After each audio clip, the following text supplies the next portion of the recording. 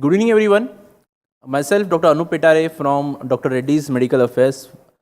I and my team, Dr. Snehal Muchalla ma'am, who's the cluster head medical, and Dr. Monil Gala, we welcome all the faculty today for really taking time out for this particular interesting and intelligentsia or like the rendezvous where osteoporosis, the bone health, and lot of interesting super specialty and a cross specialty interactions that's gonna occur for the next few hours. And it's the third Indian Bone Academy. It's not an academy, it's an institution where endocrinologists, rheumatologists, and orthopedicians, they will be discussing latest updates, what are the recent advances in the therapy, day to day, the cases they see at a local level, what are the global perspective to it, what are the best practices that will be shared throughout this session. And then subsequently, all the discussions, all the learnings, they will be percolated through the regional IBA meetings which will be conducting. Without further ado, I'll request our scientific chairperson, Dr. Ambrish Mithal sir, to take the chair, take the dais, and it's my honor to introduce sir. Sir is a member governing council of the Indian Council of Medical Research. So I was the first DM in endocrinology from the AIMS, and we know, sir. All of us know very well. Yeah, we are running behind. So yeah, I'll request sir to please join us and set up the context, give the background. Yeah, thank you, sir.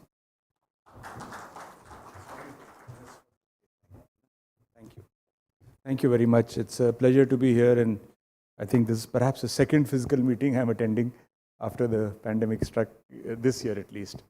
So it's very nice to have an intersection of various specialties. As you know, osteoporosis falls in a cusp area for many specialties. There are many endocrinologists who don't deal with osteoporosis at all. There are others who are primarily involved with bone mineral work. There are some orthopedic surgeons who only are interested in surgery and not really in the medical management of osteoporosis. There are rheumatologists who are only interested in the glucocorticoid-induced part, but there's a lot of overlap. There's no generalization. So within each specialty, there are people who would be interested in this area. And therefore, we have seen this area grow over the last 2 decades or more with the Indian Society for Bone Mineral Research, which we founded, you'll be surprised, way back in late 90s, but which has gained some ground in the recent past. And I have Dr. Chedha here with me, who was a recent past president of the ISBMR. But as usual, the fillip to the field really comes when there are new and interesting molecules. That was true of cholesterol. Before statins, the cholesterol field was a pure academic field, because it didn't have that much clinical correlations. But now, well, it did have correlations, but not that much clinical difference. The ability to make a difference wasn't there. But with the advent of newer molecules, first the bisphosphonates, then teriparatide, and now denosumab, there are others also, but broadly, this field has really exploded, and there are more and more people getting involved in treating osteoporosis. And I'm delighted that all of you are here. The idea is of these meetings, and this is the third Indian Bone Academy, and I would like to thank Dr. Reddy's for arranging such vibrant meetings where we get at least one international speaker and all the Indian luminaries to discuss different cases, different aspects in a purely clinical manner. So in this third Bone Academy, we will again have the same kind of formula about we'll have Professor Serge Ferrari kick it off really with the first talk as a keynote address. And no one better than Serge to do this. Serge is an old friend, and presently he heads so many things, but he is the chief of the bone mineral division at University of Geneva. He's been in that position for some time now. He occupies very many important posts in the IOF, and very importantly, he earlier this week, at the ASBMR, which is our premier body, the American Society, received the Larry Royce Award, which is one of the most prestigious awards that goes. So we'll have Serge talking about Denosumab and global perspective, long-term treatment with different agents. And followed by I'll be giving you some Indian perspective, and then the importance of adherence, which I think is most important, really most important in treating chronic care. For us, those of us who deal with chronic care, that is the most important. Rheumatologists, endocrinologists, we are always struggling with adherence to treatment, follow-up. People don't come because they start feeling all right. Unlike the big surgeons who fix things and then the patient is out. So actually, I always joke that the success of a surgeon is if the patient doesn't come back. The success of a physician is that a patient keeps coming back. Okay, but I think surgeons are also physicians. They have to be. So we have to ensure adherence to therapy. And then, of course, your case discussions, which all of you are champions at. And in the end, we'll have an open house session. So I'll now invite Dr. Sanjay Bhadada. Is Sanjay there? Yes. Welcome Dr. Bhadada to the meeting, who was supposed to join us but couldn't because of some last-minute delays or last-minute responsibilities. Dr. Bhadada plays a very important role in the Indian Society for Bone Mineral Research, but also very importantly has recently taken over as the Chief of Endocrinology at the PGI Chandigarh. There could hardly be a more important position than that. So I understand why he had to drop out at the last minute. And his commitment to bone mineral research is absolutely amazing. He's setting up the first histomorphometry center there, and a series of papers in the last, say, 10 years or so on parathyroid bone disease, osteoporosis. Remarkable how he has kept the flag flying high. So I request Sanjay to take over for the first session, and hope to hear a wonderful talk from Dr. Ferrari. I believe his talk is recorded and he'll be live for the Q&A later in the evening. But his talk is recorded because I think he's at the ASBMR in the US. Thank you. Over to you, Sanjay.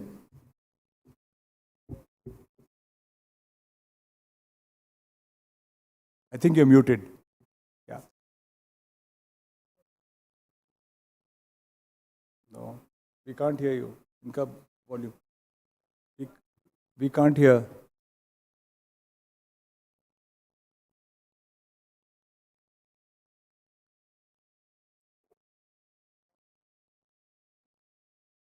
Hello. Yes. Yeah. So,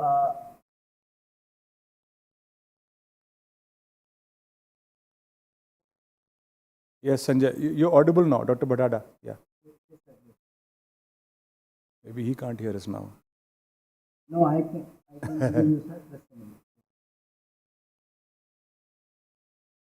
So, for this first session, I'll invite Professor Serge Ferrari to talk on a topic that is global perspective, post-menopausal osteoporosis long-term treatment. I think this is a very, very important topic. And with the availability of lot of drugs for the management of osteoporosis, now we are facing this problem that now how to proceed after 2 years of the teriparatide therapy, or 2 years of the Denosumab therapy, or 2 years of the bisphosphonate therapy. So this talk is very interesting, and I will invite Dr. Serge Ferrari to give his presentation. Professor Serge Ferrari, please. Can we play Dr. Ferrari's lecture? Academy. As you know, this was started 4 years ago, if I remember well, with the goal to give you an update on osteoporosis management beyond the use of bisphosphonate, introducing the role and the function of this biological drug, Denosumab, in the treatment of osteoporosis to eventually optimize the short and long-term management of our patients. So here we are 4 years later, and again, my role is to update you on the role of Denosumab in osteoporosis management today in 2022. These are my disclosures. So as everybody knows, the spectrum of osteoporosis is broad. There are some patients with a relatively moderate risk of fracture. That would be the lady on the left picture here. She never had a fracture before. She's in her 60s. Maybe she has some low bone mineral density, and that would define her risk of having a fracture according to her age and her bone density. Probably here a moderate risk in the range of 20-25% in the next 10 years. Now, of course, the lady on the right, probably her mother, she's 85. She has had several fractures. You see here, vertebral fracture, hip fracture.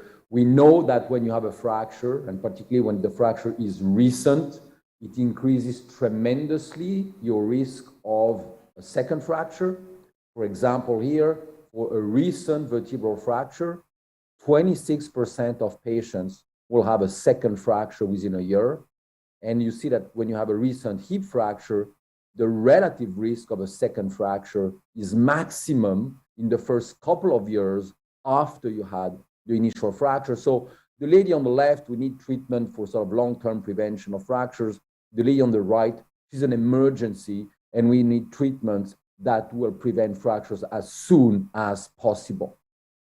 Now, when we look back 25 years, and we think of what was the treatment of osteoporosis then, it was simple, because 25 years ago, osteoporosis meant you need alendronate and alendronate forever. This was basically the only drug we had there, and this was the concept. This was the time where I was using this computer up there, this Mac computer up there on the left to do my work, and the time where the Ferrari F310 you see on the right was winning the Formula One championship. Now, 25 years later, this is where we are. Stop. I interrupt here, okay? And we will move, you can cut and we'll start again with the next slide. Is that okay? Hello? Yes, yes. Okay.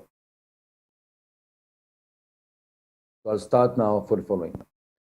Now, what we've learned since then is that this one treatment fits all and forever is not the most appropriate for two reasons. First of all, on the left, we've learned that if you treat for 10 years with alendronate, that's the pink curve, you have a limited gain of bone density that will not further extend over time. We've also learned that the longer we treat, the higher the risk of complications such as atypical femoral fractures. And this risk, by the way, which really becomes important after 5 or 8 years of therapy with alendronate, this risk is much higher in Asians than in the rest of the world. So clearly, the long-term benefits of bisphosphonates are limited, but the long-term risks are increasing.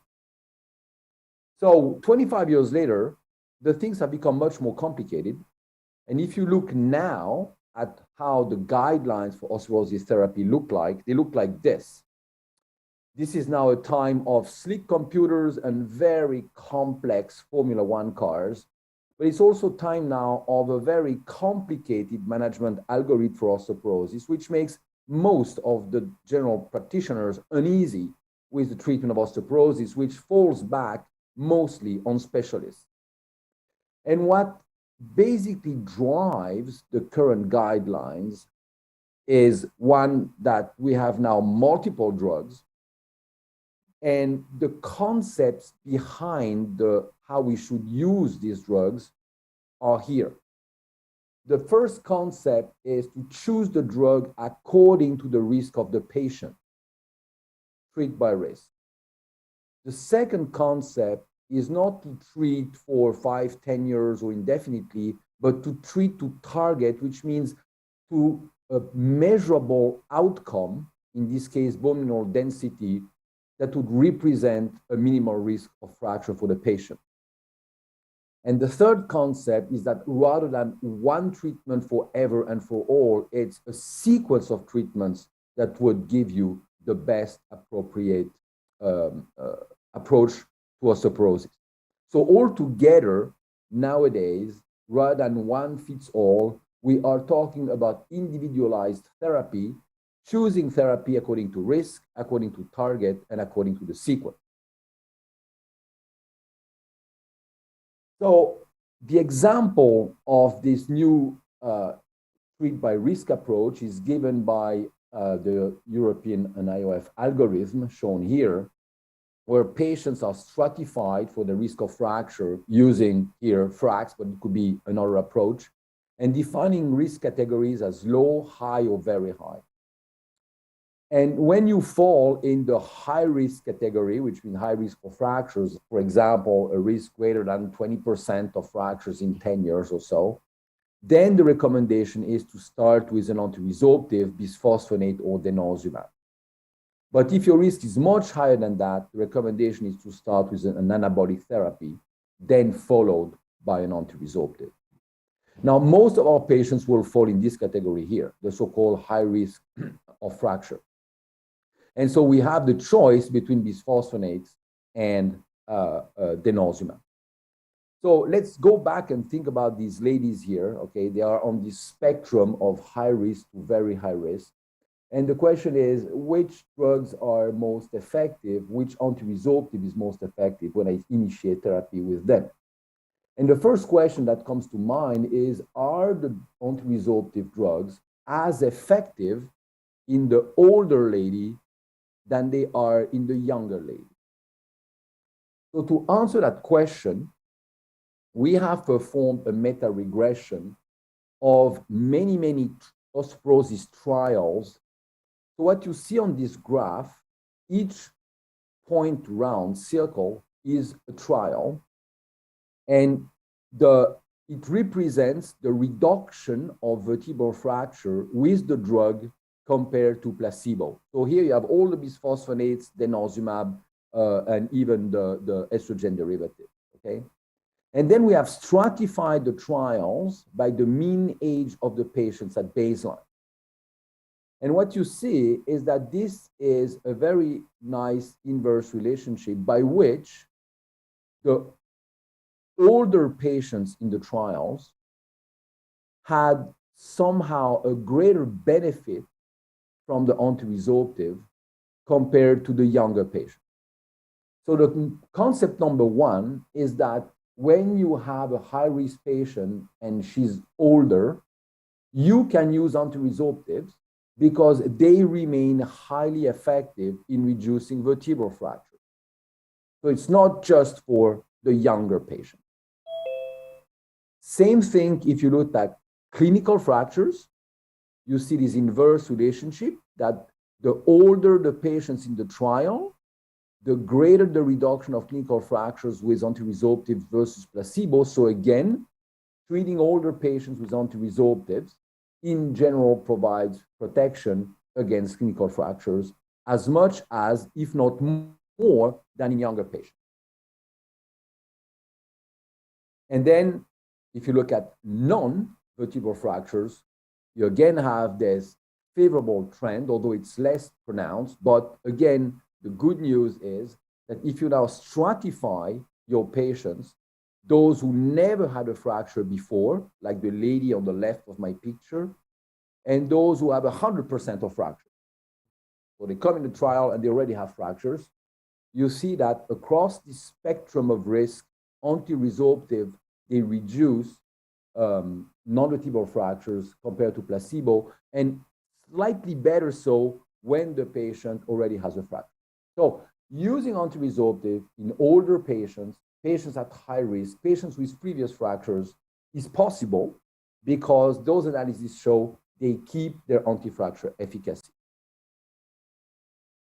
Now, when we say use an antiresorptive, we have to choose a bisphosphonate that binds to the bone matrix and prevents the osteoclast activity, or denosumab, a monoclonal antibody against rank ligand that is a very potent antiresorptive because, in fact, it prevents the development of osteoclasts and leads osteoclasts to zero on every bone surface. So the question is which one to choose? Well, Then we need to go to the second principle, which is the concept of treat to target. The concept of treat to target is which bone density to reach to maximally reduce fractures. Now, this has now been largely proven by, again, this meta-regression from Dennis Black and colleagues. What they've done here, again, is to recapitulate all the trials in osteoporosis, this time not only with anti-resorptives, but with anti-resorptives and also with anabolics. Each circle is a trial. And what you show here is the relationship between the gain in bone density with the drug compared to placebo and the reduction of vertebral fractures on the top and hip fractures on the bottom. So what you see is that when you gain more bone density at the hip or at the spine, you reduce fractures more in the vertebrae and you reduce fractures more in the hip. So the concept of osteoporosis therapy is to use a drug that gives to your patient the better, the greater bone density gain, because the more you gain bone density, the more you reduce her fracture risk. And that helps us, of course, to choose between anti-resorptives, because as I showed before, and as we know, over long term, bisphosphonates, here alendronate and zoledronate, have a limited gain of bone density with a plateau effect after 3 years or so. Whereas denosumab in the Freedom Extension study is the only anti-resorptive to be shown to lead to a continuous gain of bone density for up to 10 years. So if your goal is to gain as much bone density as possible, to reduce fractures as much as possible, over the first few years, 2-3 years, those drugs are equivalent, but over the long term, clearly denosumab prevents more fractures because it gives you more bone density. And this we have proven because when we calculated the rate of non-vertebral fractures through 10 years of therapy with denosumab, we see that the rate of non-vertebral fractures with the drug goes down progressively with longer duration of therapy. So patients treated for 4 to 10 years with denosumab had a fracture rate that was 26% lower than those who were treated only for 3 years. And this, again, is demonstrating this relationship between the bone density that you reach with long-term therapy here with denosumab and the rate of fractures in the year that follows. So the higher the bone density you have reached on denosumab and on the other drugs, the lower your fracture rate. This is independent of age and independent of whether or not you have previous fractures. And so these studies, they define this concept of treat to target, where your target should be a bone density above -2 at spine and hip, probably in the high-risk patients around -1.5. And this you can only reach if you treat for many years long-term with denosumab rather than bisphosphonate, because that's the drug that gives you the continuous BMD gain. Now, what is the risk of this long-term exposure to denosumab versus the benefits? So what you see here is the number of fractures that have been prevented with long-term denosumab therapy for one event of atypical femoral fracture and for one event of osteonecrosis of the jaw. So we prevented more than 280 clinical fractures for one AFF and more than 40 clinical fractures for one ONJ. So with this long-term therapy with denosumab, contrarily to bisphosphonate, gives you a very favorable benefits-risk ratio. Now, what explains this difference in the long-term benefits of denosumab versus bisphosphonates? Why does denosumab increase BMD continuously, whereas bisphosphonates do not? Well, this is depicted here. It's a theoretical approach, but based on results from clinical studies. So initially, in the first year of therapy, both drugs will, of course, prevent bone resorption. And so your resorption cavities that were existing get progressively refilled with the bone that is formed naturally once you have prevented osteoclasts to degrade your bone. Now, denosumab being more potent an anti-resorptive than bisphosphonates, denosumab really brings bone resorption to zero. It will initially allow a better refilling of this remodeling space, so you have a slightly greater BMD gain in year one. Then, as you know, bone goes to a secondary mineralization. So with denosumab, when your resorption is completely blocked, you can then increase the mineralization of your bone without new resorption. With bisphosphonate, there will still be some residual resorption here and there.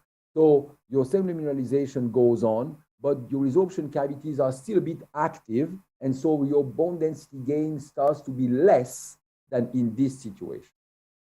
And on the very long term, we have now some evidence that the modeling-based bone formation is somehow favored, supported by denosumab. Although denosumab is an anti-resorptive, it has some specific actions on the osteoclast that allows to support new bone formation on the surface, whereas bisphosphonates, they do not. So with a more complete closure of the remodeling space, a more complete secondary mineralization without resorption, and then eventually even some anabolic effects at the end, denosumab may provide this long-term BMD gain, whereas bisphosphonate have this limited plateau effect after 3 to 5 years. What I just told you about the bone formation on denosumab has been recently proven in the studies where the investigators, they took hips from patients undergoing hip replacement therapy for osteoarthritis. Those patients had been treated with denosumab before. They have been labeled so that we can measure the bone formation, modeling based, which is pure bone formation, or remodeling based, which is based on resorption. Obviously, all bone surfaces have very low remodeling because denosumab is an inhibitor of bone remodeling. But as you see here, on some surfaces, those on denosumab have a sustained modeling-based bone formation, which, as I said, could participate to the long-term BMD gain with this drug. Now, eventually, we'll go to the sequence of therapy because some patients, to gain enough bone density to bring them to this target, will need more than one drug. And I bring you back this study by Ben Leder, the data study, where he tried several sequences with denosumab and teriparatide to remind you that if you have started with denosumab, which is in red here, it's not a good thing to switch to teriparatide, because when you stop denosumab, you have an increase in bone turnover, and adding teriparatide will then precipitously decrease bone density at the hip. So no sequence of teriparatide after denosumab. Okay? But if you need to increase BMD a lot, what you can do is in green, you can combine teriparatide and denosumab. That is what gives you the fastest and largest gain of bone density, both at the spine and at the hip. Okay, well, now you have chosen to treat your high-risk patient with denosumab. You have treated for several years to reach target. Eventually, the patient really gets better, has had several years without fractures, and has reached a bone density above -2. Is it time to stop denosumab? If so, what should we do? And that's, of course, an important question because, as you know, denosumab is a reversible treatment. The suppression of bone turnover that you get with denosumab, there is a rebound of bone turnover when you stop it. And with that rebound, the gain of bone density that you've had on denosumab, you can lose that quite quickly. And as you know, this rebound phase post-denosumab has been associated with an increased risk of vertebral fractures, particularly of multiple vertebral fractures in the few months that follow. We published that here from the Freedom Trial with Steve Cummings a few years ago. Now, there is new data out of that. It's Felicia Kosman has a paper in Press in JBMR. She has reanalyzed the rate of vertebral fracture stopping denosumab in the Freedom and Freedom Extension study. And what she showed is that the rate of vertebral fractures when you stop the drug is higher if you treat it with denosumab for more than 3 years than if you have treated for less than 3 years. What this means is that when you go for long-term denosumab therapy, you have all the benefits we showed before, you know, the continuous BMD gains, the greater fracture risk reduction. But at a certain point when you stop, if you have treated long-term, you have a slightly higher risk that your patient will have vertebral fractures if you do nothing. So you need consolidation therapy. Patients need to be switched then from denosumab to bisphosphonate if you decide to stop denosumab. This has been shown in this observational study in Switzerland. You have here more than 800 patients who had been treated with denosumab, and eventually they stopped denosumab. And you see the survival curve without vertebral fracture. So when you stop denosumab and do nothing, you quickly have a decrease in the number of patients who remain without vertebral fracture. But if those patients receive bisphosphonates, either before denosumab or even better after denosumab, they will remain without vertebral fractures when you stop denosumab. So again, denosumab long-term is the best strategy to maximize BMD gain, but it's not one treatment forever alone. It's a sequence, and in this case, a sequence with bisphosphonate. And what this study from Greece shows to you is that when you give an injection of zoledronate after denosumab, you will prevent bone density loss if you have been treated with denosumab for less than 3 years, but you will not completely prevent BMD loss if you have been treated with denosumab for more than 3 years. So again, when you take the decision for long-term denosumab therapy, then when you stop, you will need more than one injection of zoledronate. You may need 2 or 3 within a year to completely consolidate the BMD gained on denosumab. And this is again shown in this Swiss study. You have 2 strategies here. In black, you treat 2.5 years with denosumab, and then you give bisphosphonate. In red, you treat 5 years with denosumab, and then you give bisphosphonates. So when you treat longer with denosumab, you gain more bone density initially, but then you may have more trouble to control bone loss after that with bisphosphonates. So perhaps the best solution once you engage with denosumab long-term is just to stay on denosumab. I show you here 2 ladies that we treat with denosumab for several years. You see their fine bone densities on the left. You see their time course here.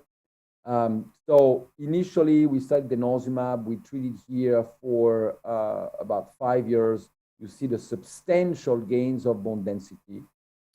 Eventually, she reached bone densities that were minus 1.5 T-score. We stopped therapy. We gave an infusion of zoledronic acid 3 months later because she was in bone turnover rebound. We failed. We gave it again and again and again, and we could never really control the bone loss after denosumab. She lost about half the BMD that she had gained initially. This other lady, same story. Initially, she gains a lot of bone density on denosumab for 5 years. We stop it. We give one infusion of zoledronic acid here, and we perfectly control the situation. She never required a second infusion, and she never lost bone density again. I show you these two cases from my own practice, actually one of our trials of zoledronate after denosumab, to illustrate the fact that the individual response to therapy is always variable. So you can treat with denosumab for several years. You get these fantastic BMD gains in both cases. And then one is easy to control with one infusion of zoledronate. The other one is impossible to control. So what it means is that here, the sequence, denosumab 5 years, one zol is perfect. Here, probably this lady, she should just stay on denosumab forever because bisphosphonates, they don't control her bone loss. And that leads me to my conclusion slide, which is from, again, the ECTS guidelines. You have here several profiles of patients. The patient with moderate risk will be probably treated with denosumab for a relatively short duration, less than 3 years, and then be switched to an IV zoledronate or an oral bisphosphonate for 1 year to consolidate and stop. Now, the patient on high risk needs to be treated long term. You can go with denosumab at least for 10 years. But then when you switch to zoledronate, you may require to monitor bone turnover markers and or to give several infusions in order to control bone loss after denosumab.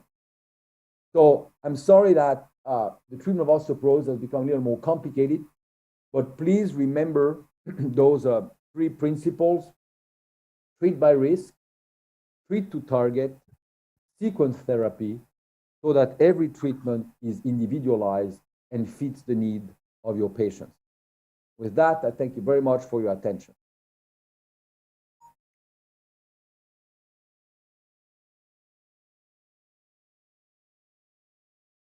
Yeah. So thank you, Dr. Ferrari. I'm sure he is not here, but it's a wonderful talk. We'll have question answers at the later part of the presentation. So now I have privilege to invite Professor Ambrish Mithal for his talk. And this audience does not require introduction to Professor Mithal. And he's speaking on the Indian perspective, overview of the current guidelines. So I think it is very important because whatever guidelines are meant, the guidelines are meant, but definitely these are different in Indian setting as compared to the Western population. So definitely we should have our own flavor or how we have to use the guidelines in our setting. So over to Professor Mithal, please.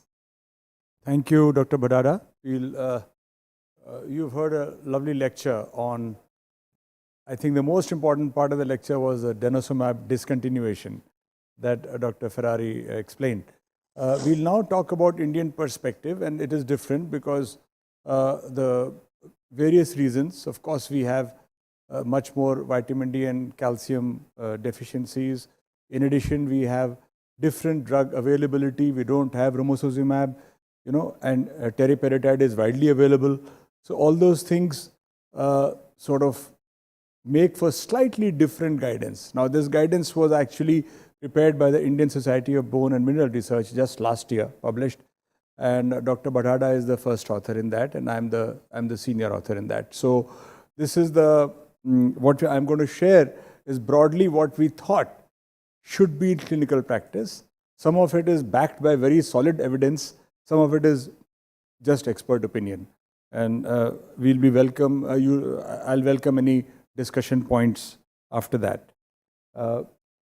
So this is the position statement we are talking about. I'm not giving a structured reproduction of the paper. I'd just highlight a few points. Number one, that of course we know that India is witnessing a significant increase in its aging population. All of us see this every day in our outpatients.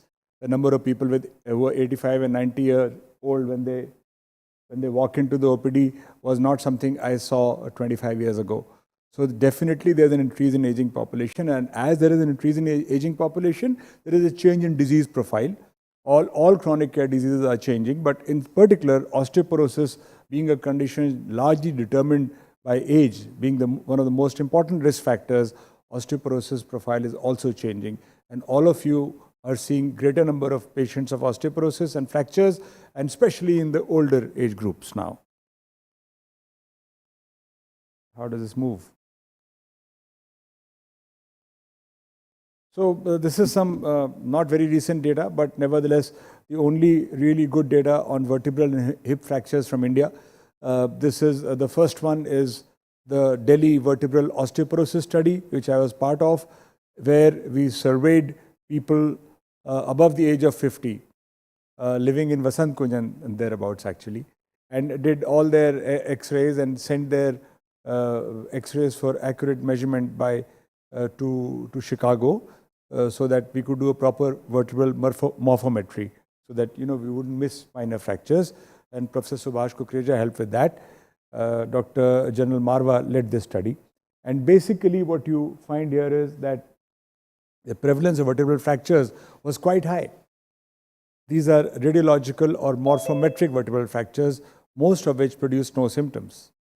Of course, grade 1 vertebral fracture is always a bit of a question mark whether it is really there or not, but nevertheless, the data on vertebral fracture was pretty much matching Western data. As you know, vertebral fractures are the cleanest osteoporotic fractures. There's very few other causes for vertebral fractures, and we found that vertebral fractures are not uncommon in Indians, about the same as in the West. Hip fracture data, of course, I'm not going into the incidence of hip fracture that Dr. Dhanwal did in Rohtak, and found that we are lower than Western Caucasians, somewhere in the same zone as Chinese and others, not in the same zone as Western Caucasians. But all these studies on incidence of hip fractures are fraught with challenges. One of the main challenges being that there are not enough people above 80, for example, to compare with Western data. Our thing stops at 75, 80, very few people above that age. So the data becomes skewed. You don't get that kind of fracture risk as you do in the West. If you were to do an age-matched population, maybe the risk would not be so different. So that is one part. But we don't have the final answer to that yet. Is our hip fracture risk same as Western Caucasians? We don't know that yet. So there are a couple of studies. Dr. Khatgawa did a study, and Dr. Dhanwal, and this is from Maulana Azad. I've included this one. Very simple, 90 patients who were treated for hip fracture in Maulana Azad Medical College, out of which they could track back 76 after 1 year. Some were visiting and the rest were called telephonically. 28 patients died in that period. Okay, so mortality following hip fracture, not necessarily because of the fracture, but because once the patient is immobile, the number of things that happen at that age, that's a separate discussion why there is mortality after hip fracture. Maybe pneumonias, maybe so many things, but this is a large number. And similar figures were there in Dr. Khatgawa's data from the All India Institute, so it's not institution dependent. And only 17% said that they were able to reach their pre-fracture quality of life. Now this of course may have changed, this is a few years ago, and it may be different in people who have much more access to care and different affluence and economic levels and support staff and everything, the kind of patients that many of us see in larger hospitals or in private clinics in Delhi NCR or Bombay, who would have more access to support and care, and maybe their quality of life will not be so poor as is shown here.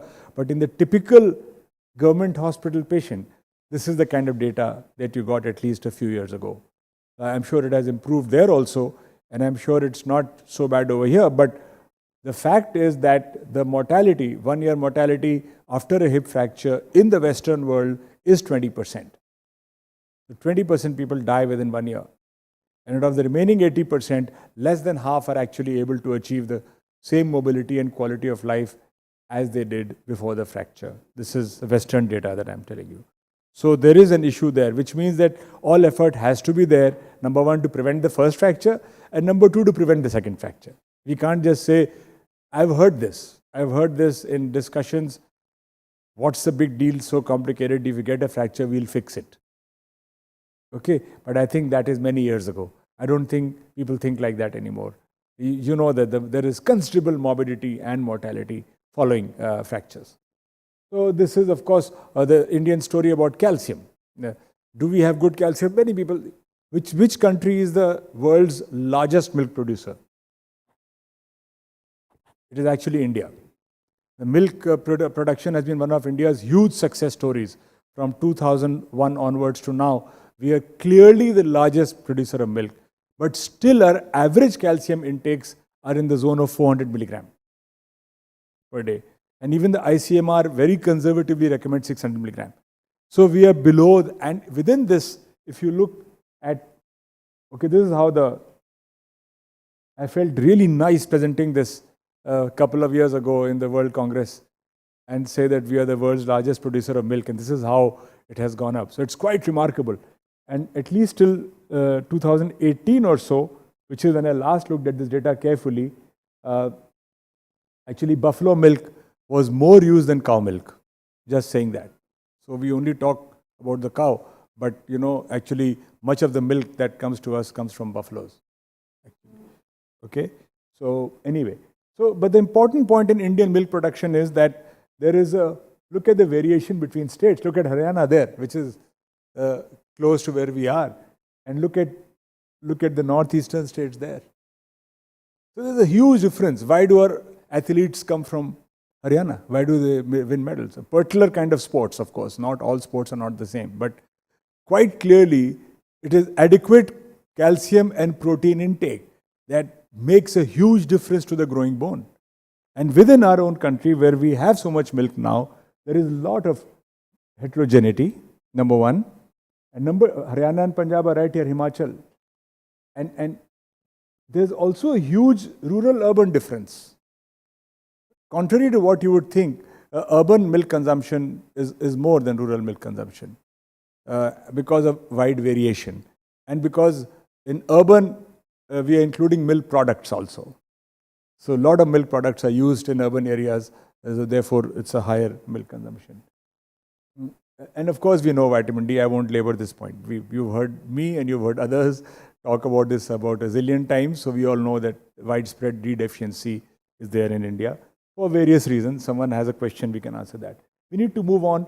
The important part is that studies on fortification, on the current level of fortification recommended by the government, which has started, could barely, okay, so it is a great strategy, right? Worldwide it is used.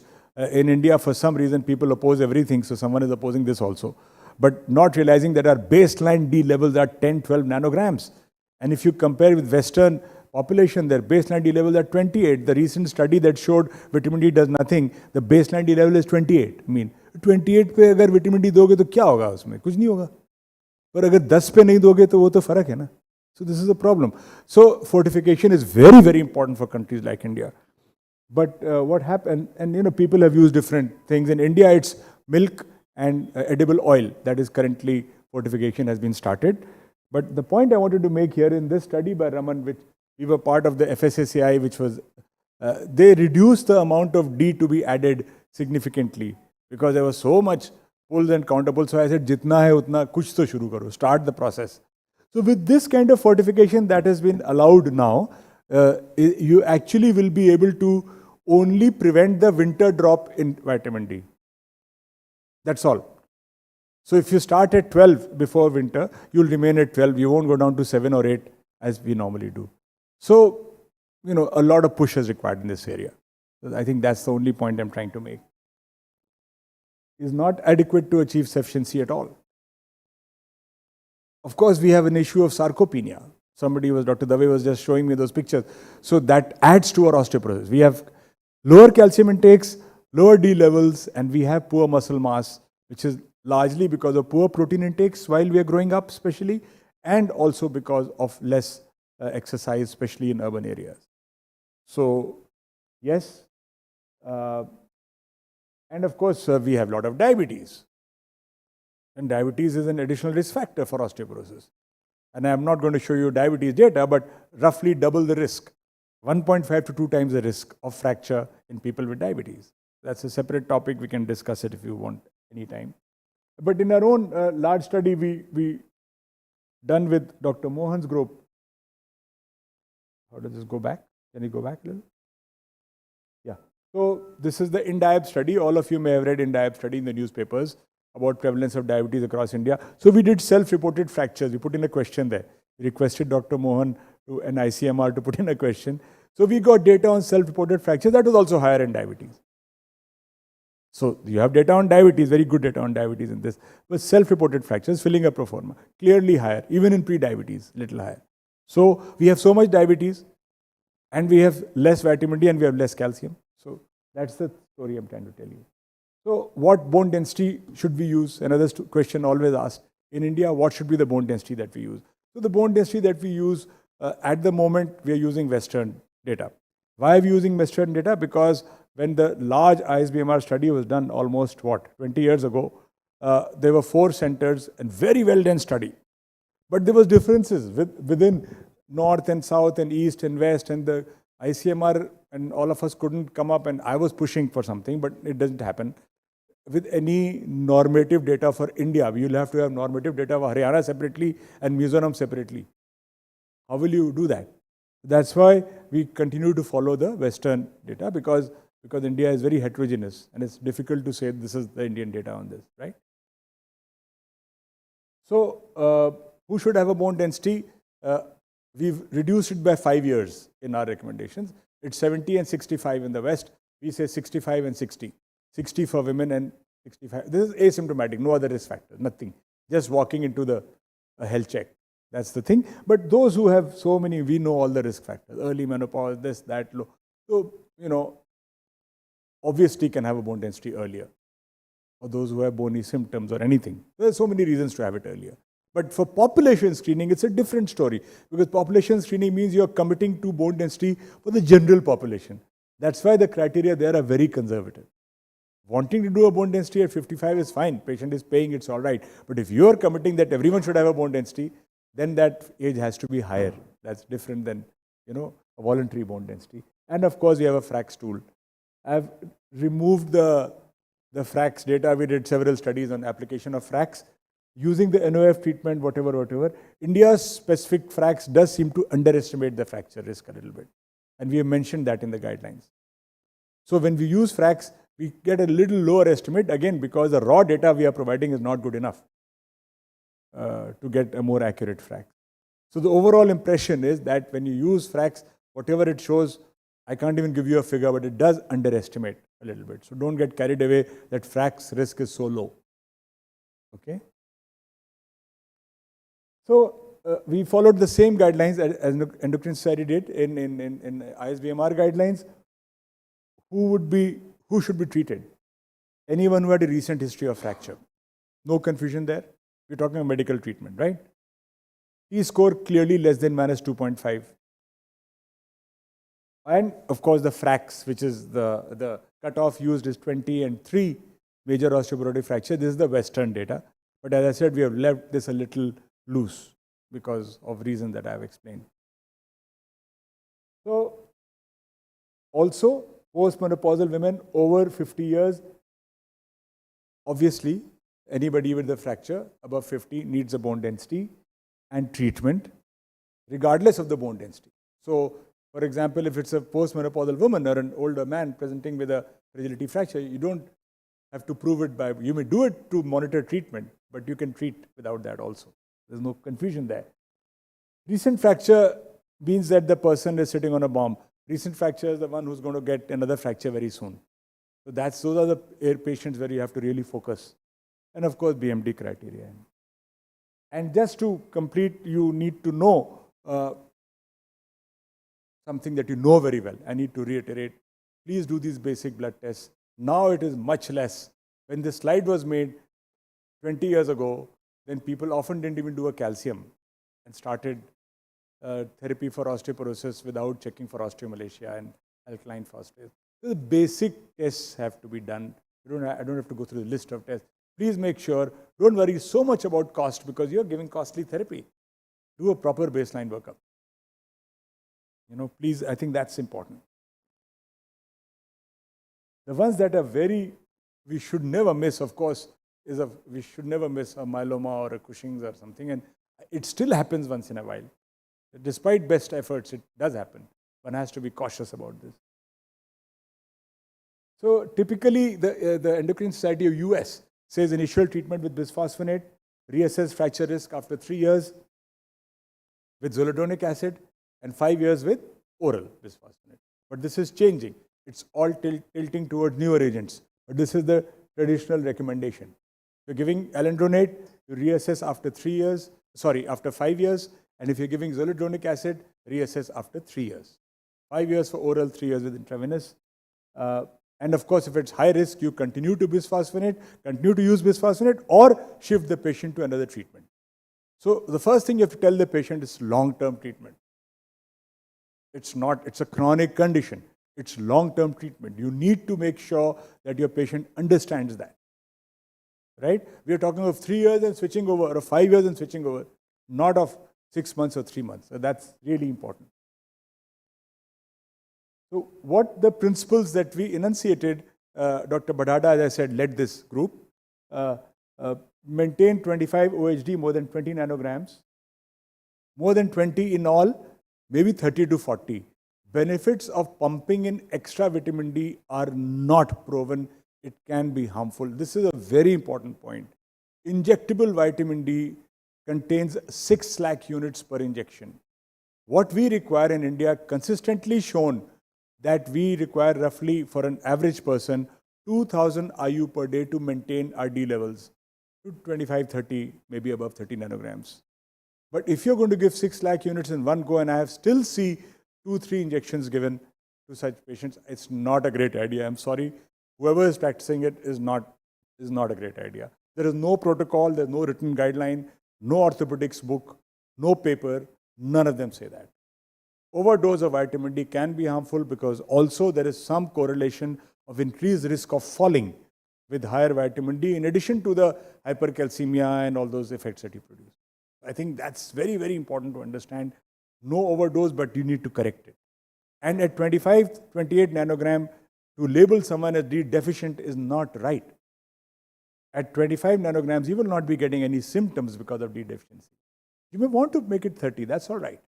But to tell someone, mark it as D deficient and tell him that you are deficient in D and that's the cause for your trouble, that's not okay. That's not correct. Anything above 20 is okay. Yes, for our patients who have osteoporosis, we like to keep it above 30. But doesn't make 28 deficient. That's not correct. And of course, there are situations they require higher than 2000 units. Malabsorption, very obese, that's different. Anti-epileptics, anti-tubercular therapy, you require higher doses. You need calcium intakes, we'll leave that. Exercise, you know more about than I do, active weight-bearing exercise.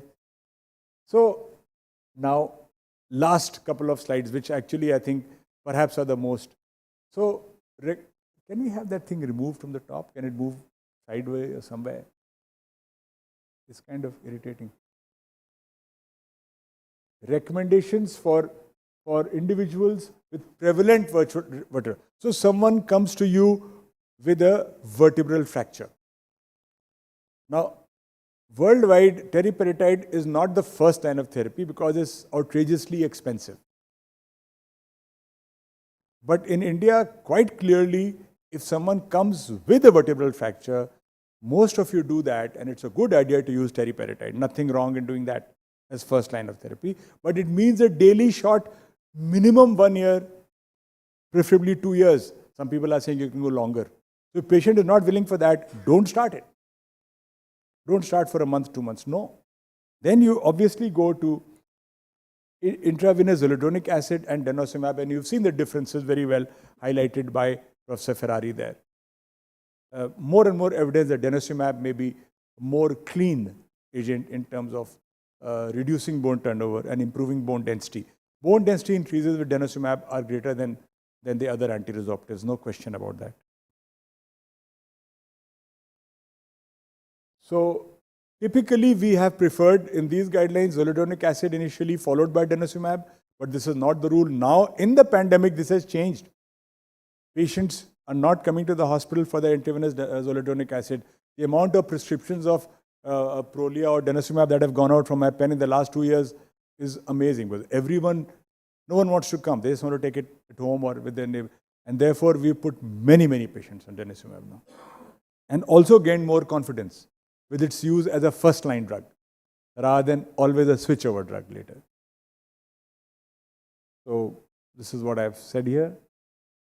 And of course, you can use, if patient does not want to use these, even in somebody with fracture, oral alendronate still works. So it's not the first choice, but it works. So what about those who come with hip fracture? To all you guys, they come with hip fracture. What should you do? I think intravenous zoledronic acid is a drug of choice there. I do think that it should be given in the hospital itself. But another option is to give a denosumab shot in the hospital. But I do think one dose should be given in the hospital before they leave. And giving denosumab is easier. If you think your patient is going to be compliant and is going to take shots 6 monthly, go for denosumab, no problem. But if you're not sure about that, patient has come from 2,000 miles away and you don't know, then at least give one infusion of Zol. Because there is it works for 1 year, 1.5 years, 2 years also sometimes.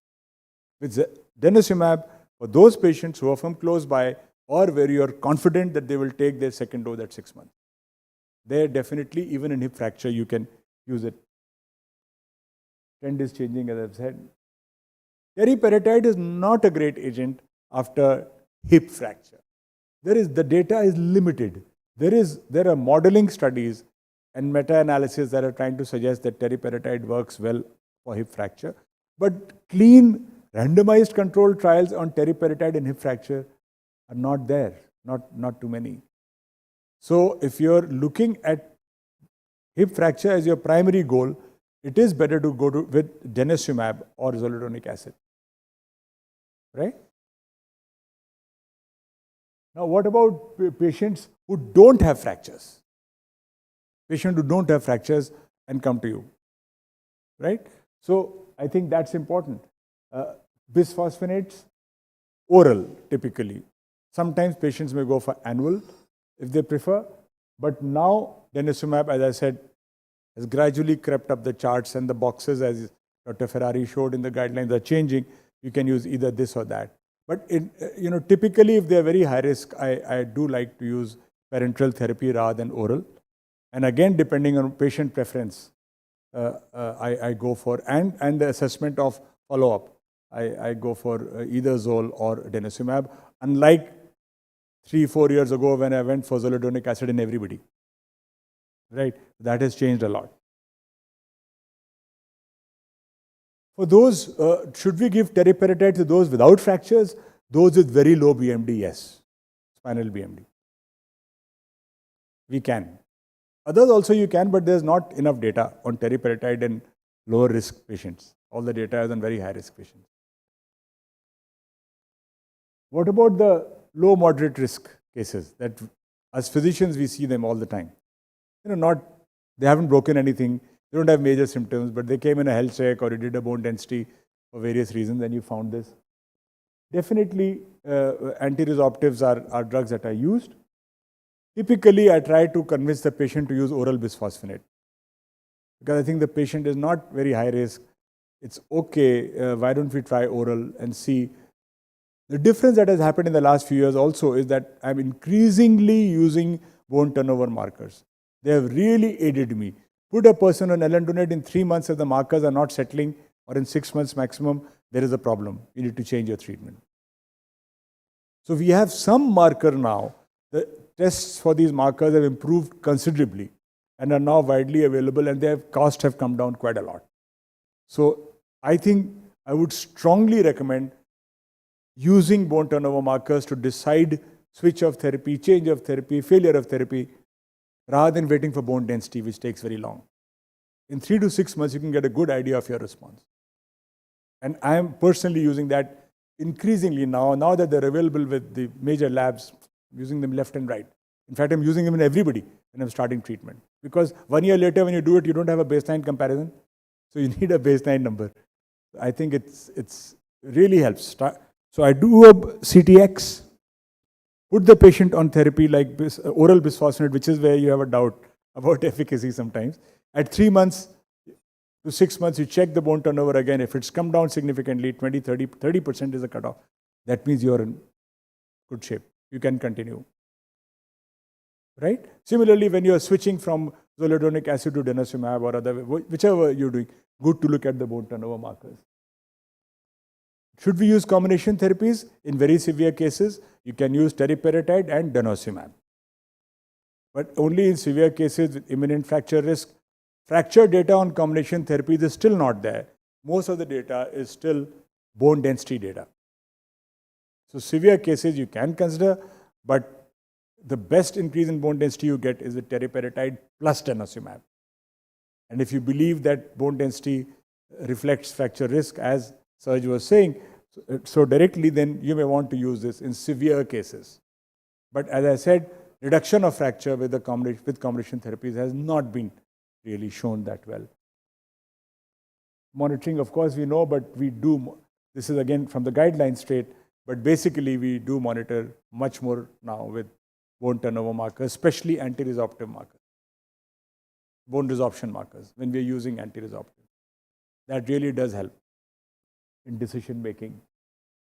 So bone turnover markers 3, 6 and 12 months after starting treatment, and you can do this very easily, so you're not confused whether the drug is working or not. Right? Patient is using the drug or not, has taken the shot or not. You'll know that. And at least a 30% reduction in CTX. I'll end my talk here. I know I've exceeded the time a little bit, but I think it was important to do this because these are the practical things that then we can go on and discuss all evening. But this is what the ISBMR recommendations are. I put some of my personal experience there, but yeah, this is how most of us are managing osteoporosis now. Thank you very much. That picture, can you show that picture? That picture is very important. The last picture. Nothing can be complete without a picture taken by me on my phone. So why am I showing this picture? This is the oldest of the ruins in Delhi. This is pre-Prithviraj Chauhan also. So some people date it to 900 AD, but they're not sure, between 800 to 900 AD somewhere. And it's from my house, it's like 10 minutes drive. And still the structure stands. I'm trying to emphasize that, you can keep bones going for a long time. Thank you very much. Thank you, sir. So the message is that if you have good peak bone mass, you can stand for long and less chances of fracture. So we have the question answer session during the panel discussion. So now I'll invite Dr. Manoj Chedha. Professor Manoj Chedha is past president of ISBMR, past president of Endocrine Society of India.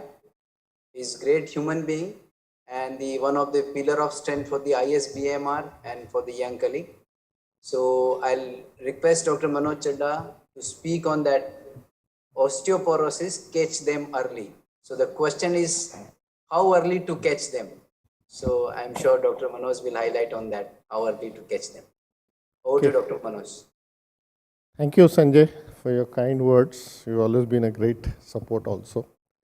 And I think Dr. Ambrish Mithal has covered up practically everything you need to know about osteoporosis in his talk and laid the foundation for the question answer session. So when I was given this talk about catch them early, it got me thinking, what are they trying to really get at? And I got a set of slides and I worked on it and I realized, see, we all know that osteoporosis, the diagnosis, the minimum investigation that Ambrish showed you, the treatment options. But when should we start thinking about osteoporosis? So if I were to ask this audience, you want to prevent osteoporosis, at what age do we start working? 70, 60, because Ambrish said BMD at 60, 50, perimenopausal, earlier. One or two answers from the audience so that I know you are with us and not dozing off. Childhood, adolescence, 40. Okay. So let's see what we have. I think if you were observant, a couple of minutes ago, Sanjay used the word peak bone mass. How do I go ahead with this?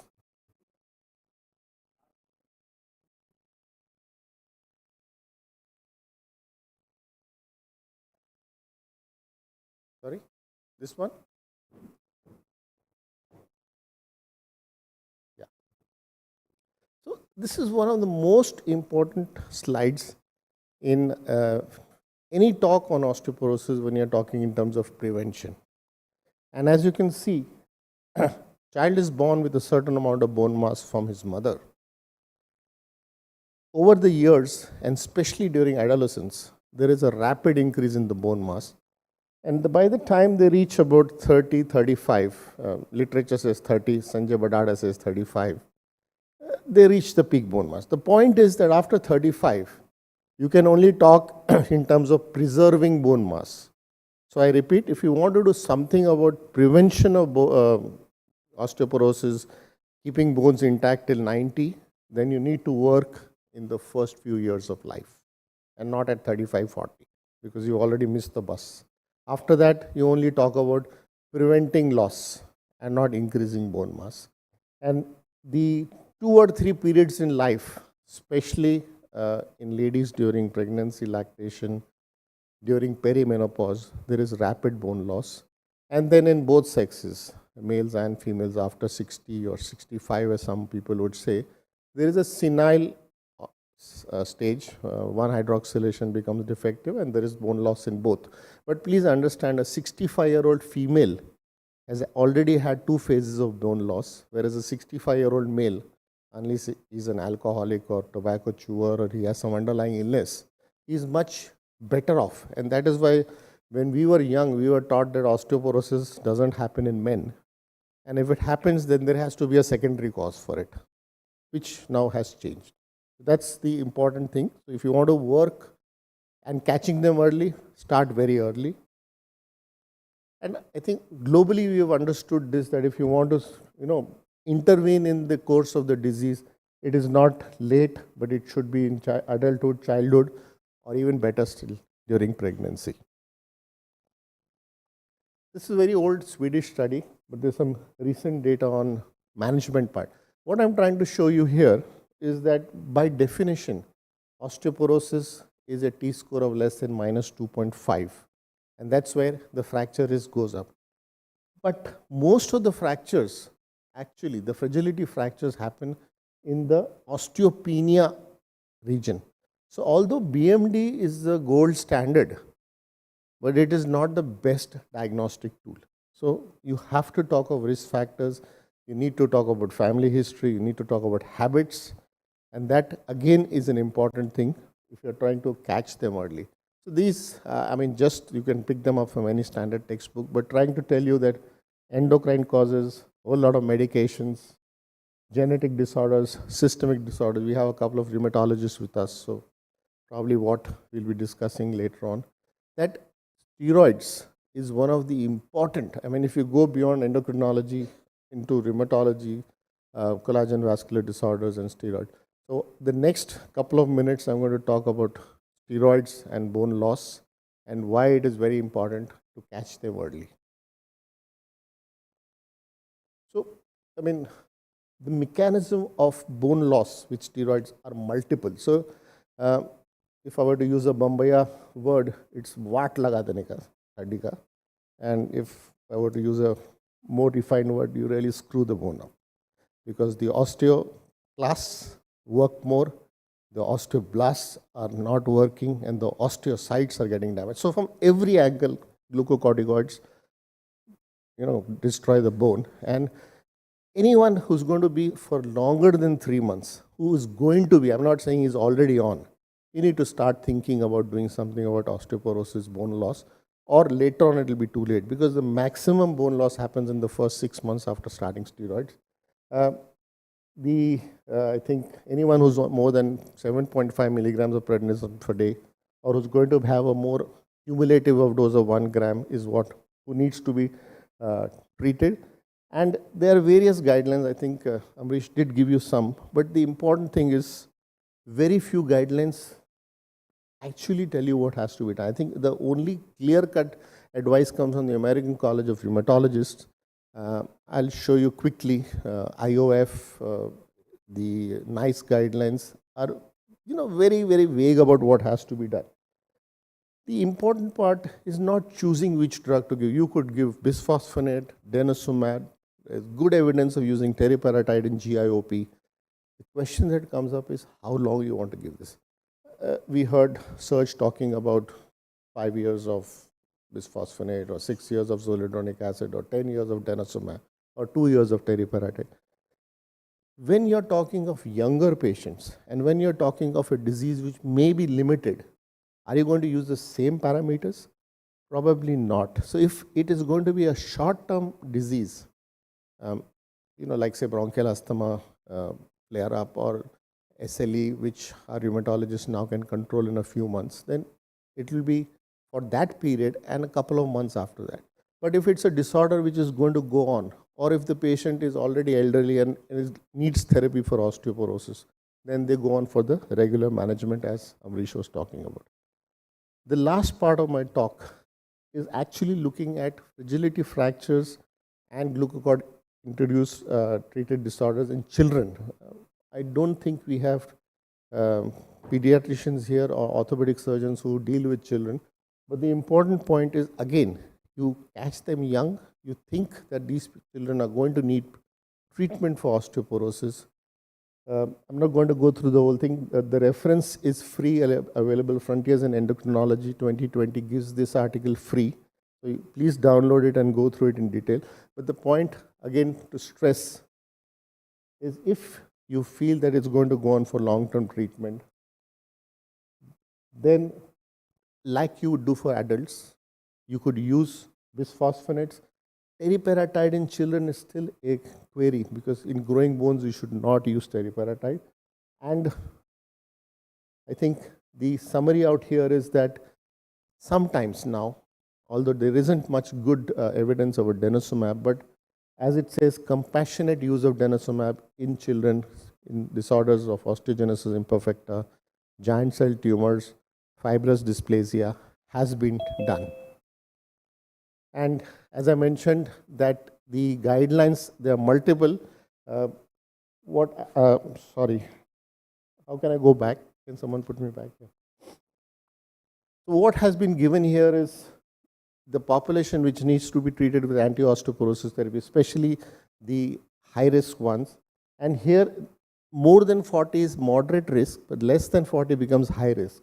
And the choice of therapy, again, based on your regular practice, but the duration becomes important.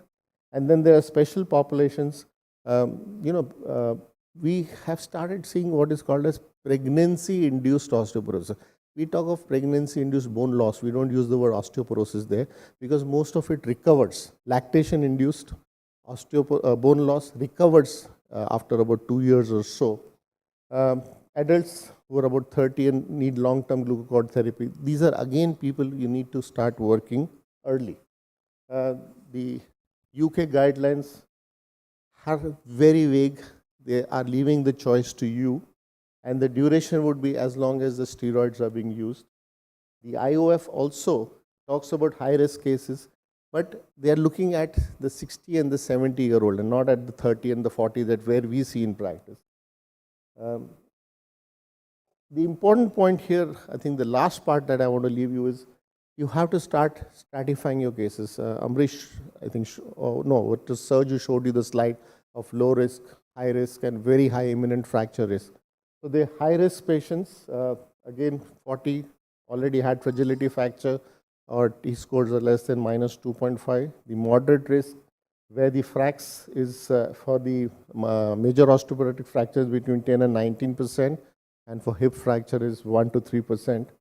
And the low risk is even below that, less than 1% for hip fracture and less than 10% for the major osteoporotic fracture. So accordingly, your choice and duration would matter. So to conclude, osteoporosis is going to be there as the person lives longer. But if you want to really catch them early, you need to start thinking of osteoporosis in a school-going child or even earlier in a pregnant lady. The best you can do is in the first 3 decades of life. After that, it is just a game of, how to prevent further loss. DEXA remains the gold standard, but should not be the only tool. Fracture risk, high risk, and the other history, like I said, about drug history, dietary history, proteins, and calcium. So calcium, vitamin D, we keep talking about, but Indians, most of us, I would say, on vegetarian diet, do not have proteins in their diet. So that's another thing that we need to really lay stress on. And we keep looking for new technology for screening tools. But till that time, we need to have our clinical approach. Thank you very much.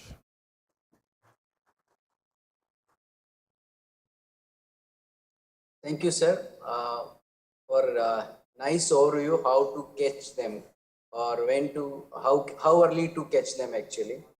And I agree with your this statement that even pregnancy should be the target to have the good calcium and vitamin D nutrition, to have a good bone mass in the fetus and neonate and in the childhood days to achieve good peak bone mass. So with this, now I invite the, in addition to 2 speakers, Dr. Ambrish Mithal, Dr. Manoj Chedha, and Dr. Usha Ayyagiri. She is senior endocrinologist from Apollo Chennai Hospital. And I can see she is in addition to the DMRD. So that is another feather in her cape that she can talk more about the DEXA scan. And another panelist, Dr. Abhrajit Ray, is the consultant rheumatologist at Fortis Hospital, Kolkata. And another panelist is Dr. Sunil Marwah, is consultant orthopedic surgeon at Artemis Hospital, Gurgaon. So on this dais, we have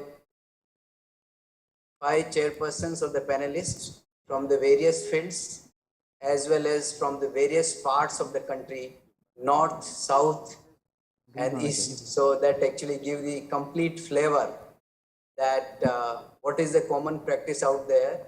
And with that, now session is open for the questions and answers from the house. So, yes, please.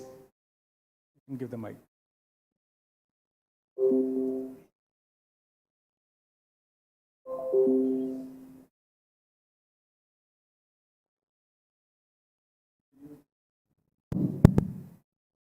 Good evening, all.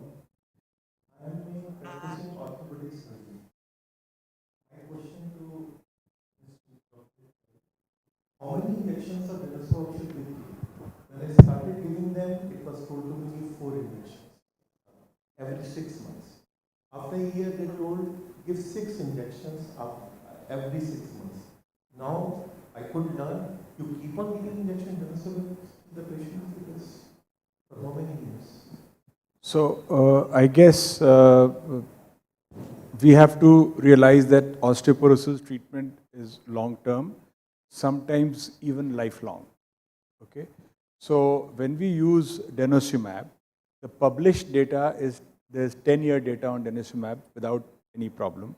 But I know that people are using it for much longer also. So the first point is it can be used for a very long period. There's no problem.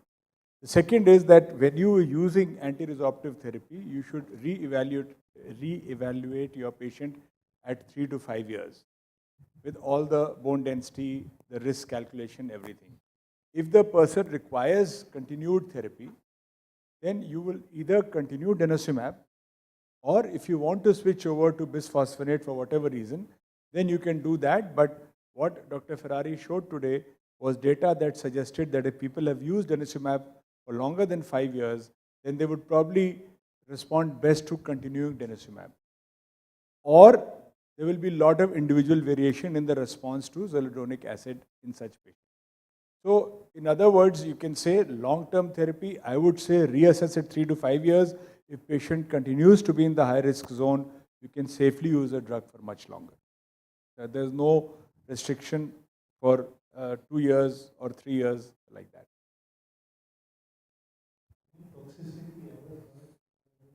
Yes, the toxicity of denosumab is only the risk of atypical fracture and the risk of osteonecrosis, both of which are very uncommon.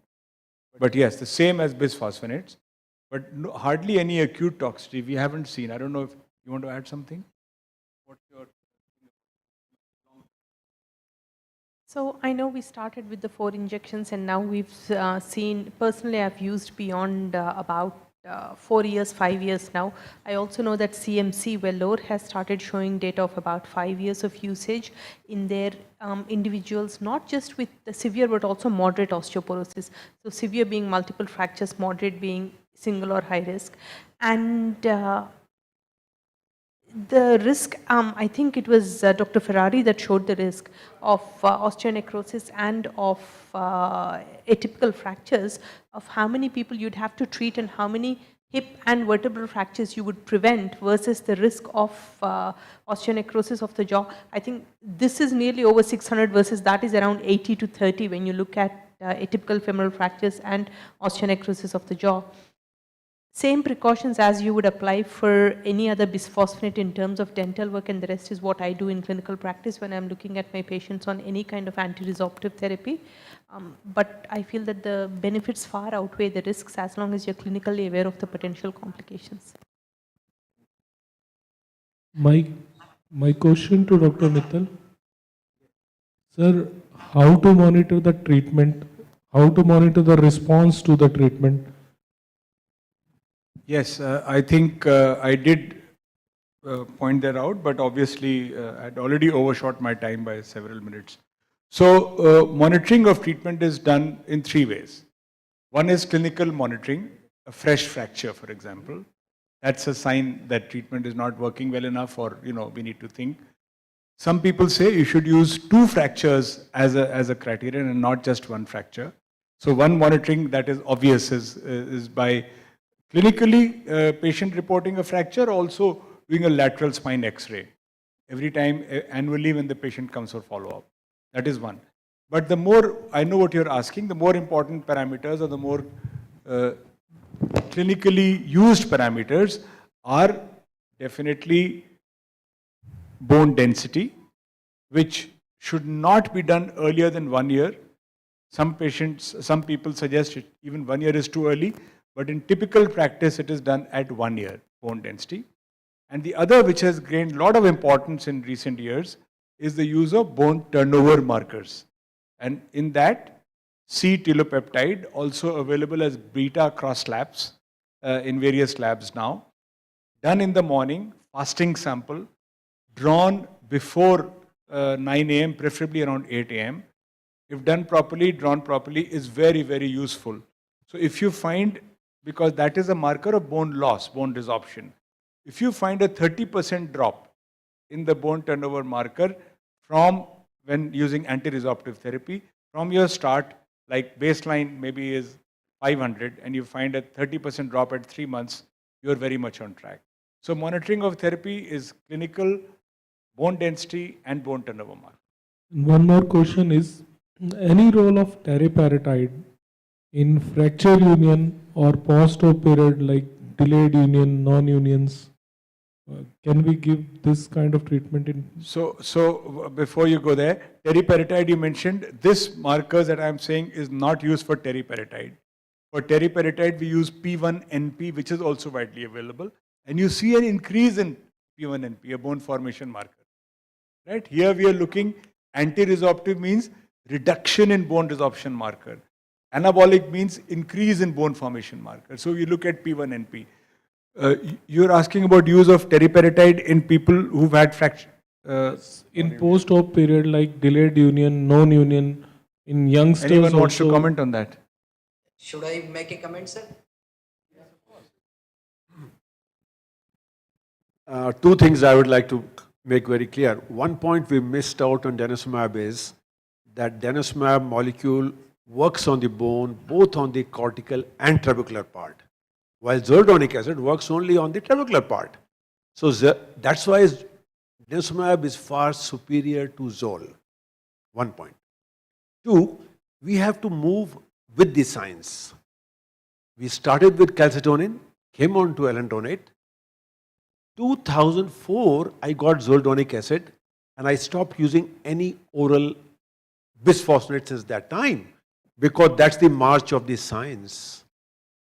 2018, since they brought Prolia to us, and I started getting it 2 years ahead through nefarious means, I did not use zoledronic acid again. So you have to use the best if your patient can afford, or if you can convince him, which is not if you are talking properly to the patient. And in between, of course, teriparatide came, and teriparatide is very much used. Now coming to your question. In a fracture case, if you have not fixed the fracture properly, whatever you may do, nothing is going to unite it. But if you have a fracture, which you have fixed nicely, stable, everything is okay, but the bone is not forming, in that case, medically, Lilly will not say you can use photio, but most of us orthopedic surgeons, in a difficult case, before going for a neck surgery or bone grafting, we would certainly give him the teriparatide to see if it helps. If the biological conditions are correct, then teriparatide helps. And most of us orthopedic surgeons have used it to help reduce the next surgery most of the time. But that is not osteoporosis treatment. We are using it, not recommended, but personally we have used, all of us orthopedic surgeons. Dr. Ravi is sitting here and he is laughing because all of us have used it without telling Lilly that we are using it for the fracture, when we are sure that we have done everything else right. If something else is wrong, nothing will unite it. Thank you. May I add to that and also ask a question to this panel? See, one of the things that none of our risk scores estimate is this immediacy of fracture risk, if you will. Because whether you have a 5-year risk, 10-year risk, what they don't estimate, Dr. Marwah, is, for example, in the post fracture scenario, the 1-year, 2-year risk. Most of them. Although we know that it's a high risk. In that case, kind of a scenario, I know that the orthopedicians quite frequently use the combination of denosumab and teriparatide. You quote the data switch. I mean, Dr. Govind is here. He and I had quite a lively discussion about this in Chennai a couple of years ago. But you use it, but the data switch trial is what, 80 patients? No, okay. No, you are still wrong, sir. I presented my Zol and PTH combination 1000 case study in IOF 2017. And that was well received because till 2017 we did not have Prolia with us. So when I came back from Australia in 2004, I started using the combination of zoledronic acid and PTH and never looked back.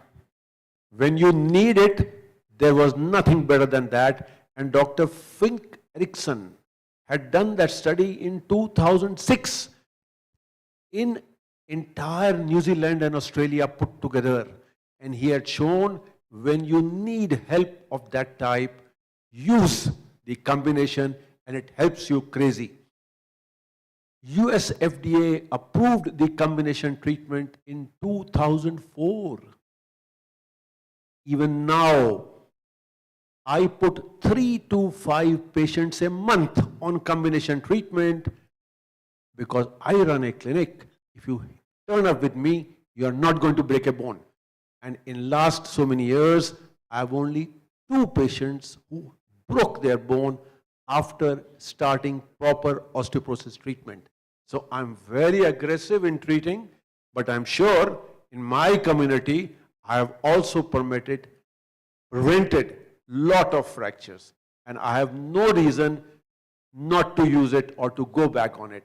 And there's a huge amount of data on it from various sources. And data extension studies again showed if you want the best and the fastest improvement, you go on to Prolia and zoledronic acid. But it also showed us that when you use an anti-resorptive and then you are in trouble and then you ask PTH to do the job, you are in big trouble because the first 6 months, the bone is going to drop further. All studies have shown. So be very careful what molecule you are starting. You must have a game plan, especially in our senior citizens. But combination treatment, there is no problem. And I've used it huge amount of time. Thank you. So what Dr. Marwah is telling is that there is a scope for use of sequential therapy, but that is not a kind of general statement that you use the combination therapy in most of the patients. So if you have a patient who is having really very high risk of fractures, definitely can be used, but not as a general statement that that is very effective therapy and can be used in the most of the patients. Yeah. Sir, is there any difference between the treatment strategy of a patient with fracture and patient with pain, osteoporotic pain? Patient with fracture and patient with? Patient with pain, back pain. Yeah, I think we explained that patients with fracture definitely are high risk, and with a recent fracture and other risk factors, or with multiple fractures, are those who are called patients with imminent fracture risk, which means they're at very high risk. That is a group where you've had either multiple fractures or a very recent fracture, plus you have an ongoing high risk. There you could consider in some patients combination therapy, right? But when we are talking of difference in treatment approach, to those who already have a fracture, you would want to use a potent agent. You can use, when you're talking of vertebral fracture, we often say people who've had a fracture in the Indian environment, teriparatide is a very good choice to start off therapy. Teriparatide should go for 1 to 2 years, 18 to 24 months actually, 1.5 to 2 years, followed by an anti-resorptive. Somebody with vertebral fracture. Okay. Somebody with hip fracture, we typically like to start with anti-resorptive therapy, and there you could use either zoledronic acid or denosumab based on the situation, as I explained. For someone who doesn't have a fracture, but has osteoporosis, and therefore has a high risk for fracture based on bone density and other parameters, there you could have any of these choices. Typically, teriparatide is not a first choice there, because that's used either in very severe cases or those who've had a fracture. But you can choose between oral bisphosphonate if someone has a low risk, but with osteoporosis and high risk, but without having a fracture, you could use, again, either zoledronic acid or denosumab. So there is a slight difference in choosing therapy in those who have had a fracture or those who haven't, and whether the fracture was a hip fracture or a vertebral fracture. So one more thing, for peritochondrial fracture, after operation, still now we have not give any regular any preventive strategy with treatment. What should we use? What do you use after any peritochondrial fracture, hip fracture? Hip fracture. Same. Hip fracture, OT has been done. Oh, okay. So if someone has not had treatment earlier and has had a fracture now, hip fracture, so I think any of the anti-resorptives, right? Straight away. Anything can be used. I mean, zoledronic acid or denosumab. Very clearly, they are the drugs of choice. Very clearly. Thank you. Thank you for a great presentation, all of you. There was the use of the word sarcopenia only once through the entire set of lectures. So, your comments on how much do you give weightage to sarcopenia? Is it because you don't have adequate ways of looking at how sarcopenia, interacts with the osteoporosis, and how much of amalgamation of, muscle loss and Or is there a science that's going to evolve and put the two together and sort of make a new set of rules and regulations here? I think that's the way forward. Yeah. Please go ahead.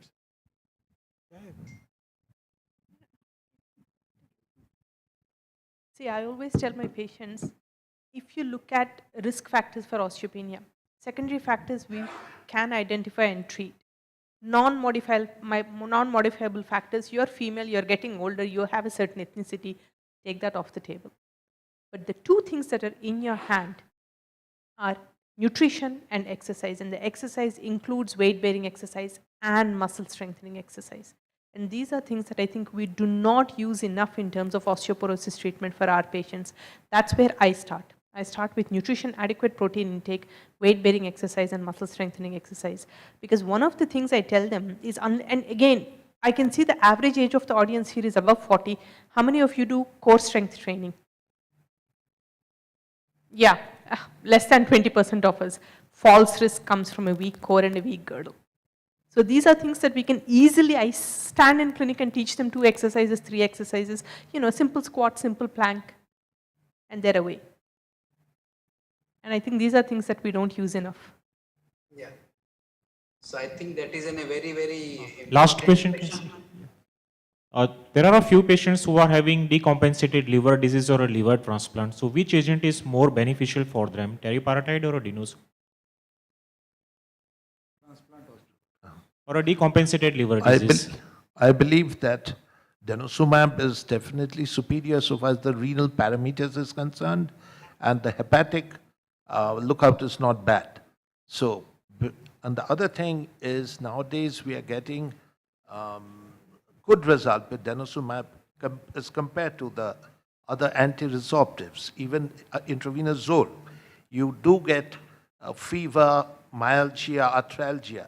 Well, in case of denosumab, especially during COVID times, we have been able to give it at home, which is a huge advantage as compared to the hospitalization, and the side effects are minimal, and you are also, theoretically there is the possibility of ONJ, there's the theoretical possibility of atypical fracture of the femur, but it's much less.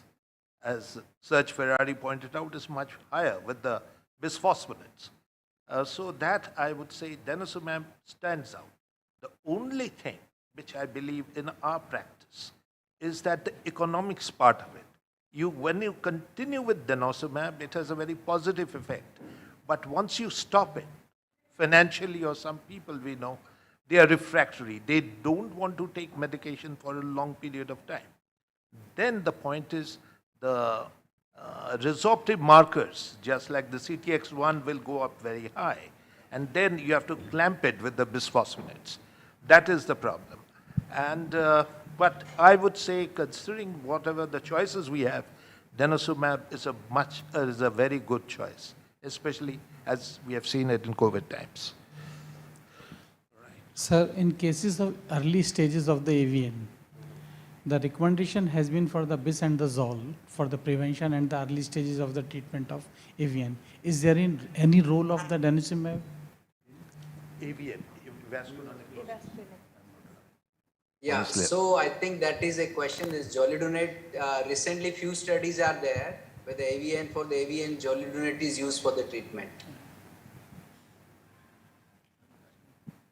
One thing I would just like to highlight on sarcopenia, what you asked is a very important science, and sarcopenia and osteoporosis are going hand in hand, and now, like BMD in osteoporosis, there are very sophisticated tests available for sarcopenia which are used in states all the time. We don't have them here, but there's a very simple test.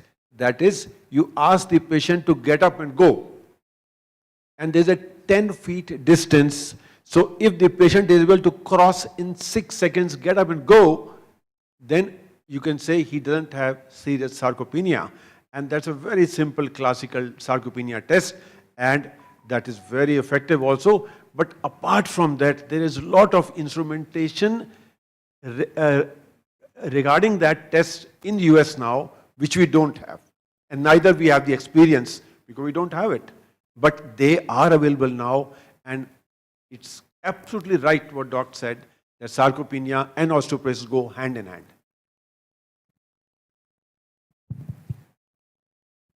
I think if there is A lot of more- osteoporosis modeling is based on just, fragility fractures. You just fall down and you break a bone. Or why don't we look at the real life scenario where road traffic accidents might also impact an osteoporotic person more than a regular person?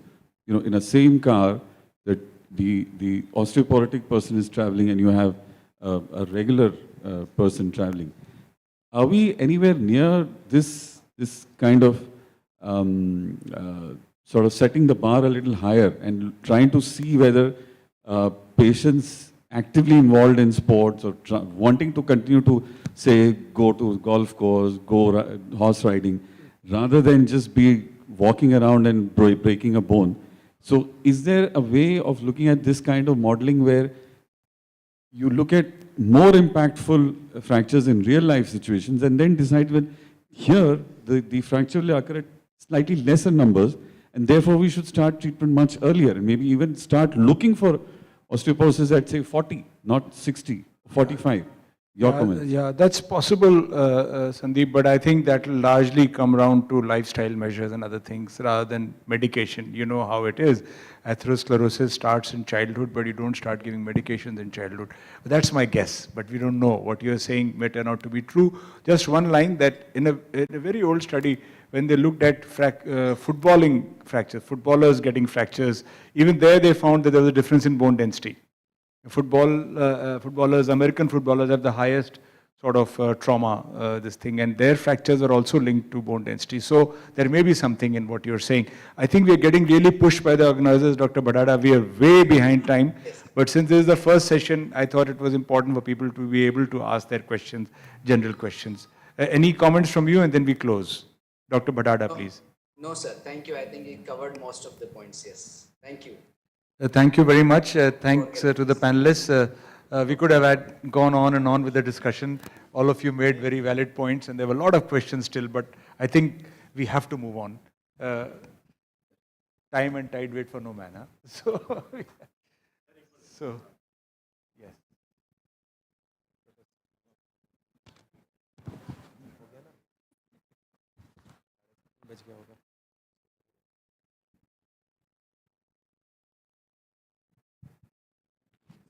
I now invite the importance of treatment adherence for Denosumab in postmenopausal patients. Where is Dr. Vineesh Mathur? Yes. Dr. Mathur to take the dais, please.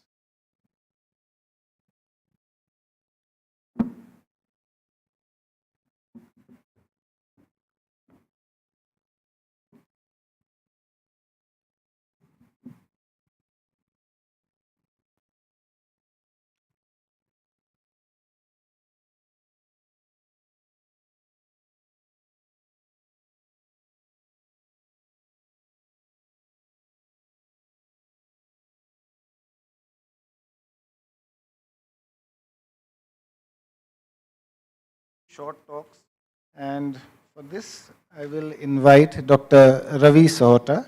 He'll be talking on fixing the fracture well and how to initiate treatment for osteoporosis.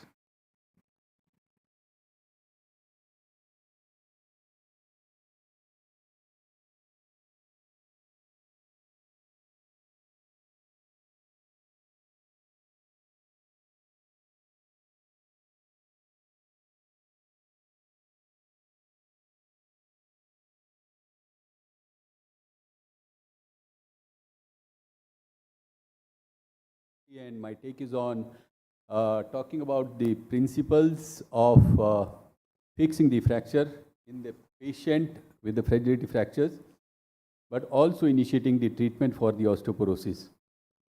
So I'm going to talk a little bit about the principles. Fragility fractures in the patients, it's about 40% of your load in orthopedic trauma unit constitute of fragility fracture, and it is best to operate these patients as early as possible within 24 to 48 hours if possible. Lower extremity surgical treatment is suggested, and upper extremity you should treat these patients more effectively so that they start to eat early and self-care and grooming is possible. As far as the relative risks for the fractures are concerned, here we request that surgeon should be more of a gardener than as a carpenter, because these bones are very, very soft and they are liable to fracture even during the fixation. Immunosuppressants, sarcopenia has already been discussed, and we know these patients are on anticoagulants, comorbidity, polypharmacy, and there is a frailty score, which what Dr. Marwah was talking. It is very important for our patient who are undergoing surgery to assess their frailty score. And this can be assessed by various clinical tests also, which is very important because complication, risk, and outcome totally depends on if there is a poor frailty score, these patients are high at risk for complication profile. As far as the goal setting is concerned, they have to be pain-free. You have to make them functional as early as possible, and independence of theirs should be restored. And obviously, prevention of the complication is very important. We know that these AO principles, without contributing to the successful fracture healing, and there is no equal. We have to give equal importance for all the points in prevention as well as the osteosynthesis, reduction in the reduction of the fracture, and also vascularization, soft tissue, and so on and so forth. Ideal principles which are to be used is absolute stability should be avoided. Either you go for the relative stability or relative fixation, or what they call absolutative fixation, where you combine the techniques. Indirect reduction is the best way of doing it, and long plates or preferably an intramedullary implant, which is load sharing, and also interfragmentary screw or a compression should be avoided. Allow the fracture to heal secondarily, and also combination of the principles can be used in where there are junctional fracture like metadiaphyseal, articular, and metaphyseal fractures. So these are a few things that you impact these fractures. So try and reduce them. Use a wide buttress.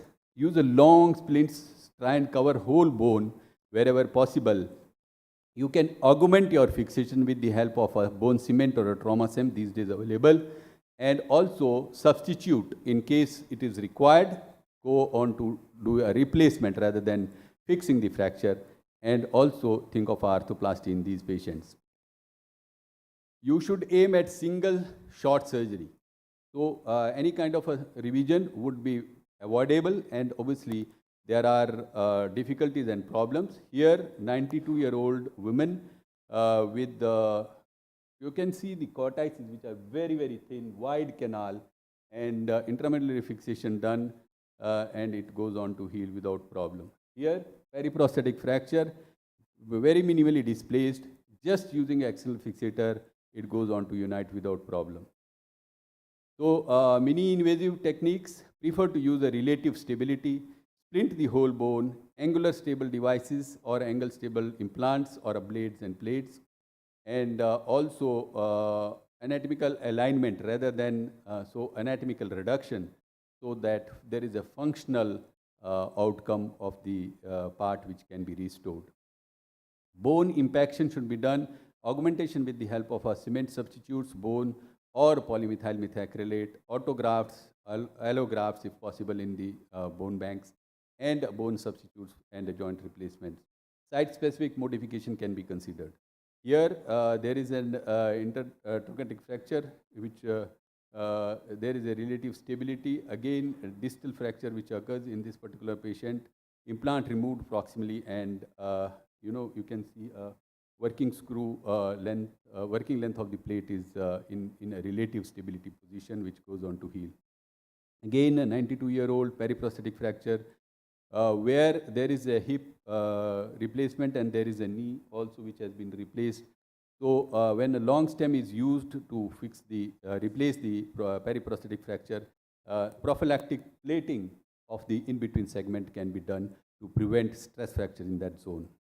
Again, periprosthetic fracture, where there is a fracture which is adjacent to the proximal femur. There is a stress fracture which occurs at the end of the plate, and then it is replaced.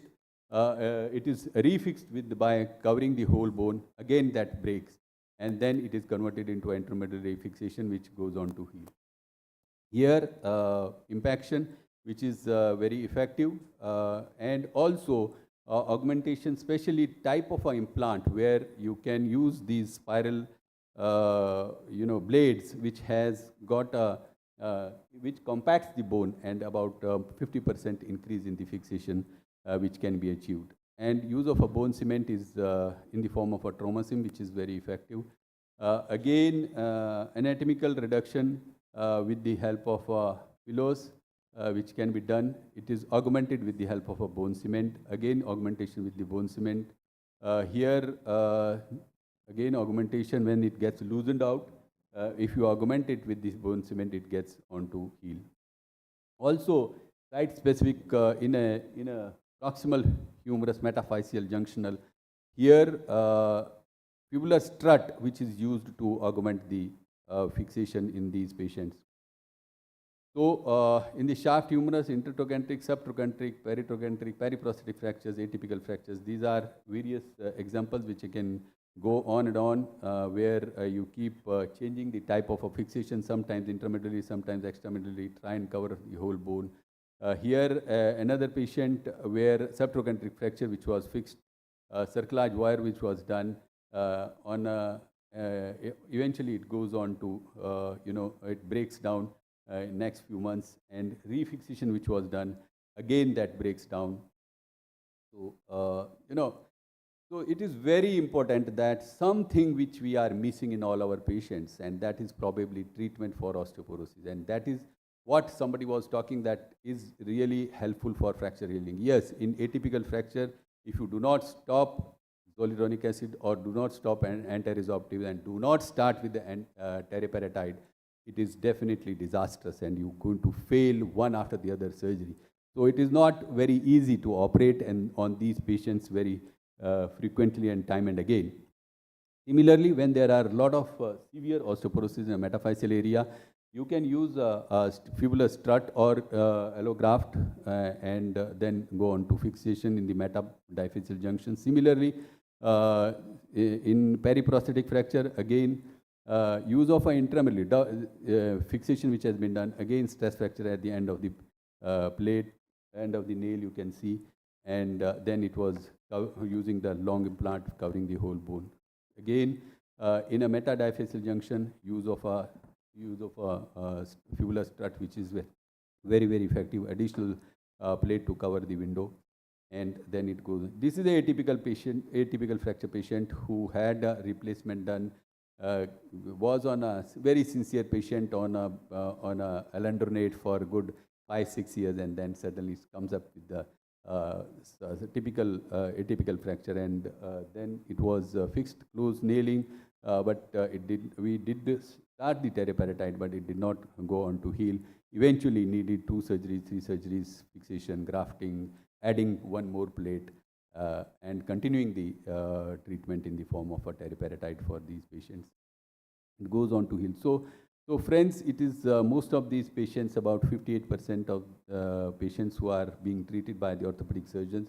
And I sorry to say, I still see not many orthopedic surgeons pick them up to start the effective anti-osteoporotic treatment in these patients for some reason or the other. And on the other hand, there are few who are starting everything. They are starting Denosumab, zoledronic acid, and teriparatide, all 3 together. 2 anti-resorptive, 1 anabolic, all 3 together. So I think somewhere we all are missing something which we all need to understand, which we all need to emphasize time and again, time and again. So I think there is. So these are various algorithms which I am not going to go into detail. You can pick up them from any of the texts. And these are the patients where non-pharmacological treatment already been emphasized by the previous speakers. Dr. Ambrish Mithal talked about the calcium and calcium intake, and obviously bisphosphonate as a class, it reduces the vertebral fracture. This Denosumab reduces the vertebral, non-vertebral, and hip fractures. Teriparatide is effective in vertebral and non-vertebral fractures. Riloxifene reduces the non-vertebral fractures, and alendronate, rezidronate, and zoledronic acid, they reduce non-vertebral as well as the hip fractures. So these are already been talked about, the indications where do you use anti-resorptive therapy, and also how do you use a bisphosphonate in these patients, and denosumab where to use and how to use already been discussed.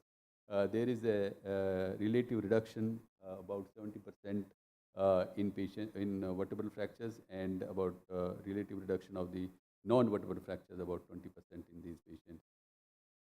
And so basically, we need to treat all the patients must get vitamin D, calcium all throughout. Patient asks whether they can stop and continue the injection. No, they should be continuing taking their vitamin D levels, keeping their vitamin D levels above 30 all the time, and taking calcium regularly.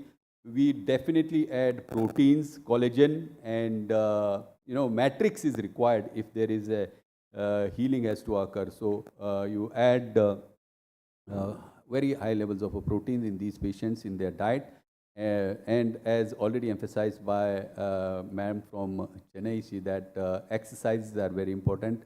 But most of these patients who have had recent surgeries, it is difficult to make them exercise, but moving them in the bed, doing physiotherapy in the bed, and also out of the bed as early as possible with the type of a fixation which you're going to be doing for these patients. So I think we all need to understand this very, very important. Surgeries are not easy. They are difficult surgeries, and they are complex surgeries and fraught with a lot of complications. So we definitely recommend that all the patients of ours who are having a fragility fracture must be put on a specific required anti-osteoporotic treatment for a specific duration, which is recommended, which is minimum of 2 years of anti-resorptives, 2 years of teriparatide, and anti-resorptives, as they say, can go on, and especially denosumab, which continues to increase the bone density for a long period of time. Thank you very much for your time. Thank you, Dr. Sauhta. Can you just join us here? Because there will be some questions, and we'll keep them for after both the talks are over for this session. The next talk will be by my friend, colleague, and senior, Dr. Bharat Dave. He is a doyen of spine surgery and an inspiration to a lot of younger and older people. Dr. Bharat Dave, please. I request Dr. Vineesh to remind me when I'm 2 minutes away from my talk. It's 15-minute talk. First of all, let me take this opportunity to introduce myself.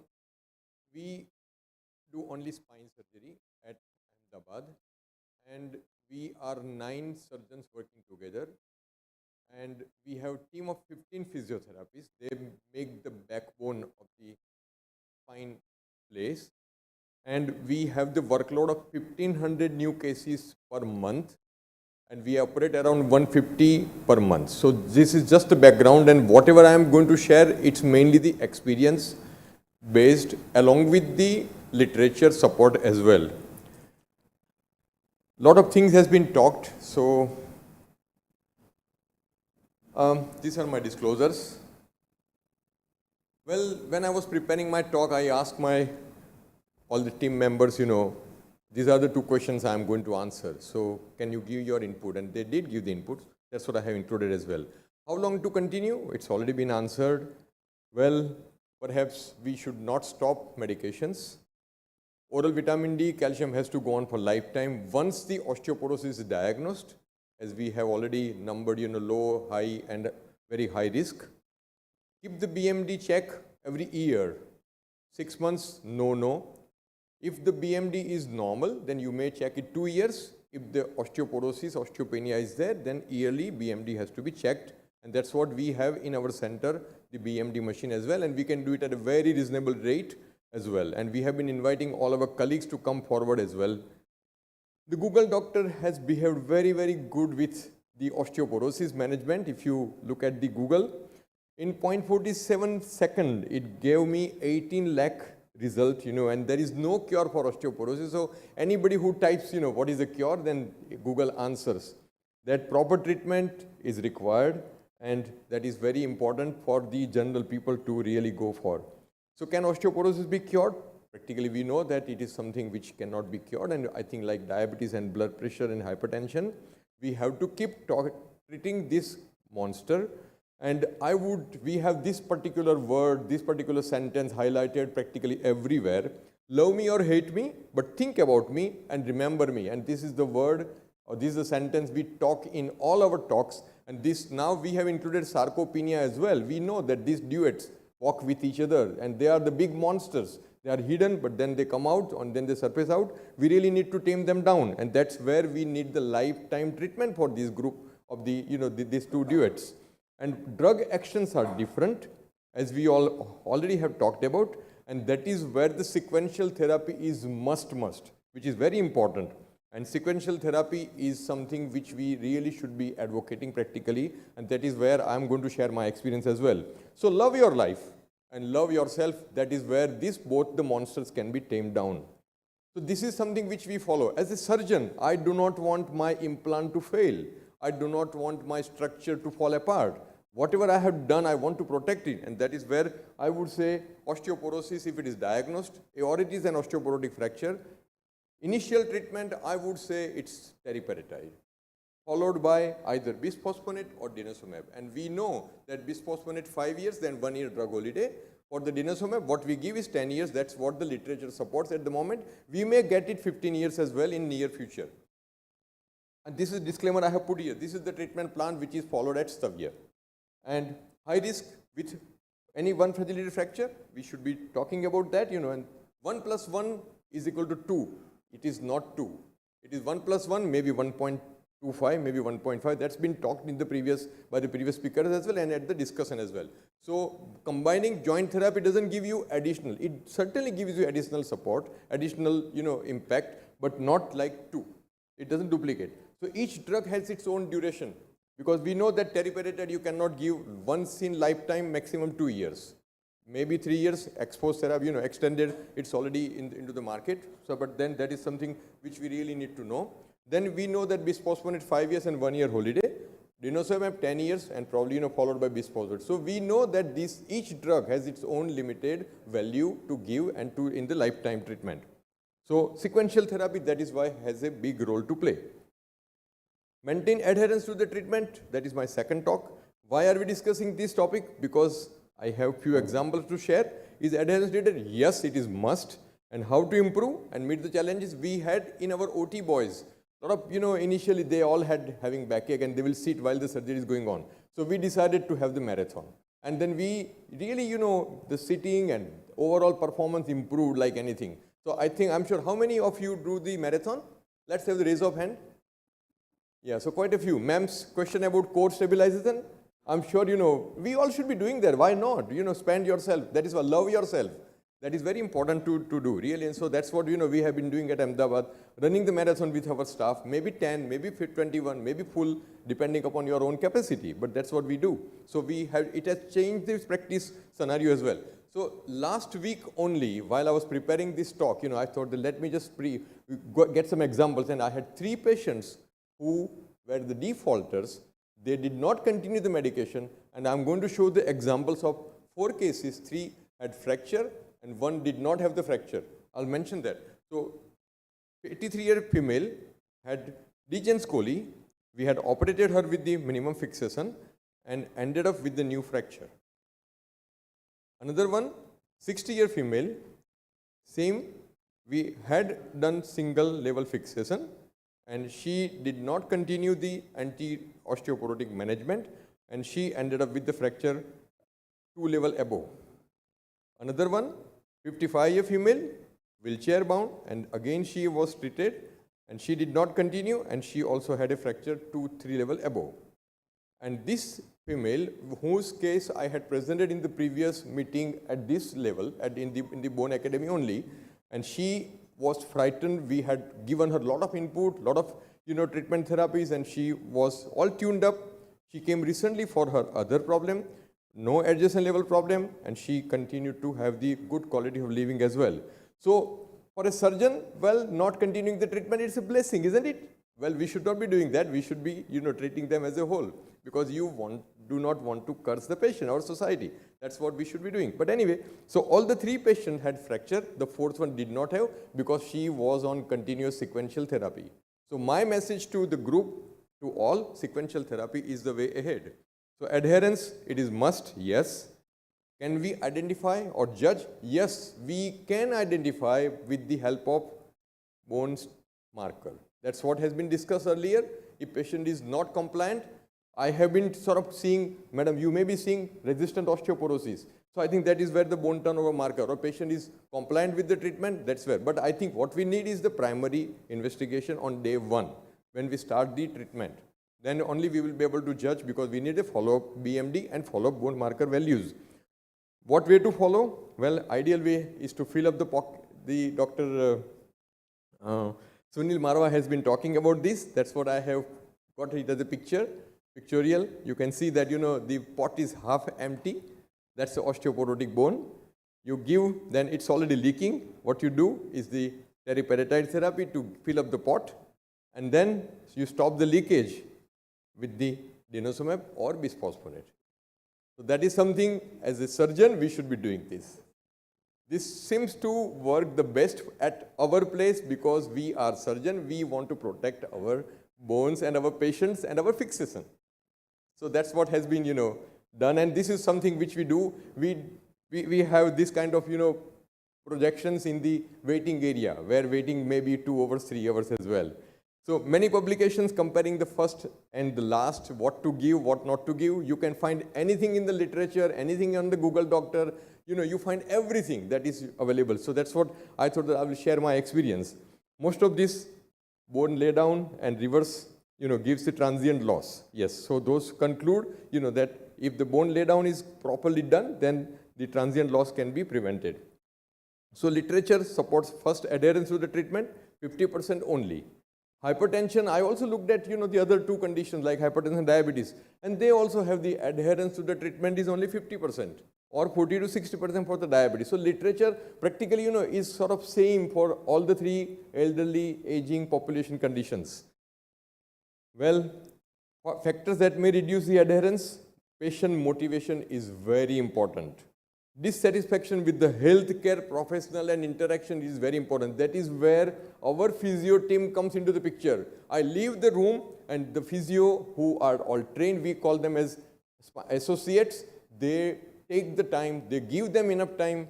We have the printed material, books like this as well. This is the 3rd version, which has been distributed in our local language and in our English as well, and Hindi as well. That's where, we give this to the patient as well. So very important, patient education. So this is where the physio team works as a backbone. We also talk about the side effects. We talk about the safety conception. The minute young guy is there in the clinic, he would have looked at the teriparatide, and that red label will come up, and then he will ask that question, which we all know it's a stupid thing, but then that is where the today's current scenario with the young generation is. Adherence to the osteoporosis management. This is a very important paper which I would like to quote here. Persistent and adherence to the parenteral osteoporosis therapy and a systemic review. Teriparatide, they had seen median at 2 years 40% adherence only. With the zolentronic acid, they said that it is 35.8% for the 3rd dose. Another one, ibendronate, only 25% at 2 years. But when you look at the denosumab, the adherence was 45.5% mean. So denosumab being the 6-month therapy, that has got the maximum adherence to the therapy. So that is where denosumab wins as well. So that's what probably we should be doing. There is substantial heterogeneity and long-term adherence persistent with the parenteral therapy in osteoporosis. I think we need to have that long-term. I think we have this molecule since few years only. I'm sure the data will come in near future too. Another, the study Osteoporosis International, it says patient education, monitoring, supervision, that is very important for the adherence to the treatment. And that is very, very, multi-component intervention, active patient involvement, which is most effective in maintaining the adherence to the treatment as well. This is very important paper, which I thought that I should quote. physician perception of the patient adherence compared to the patient adherence osteoporosis medication from Pharmacy Journal. Very important, Pharmacy Analytics. They have reviewed about, quite a few, 412, 21.8 responded. What they have mentioned here, physicians have overestimated that their patient's adherence regardless of the medication class. So they said that the physician thought that it is 60% plus 69.2%. They are following the treatment, but actually there are only 40%.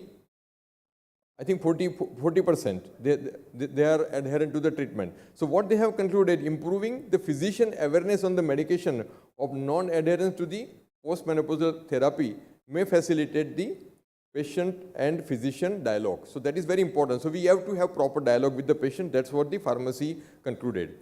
So how do we do this adherence of the treatment? Well, I think we counsel the patient and family. And for that, what is important is again awareness.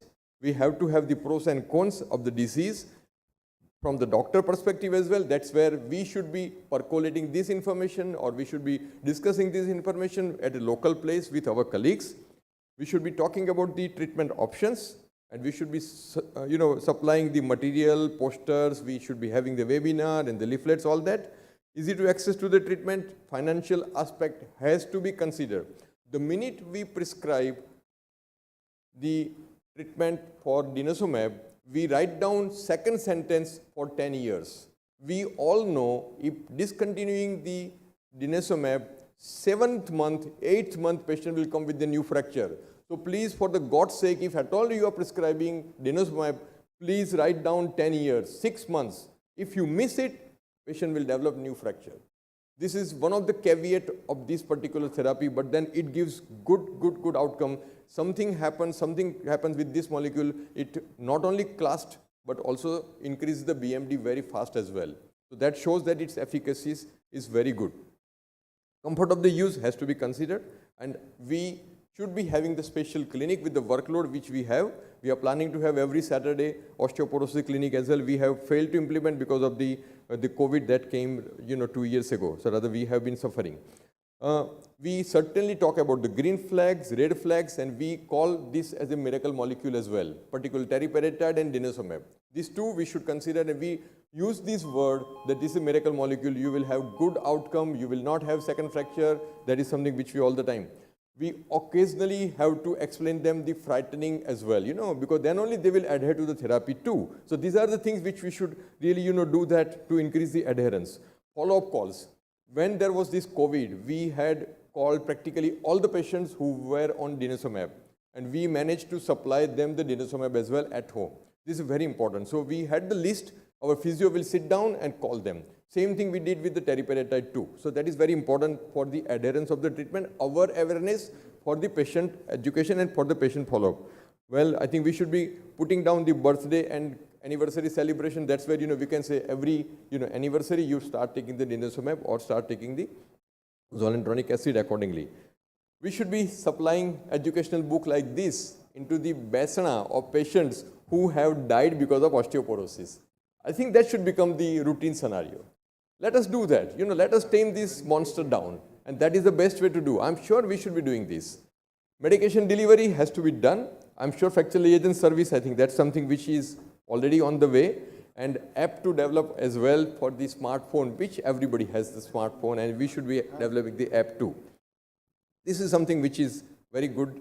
Frac score, UK Scoop trial, they said that frac score, should be given to everybody, those who are sitting in the waiting room. So they will be able to judge immediately.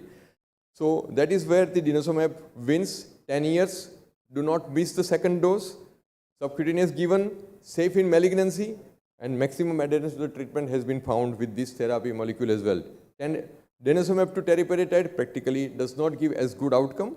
Bisphosphonate to teriparatide does not give as good outcome. But if at all one has to do it, probably one has to do it. And that is where you may find with the bisphosphonate a little bit of loss, transient, but that is not observed with the Denosumab. That is what this paper talks about. So the transient loss has been seen after stopping the alendronate to teriparatide. So issues unresolved, adherence to the treatment, resistant osteoporosis. I'm sure anybody has seen resistant osteoporosis. I have 2 patients who developed a resistant, did not respond to anybody. So there are quite a few. I'm glad I'm not the only one who has found that. So atypical fracture and jaw necrosis, I think that is something which we have to walk with. Parental root and cost. I think this too has to be expected, explained. It is certainly cheaper than the surgery. It is certainly cheaper than the trauma which surgery is going to give to the patient. So that is where we should be identifying the high risk patient and starting the treatment on time. Indian data, limitations and patient and society compliance has to be addressed and has to be solved. Studies mentioned already has the limitation and the sponsored bias as well. So my take home message would be educate the society, concentrate on the full course and regular follow-up. Sequential therapy is the way ahead. Please put the poster in your clinic and let the patients know.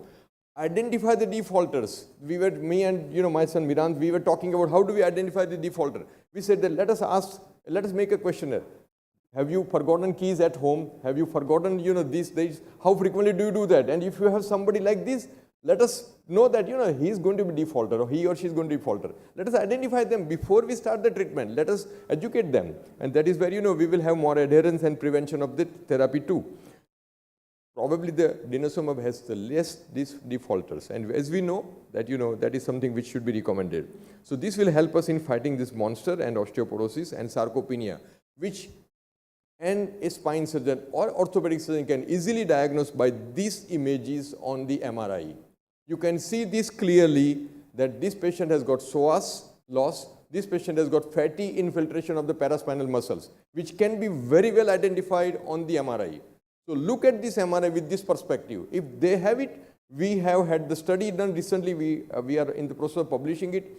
That is where the molecule, the anabolics works, meaning the decadurabolin works. So that is where, we have been giving that as well. So very important to identify the sarcopenia. Emphasize one fracture, second is on its way. Drugs, they have side effects, so beware of it. Compliance is very, very important and sequential therapy is must. Thank you for your patience hearing. And that's where, adhere, comply, palan karna hi chahiye. And that was the last Bone Academy. Thank you. Thank you, Dr. Ray. That was concise and the message is very clear. Surgeons cannot and should not shirk from the responsibility of treating osteoporosis even after they finish their surgery. Time for one or two quick questions and then we'll bring this session to an end.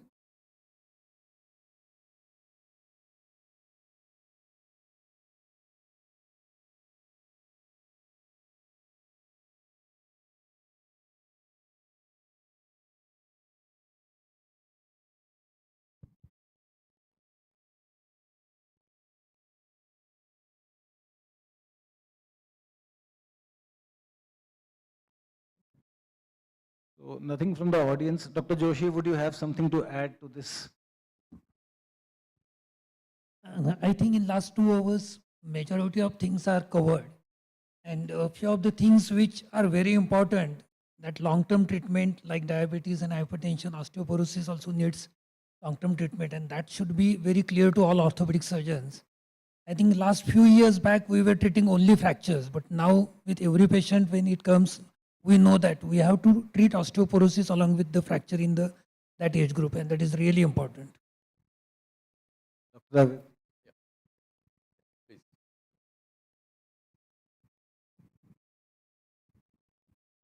I just want to stress one thing. When the age is no bar for osteoporosis, we can get a patient of 30 years, 40 years, 50, 60, all having osteoporosis. Why still we are sticking to the same DEXA scan bone densitometry, minus 2.5, then osteoporosis starts? There is no way to change that reading. Nobody has thought about it because me as an orthopedic surgeon, patient comes to me.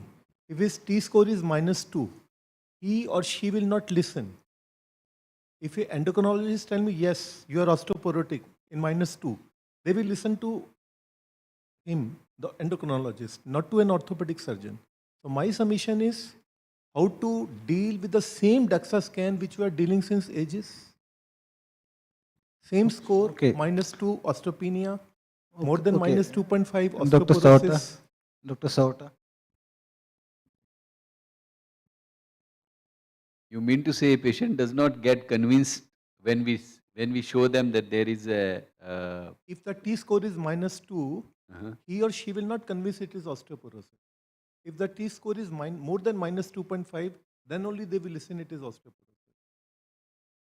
I'm right, I hope. The T-score, the reading is like this only in the DEXA scan bone densitometry. So it is already, if patient is having a fragility fracture and T-score is -2.5, we can emphasize and show them that there is a fracture already at -2.5.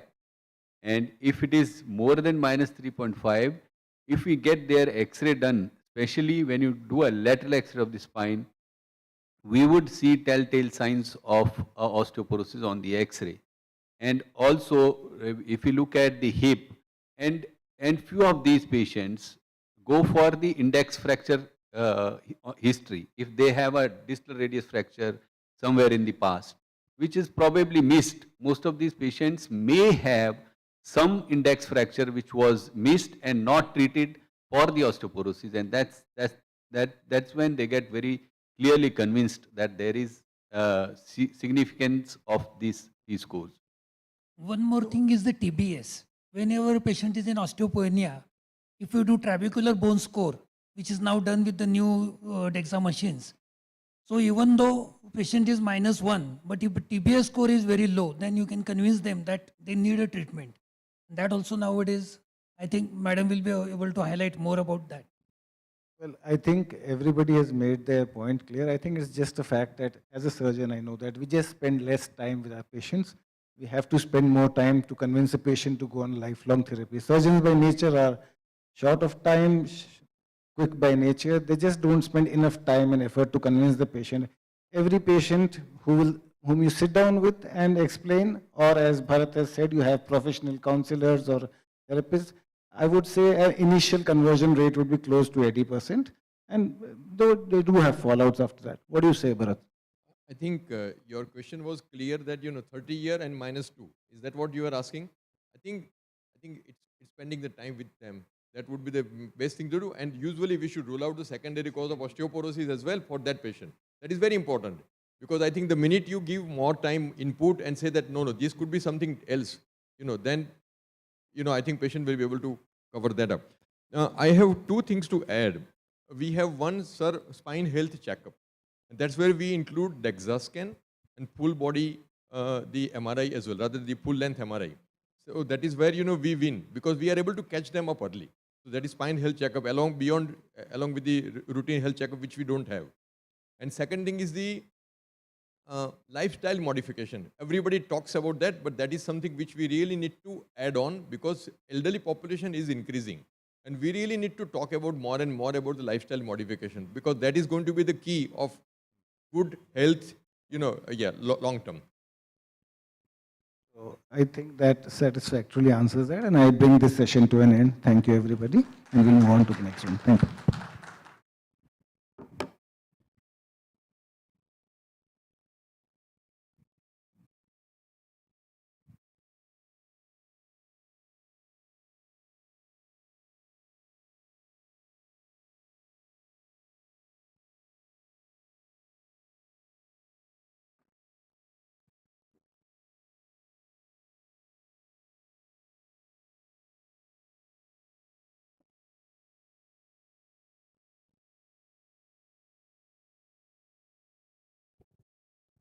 Well, thank you all the speakers and panelists for a wonderful discussion and a free-flowing discussion actually about all aspects.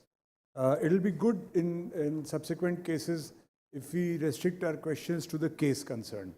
Otherwise, it gets pretty difficult to maintain time. We're already running late, and I'm delighted to invite my friend and colleague, Dr. Nitiraj Oberoi, to take on the next session, which is about fractures. So this is really an orthopedic session. I can take a break. Okay, vertebral fracture and hip fracture. Dr. Oberoi, please.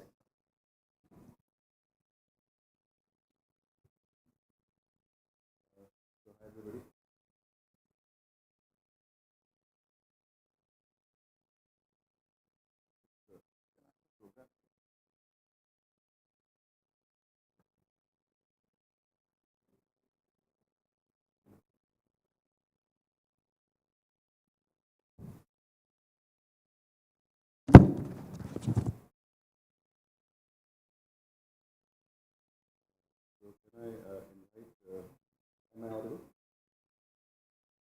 The mic's not working.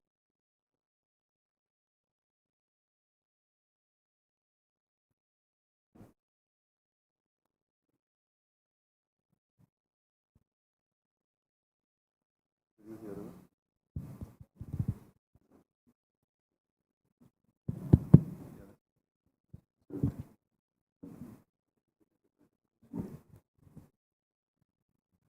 Sorry for the glitch. So, a masterclass on case discussions, high-risk osteoporosis with current fracture management protocols. So, may I request our two panelists, are they here with us or are they online? Dr. Prakash. Hi, sir. Welcome, please. And Dr. Vishal.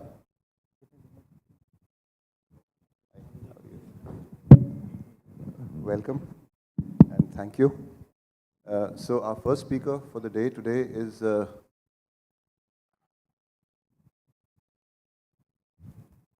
Dr. Ankur Nanda. Hi, how are you?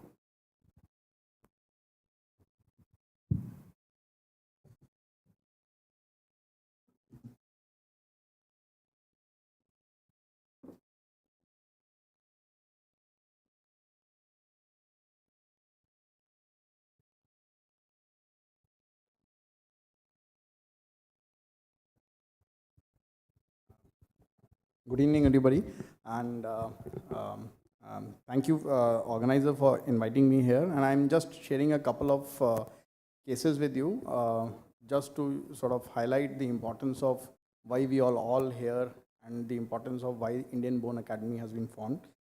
So, osteoporotic fractures, majority of the times when we see in our clinics, majority of the times when the patient comes to us, we usually say, okay, it's a shoebox fracture, and this is likely to settle down with time, and don't worry, and things like that. And we tend to take them lightly, but are they really that innocent? And so, starting with the first case, she's a 65-year-old lady who presented with a back pain since the last 3 weeks. She had difficulty in getting up and changing position, was able to walk to the bathroom and back, and she gave history of long-standing neurogenic claudication. She was intact neurologically, bladder was sensate, there was diffuse tenderness, she was known case of RA, hypothyroid, hypertension, so the usual. And this is how the fracture looked like. And we can see that there is a L4-5 grade 1 sort of listhesis or disc degeneration, and right in the upper part there, you can see something is happening there. There's a collapsed vertebra, maybe at the D12 level. So the zoomed in image of this, and this looks as at this point of time quite innocent sort of looking fracture.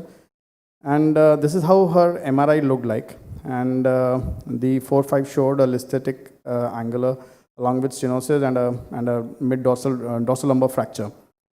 The patient was admitted in the hospital.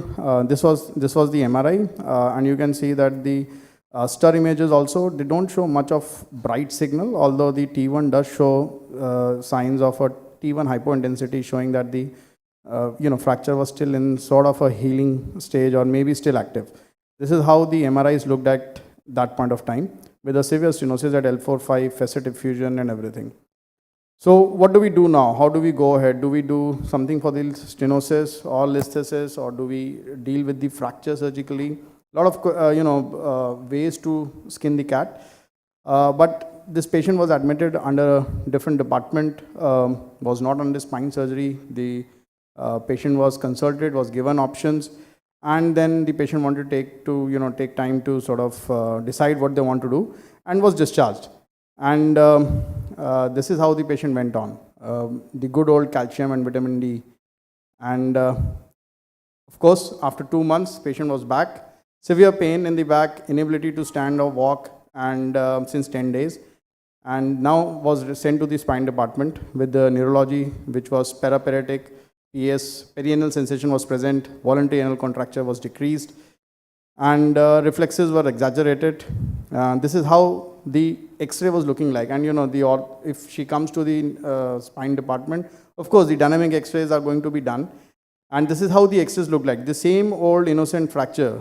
As she extended back, you can see how the fracture is behaving. So this is the zoom view. So you can see that on the extension, the fracture has completely opened up.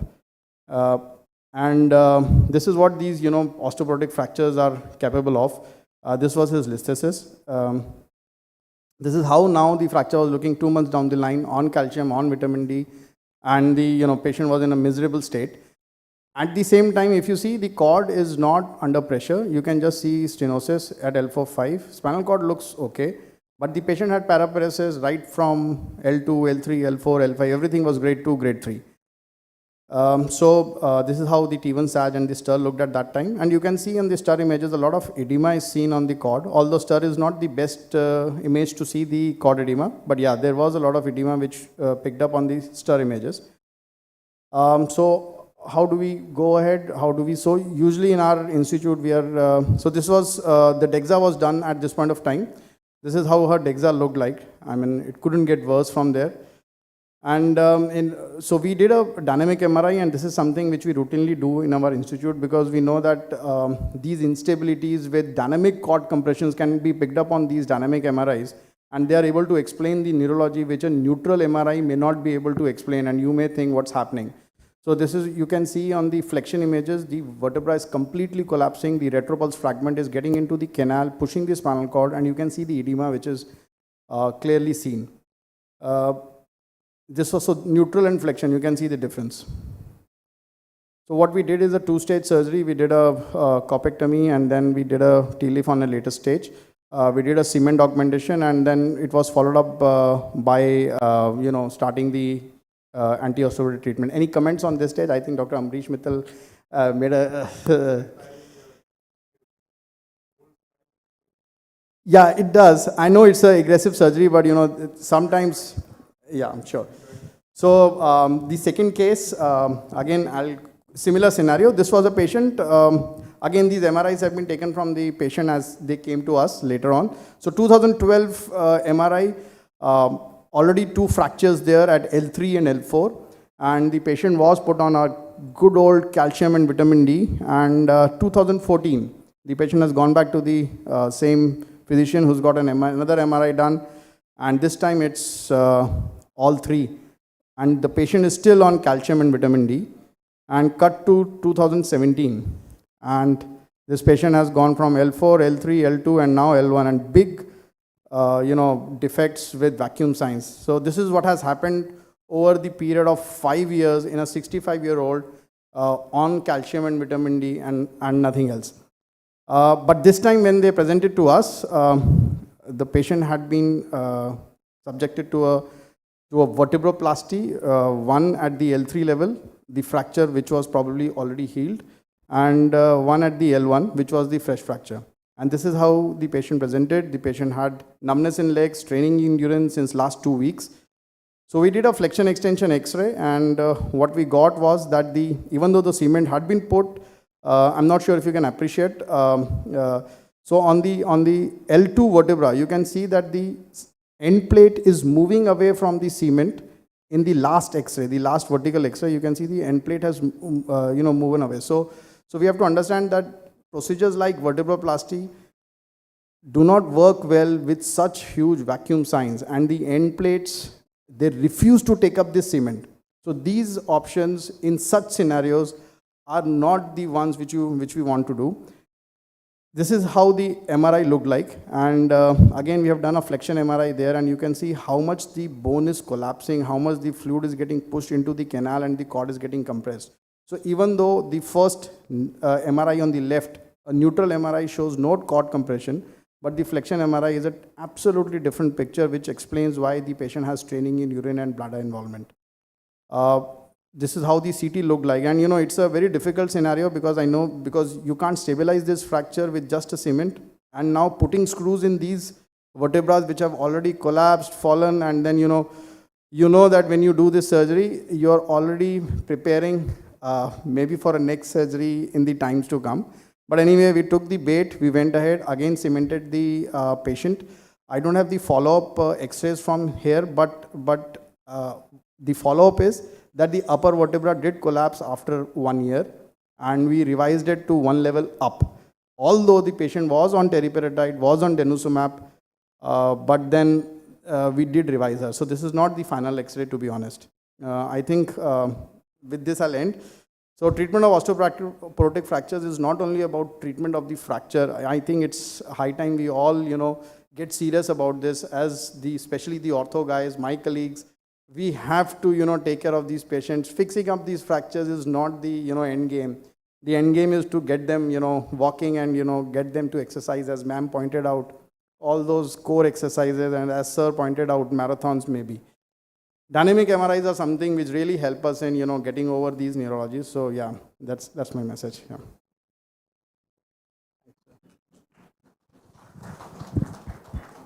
Thank you, Ankur. Would there be any questions first from the audience? I think, I do not know, but we have very good experience of using original teriparatide. And that's a game changer to many of these patients. I'm talking about the original teriparatide because, as case has been shown from bad to worse, and then, gradually ended up operating. But I think if you give them on time the original molecule, it certainly does the wonder. You can see the healing of fracture just in 2-3 months, you can see, and then the prevention. It's a time bomb theory which we call again, share with the patient, that, the time bomb, it's not treated on time, then you will end up with the more collapse. That's what happened as well. That's right, sir. But as I can see, Ankur's presentation, the first presentation is a junctional collapse. Instability is the story. And the other one is a non-junctional and subsequent junctional collapse when the other one collapsed. So, sir's point is well taken. Any impressions from you, doctor? So I guess one of the contributors, dynamic instability that was there, also is the sagittal balance. The second case where multiple fractures were there, it was just a domino effect to the next level that kept on. And it will be interesting to watch, since she's 65, what happens when she's 70. Yeah, I absolutely agree. So with all those collapsed vertebrae, you want to get your sagittal balance, but at the same time, we tend to achieve those parameters, but at the same time, we know that if you try too much, then the screws will start pulling out. And to get that fine balance, so you usually have to tell the patient that, see, this may not be the last procedure for you, but I'm trying to do the best for you at this scenario.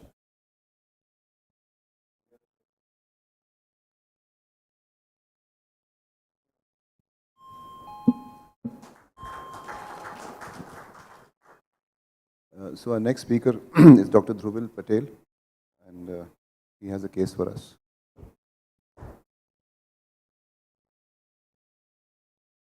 So again, I have one simple case, a short case. We all know about the mortality rate after a hip fracture, and we all know that the mortality rate is pretty high after a patient sustains a hip fracture. But what about a vertebral fracture, and especially if the patient has a neurodeficit? I mean, we don't have a data to show what is the mortality rate once the patient sustains a vertebral fracture with neurodeficit. And also, we are in a situation where a patient already comes with porotic fracture neurodeficit. You have a compulsion to treat the fracture because you have to prevent further worsening of a neurodeficit. The bone quality is not up to a mark, and that's a situation that a spine surgeon very frequently encounters. Next.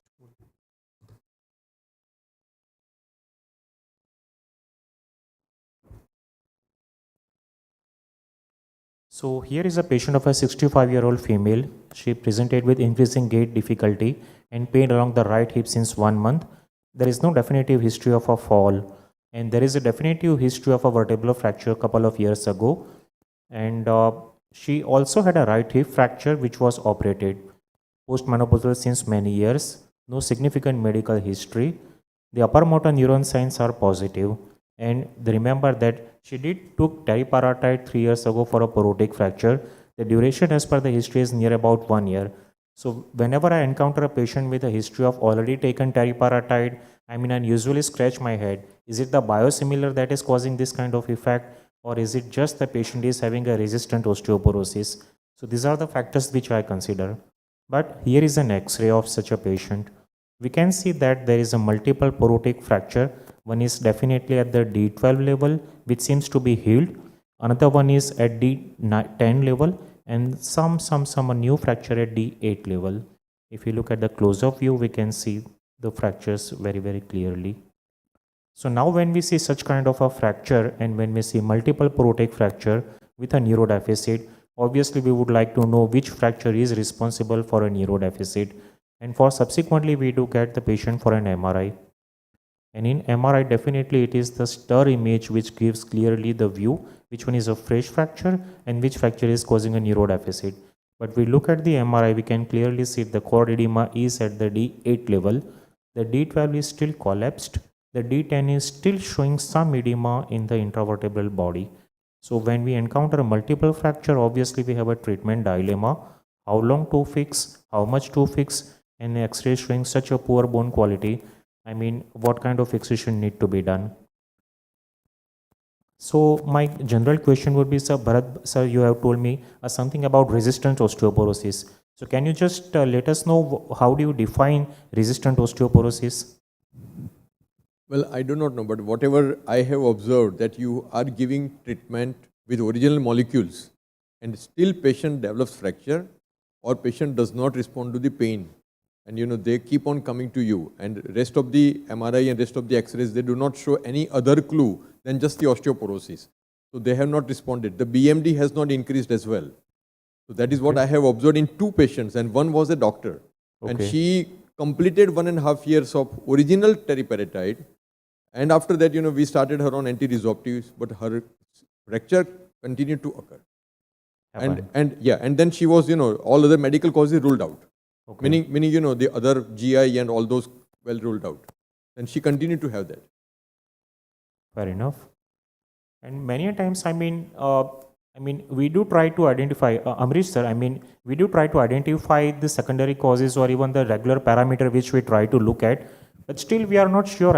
Obviously we need to take the help of an endo colleague, but... So one of the things in your patient here is that patient had received teriparatide for 3 years.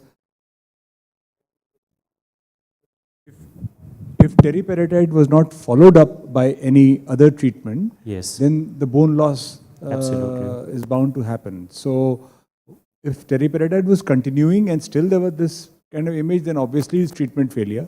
But if teriparatide was stopped some time back, say a few years back, and then this has happened, then it's a different story. Then that means we didn't cover the patient, or the physician didn't cover the patient after teriparatide. You have to give anti-resorptive after that. So yes, sir, I totally agree. There was a COVID time, so patient did took teriparatide, but then no treatment was given, no follow-up, sustained a hip fracture, again no teriparatide, only calcium, vitamin D3, and the patient ended up with a neurodeficit. So that's what happens. So that gives us a clue as to having a sequential therapy or having a regular follow-up of such a patient. Because when you are encountering with a neurodeficit, now you're in a soup. So this is the star image which shows that there is still some edema in the D10 vertebra also. Obviously it is the D8 level which seems to be the responsible for a neurodeficit. But when we have such a low bone mass, I think the cement augmented screws are the ideal one. We don't have any other option but to treat such patient in such a way only.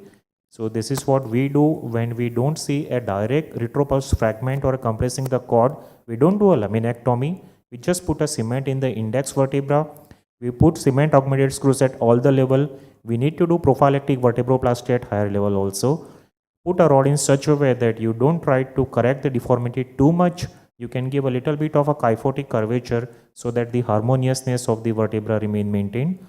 And this is what best we can do. This is it. Thank you. Thank you, Dhruvin. Would there be any questions from the audience?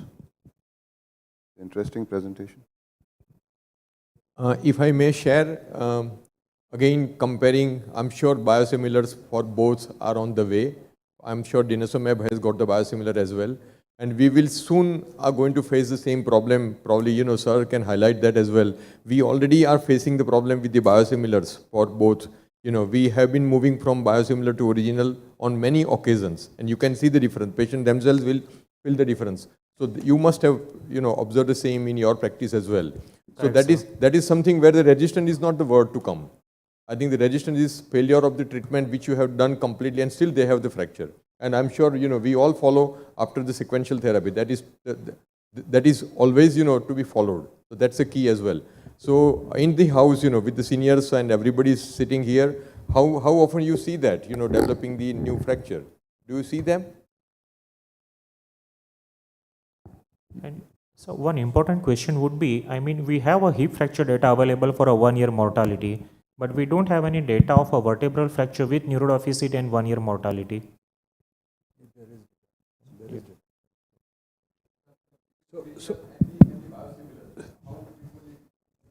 No, it's hard for me to judge. Most of my patients are on the innovator molecules, not on biosimilars.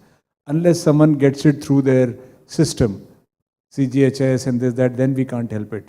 So I really cannot favorably comment on either way on this, but we tend to prescribe innovators all the time. But the truth is that when you're treating anybody, and in medicine, we, as physicians, we understand it very well, when you're giving statin or aspirin to a heart patient, a diabetic patient who had a heart attack, it doesn't mean he'll not get a heart attack. You reduce your proportion or risk by, say, 40%, 50%, something like that. So similarly, even with the best drugs used for osteoporosis, you will reduce the risk. But it's very much possible to get fractures again, even when getting the best possible treatment. So we have to reconcile to that you're not giving it 100, you're not making the risk zero at all, at all. So, that's a very important point to remember.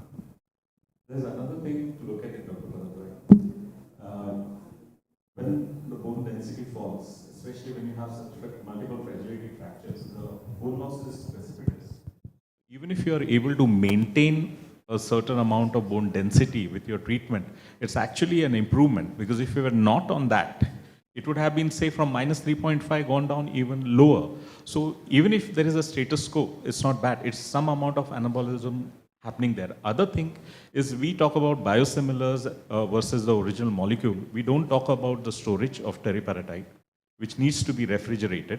A lot of these things, like insulin, you need to keep it in a temperature control thing. And it happens in my house. My mother-in-law keeps it outside. 15 minutes, that whole thing is gone. We don't have enough electricity backup even in metro cities where refrigerators go. So all my patients who go on this, we make it a point to tell them to keep it in a refrigerator which has a backup for in case the electricity fails. And somebody young who's elderly, he tend to forget. They'll take that dosage out, keep the syringe there for 15 minutes. This happens 2-3 times, it's gone.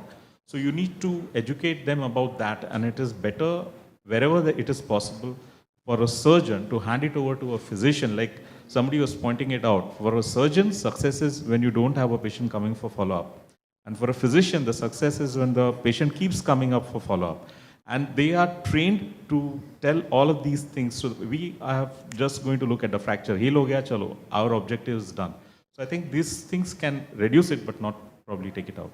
Can I just add to that? I think the perfect question raised, for the audience. I think the 5+1 has been the biosimilars strategy as well.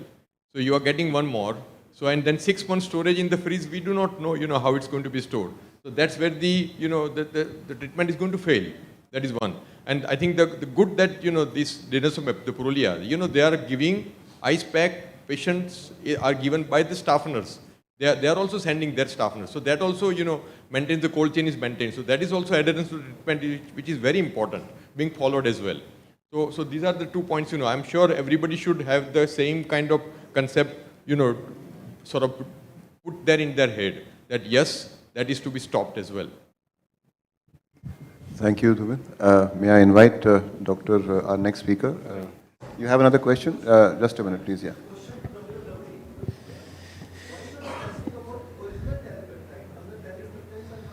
I don't say that they are not good. I'm not saying I do use no. We are not here to discuss that. I'm just let me just share my experience. Agree with that. Why I say this, when you are sitting on a time bomb theory, when the fracture collapse, you do not want that to happen, like, the vertebral fracture. I think you would certainly do not want to have the time spent by the biosimilar to work. Biosimilar may not work that good. So that is why we should be giving initially the original, then you can switch over according to patient's pocket. Thank you. So next speaker is Dr. Bedi, and he's... I have a point to raise because as a rheumatologist, we use a lot of biosimilars and we have learned that our medical industry, which manufactures these biosimilars, are good enough. Reddy's came with Reditex 12 years back and it has worked wonderful for all patients. All our rheumatologist colleagues are happy. So it's not that we have not done the systemic analysis of those drugs. They come through a process by which they get approval. For example, in a clinical practice, you may look at CD19 after you have given rituximab, say for a patient of rheumatoid or vasculitis. And once you have seen that the numbers come down, you are happy enough to say. And many of those innovators are actually produced in-house in India. That means Indian companies are manufacturing for the Western world. So it's not, you have to know the whole integrity of this biosimilar, Yeah, I guess, sir, the story is that if you just look at it from a different perspective, original molecule has a lot of legal protection for surgeons like us who do not have the wherewithal knowledge of the biochemistry. And I think most of us will agree. Would you, sir? We'd rather go with the original molecule and say, well, we tried the best. So Dr. Bedi? Awesome discussion. Thank you so much for having me. Can I just say, if the chairperson agrees, I mean, we got such august orthopedic surgeons and such eminent personalities, we might as well make it slightly interactive, if you don't mind. I mean, might as well use a good panel if we have it on board and not leave the chairman behind if there is an option of that. So let me ask you well, let me show you my case and see what you guys think about it. So this young lady, 80-year-old retired general practitioner, she lives just outside Delhi. She used to have a thriving practice, given up, retired. She lives all by herself, fairly independent. She has a fall, and she comes to us with this fracture, which is, as you can see, a fracture of the proximal humerus. She was managing independently quite well, and after having had the fall, she's now struggling to manage. And as I said, she lives all by herself with somewhat of home help and everything. So the pain is there in the shoulder. She goes to a doctor nearby who has a look at her, advises her something, and then she decides to come and visit us, essentially because we've had some patients from our town who've actually seen her before.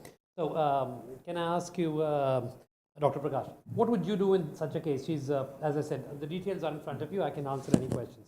She's an old lady, 80 years, and severely osteoporotic, and she lives independent life. Yes. So if you plan for an osteosynthesis, that is fixation, the bone is very fragile, weak, and then the head, it looks like just an eggshell. Inside you don't see any bone mass at all. So once you do the fixation, you have to keep your fingers crossed. And again, we have to closely monitor. So instead, I prefer to do an LAV placement, considering that age, osteoporotic status, and everything. So we can start mobilizing early. Sure. And she can lead a good quality life with an LAV placement. Otherwise, you have to keep your fingers crossed and wait and wait. And again, if she ends up with an argument, you have to come back and do the replacement. Okay. That's my Sure. So I think, I totally agree. I mean, replacement is definitely an option. It's one-shot surgery. Do it, get the patient going.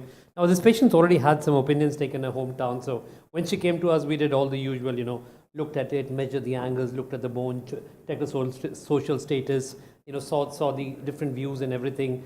Then we did what is called the old Bedi's rule, which is see what the other guy has advised and just advise the opposite of that. That's a clever way of keeping the prior practice going. So despite all the science and everything, so I decided to, she was advised an operation. I said, well, I don't think you need an operation, which made her very, very happy and also arose the level of loyalty within me.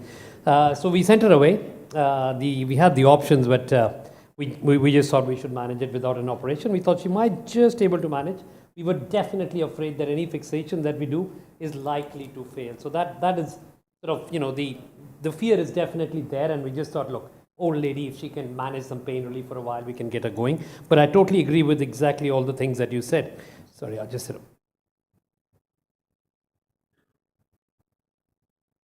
Okay, so this is what we did initially. We gave her a non-operative protocol. I did however, do the wise things of checking her bloods and everything, making sure there was nothing wrong with any of the parameters that she the regular parameters, that she doesn't have a pathological thing like a myeloma or something, or any other diseases which might be causing this. So this is what we gave her. We gave her a shoulder immobilizer.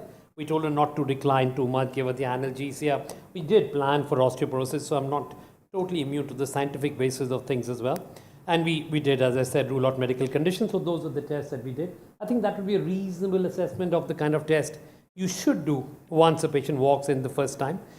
Any suggestions? Anybody wants to do any more tests? Anybody thinks this is a waste of time?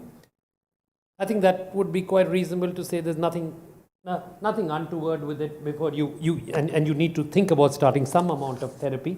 So the calcium, vitamin D, I think we've been distributing that like toffee since a very, very long time. But you obviously have to add something to it. In my opinion, teriparatide and denosumab were the main concerns in here, and that we did discuss it. And then told her, look, you really need to think about starting it. She was rather stoic, and she never thought she would have massive osteoporosis. Should I have got a DEXA, Vishal? Should I have got a DEXA at this stage? She's come with the fracture, and you've seen the bone, what it looks like. Would you get a DEXA? And if you would, why would you get a DEXA? In a doctor, probably I would do, but in my practice, if you have fragility fractures, you are presented with a fragility fracture and you are above 60 in a female and maybe 65 in a male, I don't do it. Go back to the X-ray with a fragility fracture. You will see the reason why a DEXA is not required. Just look at the rigid pancreatic area, look at the shaft, look at the expanse of the medullary canal. The bloods are normal. It is not a focal disease. You have to, and then you've taken a choice of a combination therapy. So obviously, you made up your mind. DEXA was not required. I think I agree with you. I tried having this discussion with Dr. Mithal, I think in some foreign land. Wrong man to argue with, especially after a few drinks, but nonetheless, he insisted that you should not start treatment without a DEXA at one stage. He might have changed now, and I think I can see. Sorry, go ahead. I think you can definitely start treatment without a DEXA, but I would still do a DEXA. And the reason I would do a bone density in such a patient is that while I know that the patient has a fragility fracture, again, I'm looking long term at the patient. I'm looking at 5 years, 3 years, 2 years. So I would have a baseline bone density. If I'm going to put on medical treatment, how will I monitor it if I don't have a baseline bone density? So I would go to the extent of even doing all the other tests for long-term management. In an immediate decision, whether to treat or not to treat, if that's a simple question, you don't need a bone density to prove anything. It's only for follow-up that you really require it. Sorry, you're going to add something to this? Actually, a question to Dr. Mithal. The other reason I might look at a DEXA is to choose between, because you gave me both the choices of either denosumab or teriparatide. Quite right. I would look at which is the worst side to see what I would prefer in terms of choice of drug. What would you say? That's a great point also, and that could help in a nuanced sort of choice of treatment in such patients.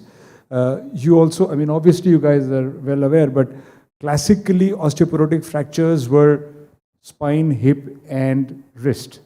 But over the last few years, humerus has been added to that. So shoulder is more or less now it's become a fourth thing in that. So quite clearly this patient does have osteoporosis, but yes, doing a bone density would help me to decide a definitely long-term treatment and possibly even the immediate choice of drug. But I mean, enlighten me. I mean, I know the hip bone density is not going to change much. And it's not something that I never actually follow up on the hip bone density. I essentially only look at the spine because that's the history is done. So if your spine was weaker and your hip was better, what would you decide? Teriparatide, denosumab? If your spine is weaker. If it's the other way around, what would you do? Denosumab. Arey, had ho gayi yaar. You just started off by breaking your own myths. Sorry, you're going to answer. I guess. No. So the question is that how bad is the spine score? Okay, let me give you I mean, a minus 2.5 and a minus 4? It's a minus 3.5. Yeah, then teriparatide probably is a better choice. Right. That I think we discussed in the beginning. Okay. Okay, so there are some simplifications, but then the rest is left. If it's predominantly vertebral osteoporosis of a severe degree, you will consider teriparatide as first choice. If it is both hip and spine significant, then you would consider either zoledronic acid or denosumab. If it's predominantly hip, then you would not consider teriparatide. Right. Okay. So and you're absolutely right about follow-up. That follow-up is much better with spine. in bone density. There's no question. Can I? Yeah, so even though you said the hip doesn't change, but if it stays static, that also is a good point. That's, I agree. Dr. Dave has a point. Can I? Hip and spine. Many a times they have OA spine and OA hip as well. Yes. So honestly speaking, many a times it is not conclusive. So you treat as a naive osteoporotic first fracture. You want to retain your implants. So I'm sure both of them said about teriparatide. I would vouch with teriparatide only. Sure. Okay. Well, let's go with the idea that we put it on. I'll just no. It wasn't done. Why not combination treatment? Sorry, say that again. Why not combination treatment? That's another story. Definitely. Well, actually, I was struggling to actually put her on one. So putting on two was sort of out of the window almost immediately. What are the other markers? As in, besides this, so besides these? Okay, so they were all sort of reasonable. The ESR was about 44, the CRP was about 9, the calcium was about 8.2, the vitamin D3 was about 28. That's where we're standing. Is there anything in particular you wanted to, any particular marker that you had in mind? Any particular marker that you wanted to ask me about? Sorry, Chief. In a FRAC score, you don't need BMD. Quite right. So why do you need a BMD in a fragility fracture? I don't know. Never done one. And to follow up a fracture treatment profile with a BMD? No. You do a BMD after giving 2 years of teriparatide, it could still be down. But that doesn't prove the point. If in 2 years' time the patient has not broken through, your teriparatide is working. So BMD, for me, to follow up a patient for osteoporosis treatment, no. Okay. So I think we understand that, the goal of therapy is definitely fracture prevention. It is not elevation of BMD. So in that respect, maybe, the way is if the patient is not fractured, maybe everything is hunky-dory. Nonetheless, so this is what we did, and we called her back for a follow-up in 1 week, and this is what it looked like. Dr. Shankar, this is where we are at 1 week. You already decided to replace it. I offer her a replacement. She refuses the replacement. She said that's too big a surgery. What would you do now? Would you send her away? Would you offer her something else? Or Vishal or Nitiraj, what would you offer her now? Laxative setting in, obviously she's not been exercising at all. It's 1 week down. Yeah, and hanging down on that thing is not helping her. How badly posteriorly retroverted is this? It's definitely retroverted by about 10 degrees extra. Is extra? Yes. Well, I would insist. Pushing that thing up and skewering it with screws or wires is not going to hold it. So it's got to be sorry, you stand by what you said.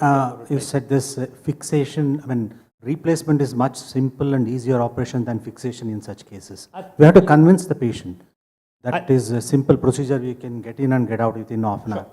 It's a knee replacement. Unfortunately, some of us are very thick-skinned and just too gullible and too not willing to listen to what science tells you. So here we go. So we decided, look, I think I'm a great surgeon. I'm sure I can pull this up together. So this is what was done, basically to make the patient happy, not push the patient, not lose the patient. Obviously not very scientifically put, but nonetheless, this is what it looked like. So we got a fibula out from that lady, we pushed it in, and we got a plate in, and that's holding it well. Would you compliment me, Dr. Shankar, or would you say stupid fool?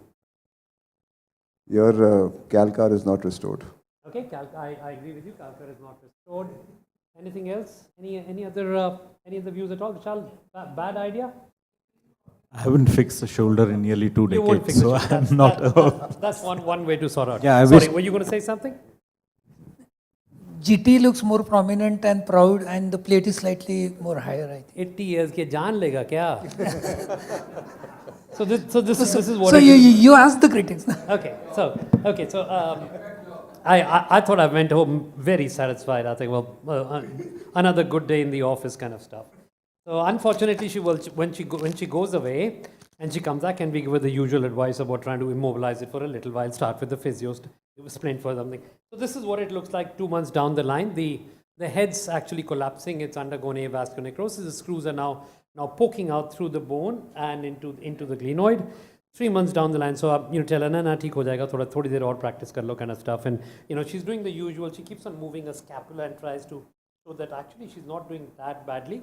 But she gives up on that effort. By about 3 months, she's saying, no, I am doing badly. So we are okay, we understand that there is a problem happening, but this time it's a collapsed head kind of a stuff, limited range of movement. And by about the 4th month, she's sort of given up on me and said, look, you're the worst thing that I could have done. Although I did try to say that it was not my idea, but I have to take the responsibility. This is something that happened. Now I'll come to the second part of the story. She accidentally, because we wanted a spine X-ray, she also had a fall 3 months down the line. So I'm going to blame everything that happens in the shoulder to this fall, in which she didn't really injure the shoulder, but what the hell, I can blame that.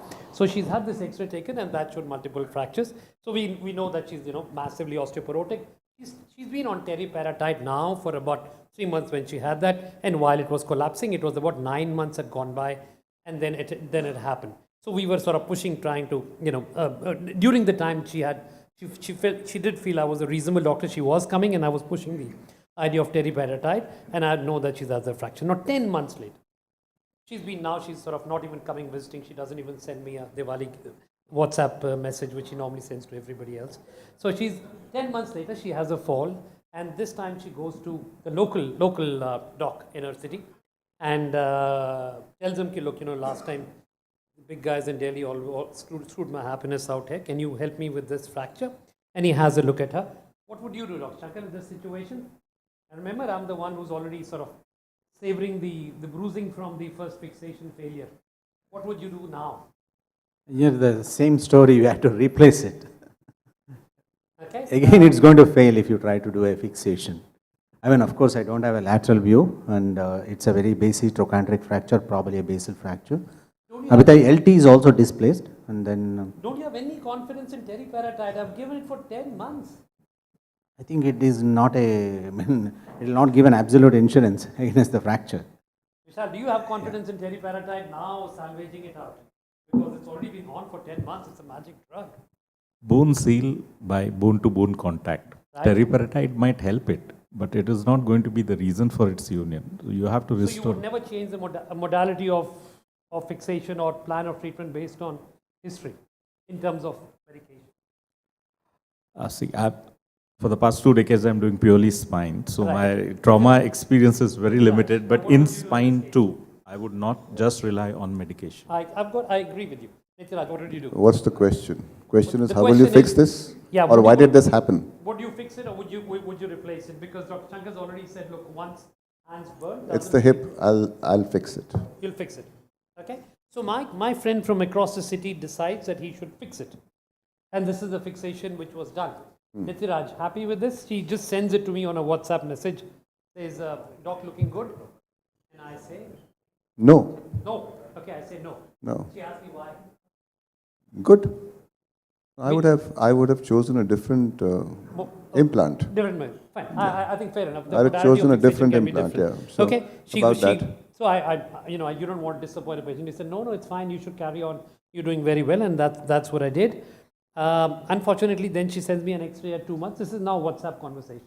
So the X-ray is looking. Change your number. I think your WhatsApp number needs to be changed. So now's the chance. I should really do that. So now she's bedridden and everything, and now 2 months have gone. She's totally bedridden, in pain and everything. And 4 months down the line, so you tell her, look, you need something, and she keeps on sort of withering on with, getting to the washroom and everything, and this is where she is at 4 months down the line.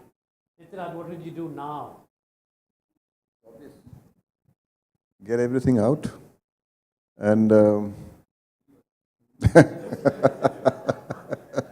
yes, can leave her. So can now just leave she's her. actually, her doctors got very smart. He's just attended an osteoporosis symposium, which they talked about the combination therapy, and she's now been on Denosumab and teriparatide, and she's been on it for now 3.5 months. So But the story here is not Denosumab. The story is, what do you do with this hip? She needs to walk. You need to get this junk out. Okay, Right. agree. Are you going to say something? I mean, you said I was right the first time, right the second time as well. You're really looking very good today, I tell you. I'm sticking to my advice. And both the time it was the same, replacement of the shoulder So and the hip. I think needless to say, endoprosthetic is definitely this thing. There's a high chance of failure in these kind of fractures, and you can actually, as you rightly said, there's some people you have to take a call, as bad as it is. You have to go and replace it. It's much the safer option. Avoid that poor lady, all that trouble that she went through. So the last operation was eventually done by us, but got us a few brownie points, but not too many of them. So she did actually manage to stand and walk. Lost to follow up. That's what not most orthopedic surgeons keep saying anyway. So she's been also given the advice about nutrition and continued with the medication besides other things. Thank you so much. Thank you, Gurinder. That was nice and interactive. Questions, please? Questions? Gurinder, can you just ask you to wait for a minute, please? Just if there are any more questions for you. There's a question from the audience. Please take it. A very nice case discussed here, actually, a scenario of osteoporosis. So what I think, a few things I have learned from this is, whenever you go for a conservative of a proximal humerus, what we apply is an abduction brace, follow up the patient weekly, catch on time, do the necessary on the time.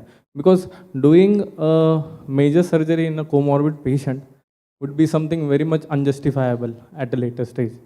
The next thing, the implant, which was an extramedullary implant, which was not a load sharing implant. So the fixation was in varus, so that was the reason for the failure as such. And definitely the bone is osteoporotic. So thinking about the replacement or an osteosynthesis depends on the expertise of the surgeon. So next, the last case also, the last surgery done is the longer stem should be used because it is an IT femur fracture replacement. So a longer one, more than 140, 150 stem should have been used. There is acetabular erosion also in that if you go back with yeah, the definitely. A THS. THR should be done So, with a longer stem. Doing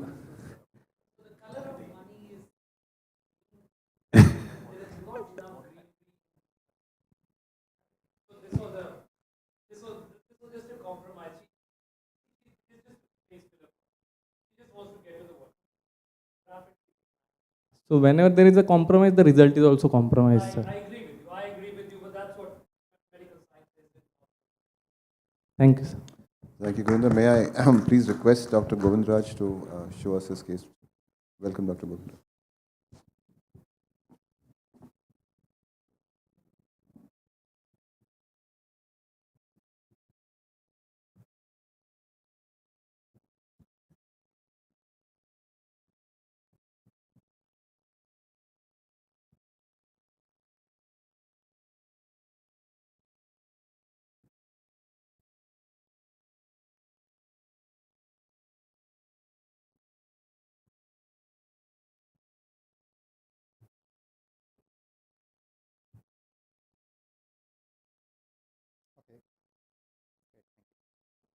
Good evening. I think we have had enough discussion on the biochemical management of osteoporosis. So my talk will be based on my experience over the last 30, 40 years of practicing orthopedics, and I'll be slightly different from what we've discussed whole evening. So we've known the basic facts of what we're here to discuss or to talk about. Falls are common. Falls cause fractures, and 3% of all falls can cause fractures. Women are more likely to fall, and 50% of them never fully regain their function. And yet, falls are preventable. So why is this happening? Patient come to you with a fracture. This is about 20-25 years ago. We just came, we fixed the fracture, we went home, enjoyed, okay, I've done a good job, and then we don't follow them up. 1 year later, they come back with the other hip broken, and then you fix them, and then they go, and then they come with some other fracture in the spine or the shoulder or somewhere else. So this went on, and we really never took it seriously until people started talking about osteoporosis and how to prevent second fractures. So the fix and forget attitude has changed now over the years, and now we are talking more and more about osteoporosis prevention and how to biochemically improve osteoporosis by stratifying the risk. We have already spoken about it earlier in the evening, how to risk stratify these patients into low risk and very high risk, and of course in between is the so-called moderate or high risk patients. Low risk, we're not going to talk much about. Give them calcium, vitamin D, and give them proteins and exercises, and simply reassure them. You don't need to really take too much care about them. But the other two categories, the very high risk, again, it's straightforward. Give them anabolic steroids, anabolic bone forming agents like teriparatide, followed by denosumab after about a year, after 2 years. And this is also more or less settled. But it's the middle group which really sometimes have to be either this way or that way. So you need to further do more BMD and other tests, which I personally don't do a lot. I, in fact, an anti-BMD man. I have never ever ordered a BMD on any of my patients, although I treat almost 100 patients a month on anti-resorptive treatment and osteoporosis treatment. The only time I see a BMD is when somebody comes to me with a BMD report. So I basically don't believe in it, I'm sorry to say, but I still treat it as if the BMD has been done, and I go by various other factors that I'm going to talk to you about. So I basically have 4 groups of patients. They fall into because I'm talking mostly about seniors, so either they have renal compromised or non-renal compromised, high risk or very high risk. So if these are the four categories I put them into. And after fixing the fractures, invariably every patient does not leave the hospital without having an anti-resorptive treatment commenced in hospital second or third day after the surgery. So every patient, of course, gets calcium, vitamin D3, and these are all the fracture patients I'm talking about, not the non-fracture patients, which I see in the outpatient department, which automatically get calcium and vitamin D3 if they have not had one in the last 1 year. So the first category is the high risk, not the very high risk, the high risk patients who are normal calcemic and have a normal renal function. So high risk patients, I just give them zoledronic acid immediately after the fracture, and then follow it up either with alendronate. In a compliant patient, I put them on alendronate, or in a patient whom I don't think is going to take it or have acidity problems or other issues, then I put them on annual bisphosphonate, annual zoledronic acid for 3 years, and then switch over to denosumab. The second category of patient ones are high risk, again not very high risk patients who are renal compromised.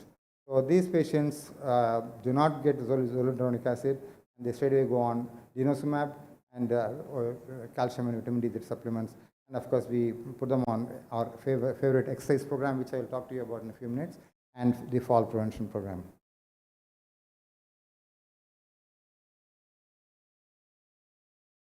The third category of patients are the very high risk patients who have, I mean, again, you might ask me, how are you saying very high risk without even doing a BMD? I go by the quality of the X-ray, the injury that was caused by simple fall, the age, and the way the bone feels when I drill through the bone, when I do the screws or whatever implant we are putting in. So I literally say this patient is a very high risk or this patient is high risk. So we just stratify based on the feel of the bone, the look of the bone, and the injury that was caused, I mean the fracture that was caused, the nature of the injury rather. So very, very rarely, I mean, I only my residents want to do an BMD, or if a patient asks for it, then I do it, otherwise I don't do it. And the very high risk patients with normal renal function get teriparatide for 2 years, followed by denosumab after that. The fourth category I was talking about is the very high risk patients who are renal compromised. So these are the patients where I sometimes I only put them on denosumab continuously for as long as it is required. Now, the longest patients I have been treating with denosumab has been about 5 to 6 years now, and they are all happy. Of course, a lot of them fall; they don't continue to take the treatment regularly. Some of them miss it by several months, sometimes 6 months, and they come back and ask, and then I just restart them. Again, I don't do the BMD, but I restart them as and when they come back to me. And of course, all of them get supplements with calcium and vitamin D3, and go on exercise programs and fall prevention program. So these are the 4 case categories that we have seen, and we have put it to our protocol, through our protocols. And of course, we are planning to do the phase 4 study next year for Evenity, which I'm sure is going to hit the Indian markets very soon, and hopefully change everything that is happening.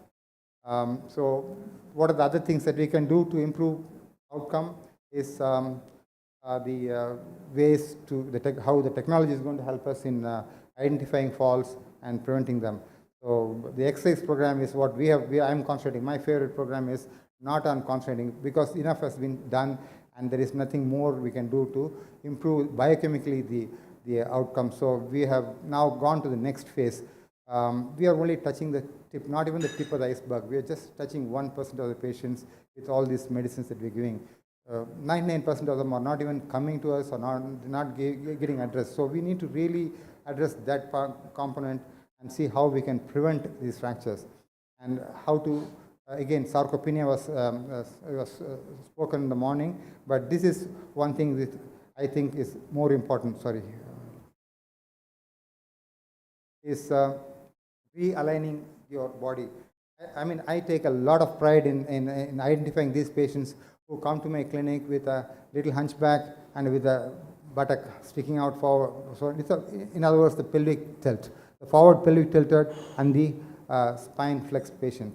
They are very classic, and I do very, very simple exercises in the outpatient department just to show them that they can straighten up with 2 minutes of exercise, just 2 minutes. And then you have to follow it up. If you don't follow it up, you don't get the effect. You will not continue to walk straight. So after 2 minutes of lying in my consulting room on a lounge with the feet on the ground, lying on the couch with the feet touching the ground for about 2 minutes, and then doing certain exercises, I make them walk literally straight, and they are so thrilled. They call me a magician, but I mean, I'm so impressed with the results that I got. I've produced a video on this, and I've started sending out to patients, and I immediately put them on the program. They go to the physiotherapy department for 5 days, and they don't get physiotherapy, they just get taught how to do these exercises at home correctly with simple measures, and then come back next day morning to show how they are faring, and then they get corrected again, then they go home. They do this for 3, 4, 5 days, and then they are absolutely on top of the moon. And believe me, it really works. And they are so happy that they could walk straight after a long, long time. So how this works, I figured it out. There is things I studied in the internet, and I found that there is a tilt of the pelvis which is happening as we get older, which is not noticed or corrected. And it is so simple, so easy to get that corrected, but to keep it corrected, it's very difficult. So you need to really, make them believe in it by showing them that things can be rectified very quickly by simply doing a few minutes of exercise a day and 3, 4 times a day, or maybe later on just 2, 3 times a day. They can really achieve a fantastic posture. And it's a very simple exercise. We have put it in a video, and we are just sending it to all our patients. So we have even incorporated into a program which we have launched through the hospital physiotherapy department, and it's called the Supervised Exercise Therapy Program, and Regain Your Posture, Regain Your Life. That's what we are pushing ahead, and we are really getting fantastic response to this program. The other program we have started, I think we have spoken about extensively in the last few meetings that we had, is fall prevention. Again, one of those things which we really talk about it but don't do anything about, and I think we should really all take it up more seriously. And we have launched it as an official program in our hospital, and we started sending out people, physiotherapists, to the homes of patients who have fallen and got discharged and gone home to see what are the things that are possible to change at home, and to improve reduce the chance of them falling again. So this is one of the things which is really not taking off greatly, but I'm sure with more help from industry and other patient participation, we will probably get more success in fall prevention programs. So these are all things that I just want to share it with all of you, which we do, and I think we should all try this the supervised exercise therapy program to realign the spine, to realign the pelvis, and that will itself give you better mechanics, better axial loading, and probably increase the muscle mass also, because they can walk more when they are straighter. And this is one last thing is I have not started doing this yet. This is one of the things that being tried out in some centers, the local osteo enhancement procedures. This is for the normal hip, by the way. So when patient come with a fracture of one hip, you are looking at what will happen to the other hip. Is the patient going to fall down, fracture again? Are we giving enough? Are we going to prevent the second fracture? We don't know. With all the things, we know for sure that we are not going to prevent it. 100%. So this is one of the things, that one more step ahead, and we put a needle or a probe or a cement delivery kit and deliver pump cement, or even bone marrow substitutes, which can kind of protect the other hip from fracturing.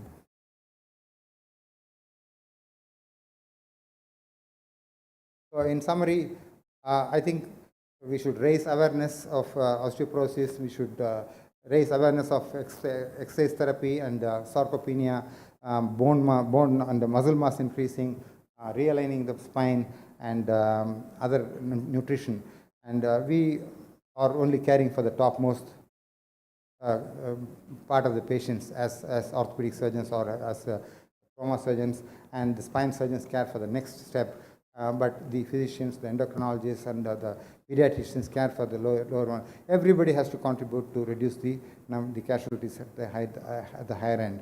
So we can do it in several ways, and this is about creating awareness and the various other modalities that we are also working on, how to prevent falls and how to address them when they actually fall and come to us. So we are evolving. We are evolving. In the earlier days, we were orthopedic surgeons. We were treating all these fall patients and calling the geriatric consultants once in a while, and then now we call them a little bit more regularly. But now we are integrating geriatricians, and it's catching up. More and more geriatricians are now starting centers in Chennai. I'm sure it's the same in other cities also. And very soon it will be the geriatricians who should be caring for all these patients and calling us, because they are 100% understanding the problem of the seniors, rather than we looking at it in a piecemeal kind of approach. Thank you. Thank you, Dr. Govindraj. Would there be any questions from the audience for this talk?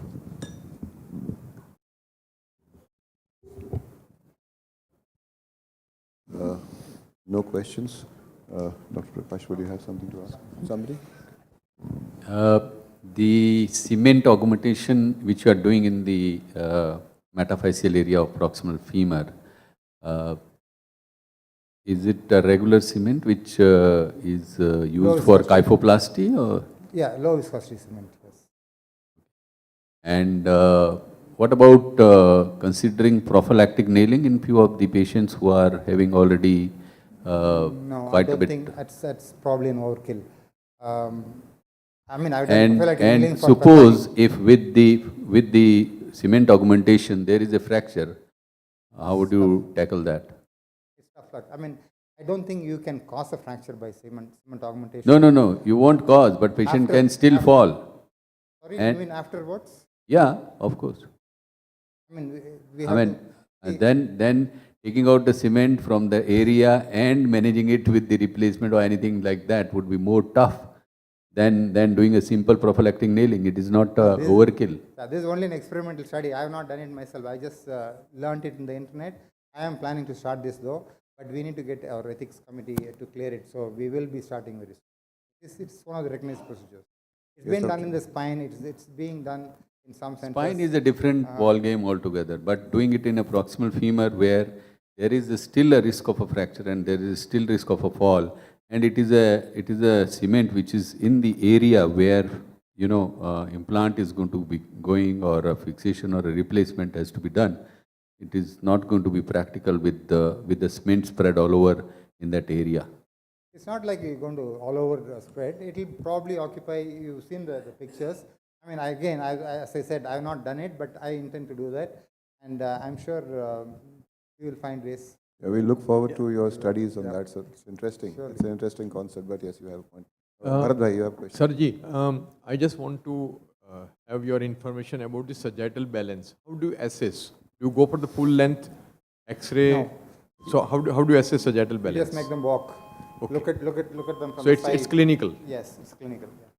Yeah. And the results are instant. No, agree.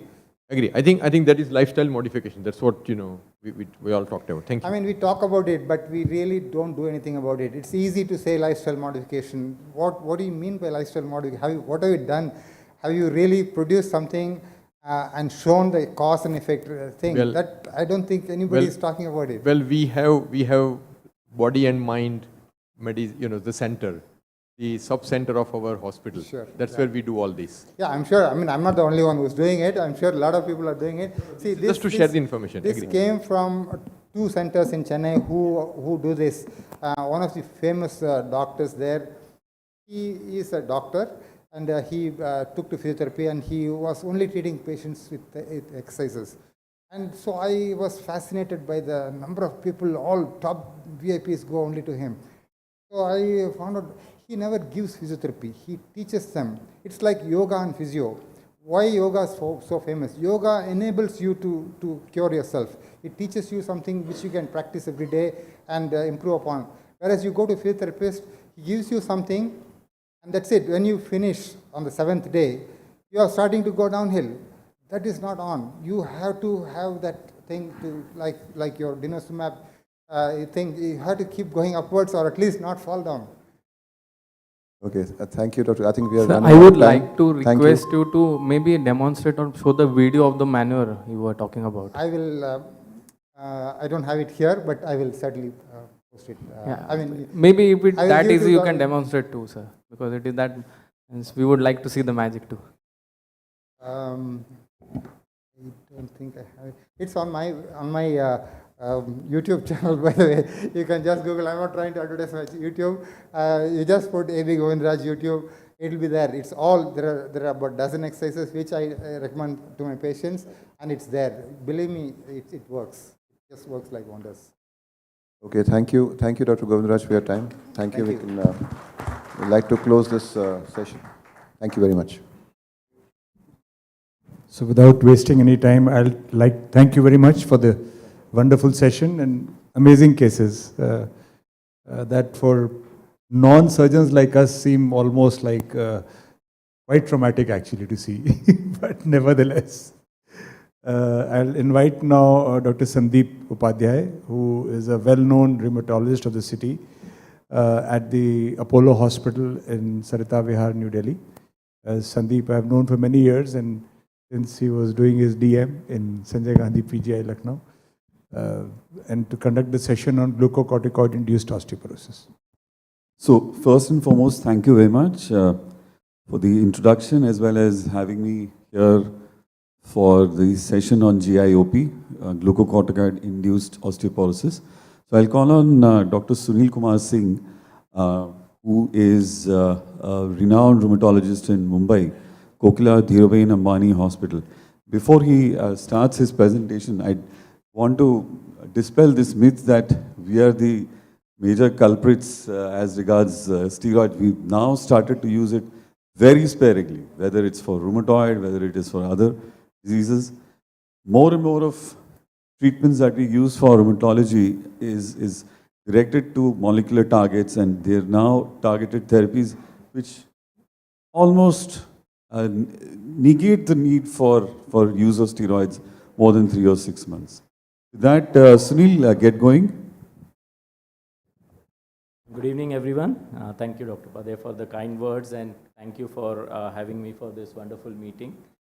Now, we have learned a lot about osteoporosis, seen a lot of fractures and the management. And we are now going to look at a very specific cause for osteoporosis, which we know is the most frequent secondary cause for osteoporosis. It's important because it causes a rapid bone loss, which was discussed earlier in Dr. Chedda's talk. And what is important is that the fracture risk increases significantly in just the first year of introducing steroids. And despite all this knowledge, it actually remains an under-recognized and untreated scenario. Now, unlike postmenopausal osteoporosis, where we have situations like this, what we have to realize is that with glucocorticoid-induced osteoporosis, to some extent, in fact, I would say to a large extent, it depends on how the clinician is using the steroids, how appropriately, how judiciously the steroids are being used, and also the fact that how much we anticipate and how we treat this resultant osteoporosis. So in my case, there are no fractures that I am presenting. It's a typical physician's presentation But the aim is, what we try to do the best is to try and prevent that fracture from happening. And sometimes, even that can be a challenging task because of the specific situations that arise. So with that, I present my 48-year-old lady who is premenopausal. So the first specific situation here.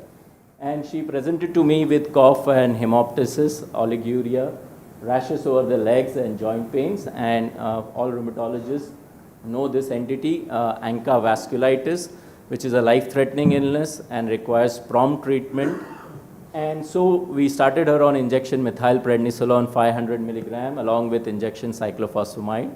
And this was continued with steroids 1 milligram per kg, which was tapered almost by 10 milligram weekly initially, and then every 2 weeks with a monitoring of the other parameters. And at the end of 3 months, with the idea of minimizing the steroids, we have come down to about 10 milligrams of prednisolone and started azathioprine as a steroid sparer drug so that we can minimize the use of steroids. Now, unlike rheumatoid arthritis, where we can minimize the use of steroids or even treat the patients without the use of steroid, and that is how it should be. I would be very surprised if I see a rheumatoid arthritis patient beyond 6 weeks to 3 months of using steroids. But in these situations, whether it is lupus or whether it is vasculitis, it's not so easy, and we do need the help of steroids for a longer period of time, typically 9 months to 12 months, and if we are lucky, probably we'll be able to stop it by then. But if the patient has flares, then we need these drugs for longer period. Now, these are the laboratory details of the patient, anemia, high count, high platelets, very typical of vasculitis with high inflammatory markers. But of course, that's not the focus of this meeting. So you look at the creatinine, the other specific situations that is there. This patient presented to us with a creatinine of 4.5. And of course, with treatment at the end of 3 months, we could stabilize it to 2 milligrams per DL, which turns out to be a creatinine clearance of 28 ml per minute. The calcium 8.8, vitamin D low, alkaline phosphatase high, parathyroid hormones high, suggestive of a secondary hyperparathyroidism, and a bone density was not done at this stage of presentation. So we look at the other risk factors. If you look at the review of risk factors, the only other risk factor here was that the patient mother had a fractured neck of femur at the age of 65. And she had seen her suffer, and she was quite terrified, and she was quite reluctant, in fact, for the use of steroids also, because she said that I don't want to land up with a fracture and suffer like my mother. The other history of risk factors were not contributory, no known medical illness, and she had normal menstrual cycles. So the questions that arise out of this case is that, first of all, is she at risk of developing an osteoporotic fracture, which is a major concern? Is a baseline BMD indicated? Is it going to help us in decision making? Should she be offered an osteoporotic, anti-osteoporotic treatment, whether it is resorptives or whether it is anabolics, apart from obviously the calcium and vitamin D supplementation? And what would be the choice? Suppose we decide to treat her, given the renal involvement, given that she is premenopausal, what would be the choice, appropriate choice? And the last question, of course, that she would want to know is that, does she have to take this treatment for osteoporosis lifelong, long enough, which we have been talking, or in case she is able to stop the steroids, whether she will be able to come off. So in the interest of time, I had planned it as a discussion, but I think in the interest of time, I'll go ahead with the subsequent slides and try and answer the question. So if you look at the fracture risk, she's going to be on steroids she's been on steroids for more than 7.5 milligrams per day for 3 to 6 months, and there is a family history of fragility fracture. But at premenopausal stage, she still doesn't, by the ACR guideline criteria, qualify for an intervention. So I go ahead and do a FRAX scoring for her, and I heard Dr. Mithal's Indian FRAX underestimating the fracture risk, but with this FRAX calculation also, which we have to remember that it, in the presence of steroid, underestimates the risk, and there is a calculation as is evident there on the right side, which we have to adjust the FRAX for. But still, the major osteoporotic fracture turns out to be about 4%. And then I do a bone density and add the femoral neck BMD here, and still the major osteoporotic fracture risk isn't very high. And what it highlights is how the FRAX underestimates, because of the glucocorticoid effect being dominantly on the spine, and we are looking at a femoral neck BMD here. So this is the BMD of the patient.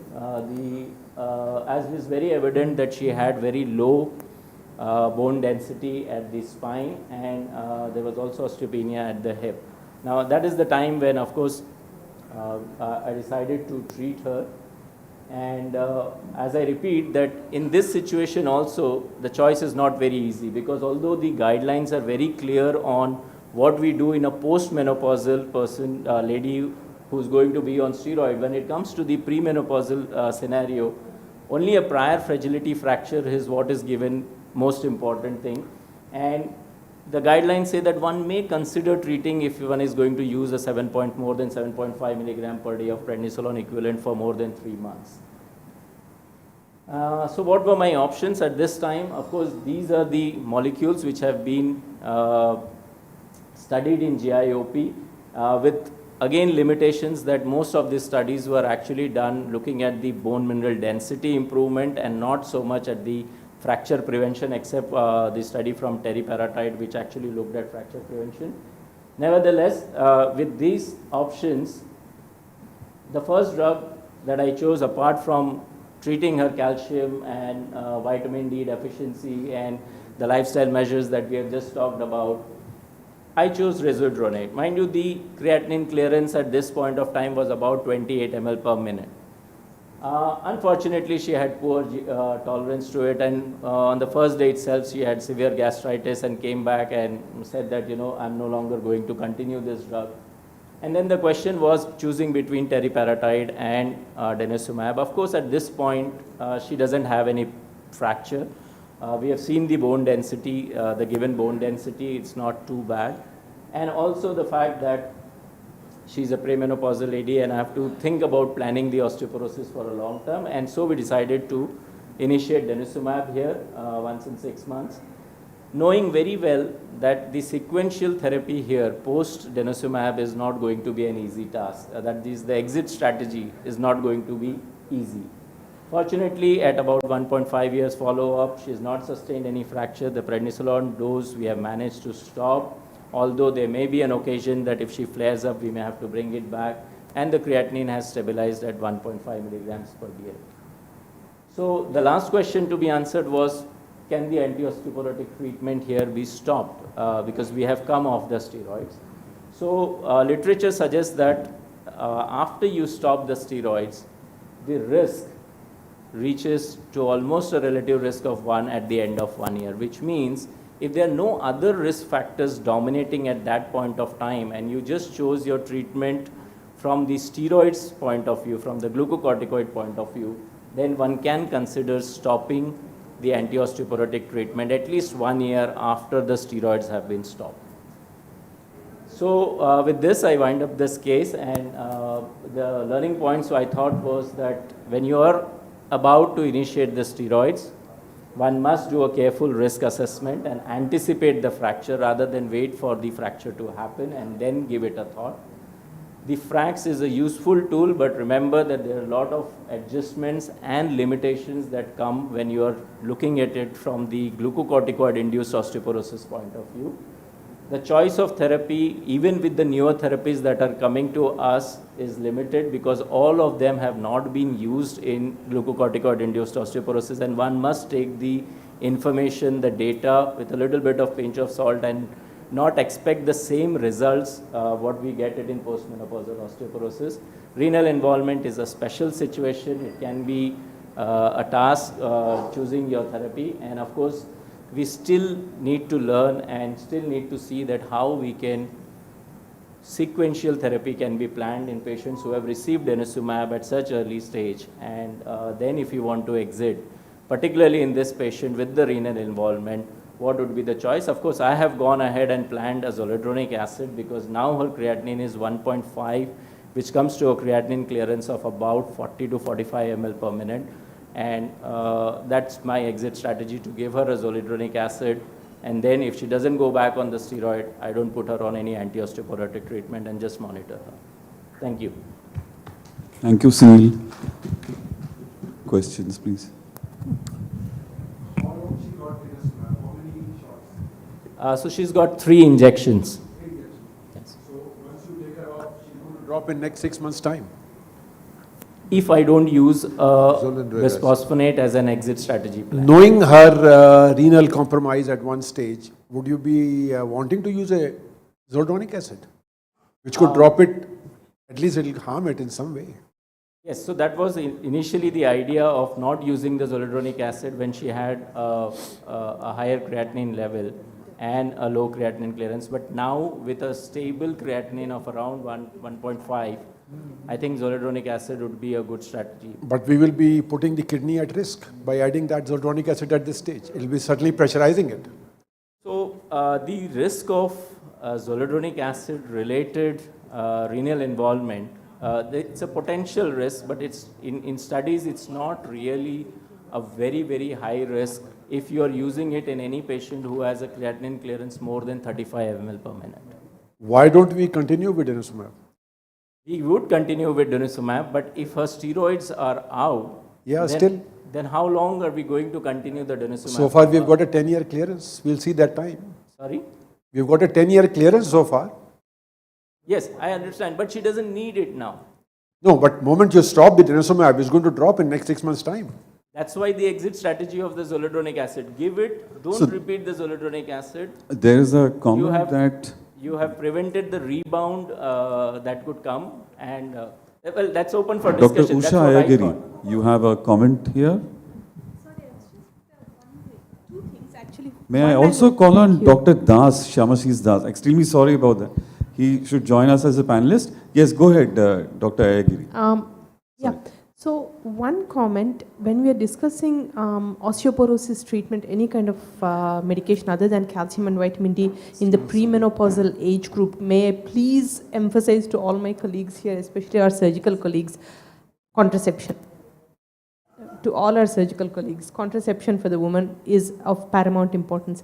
But the second question for me is, why are we discussing an exit strategy for a purely GIOP, glucocorticoid-induced osteoporosis? Because you showed us her DEXA, which was quite, wouldn't otherwise warrant osteoporosis treatment. She's 40, she's premenopausal, you've stopped her osteoporosis treatment. So why do you need an exit strategy? Why not just stop after 6 to 12 months? Absolutely.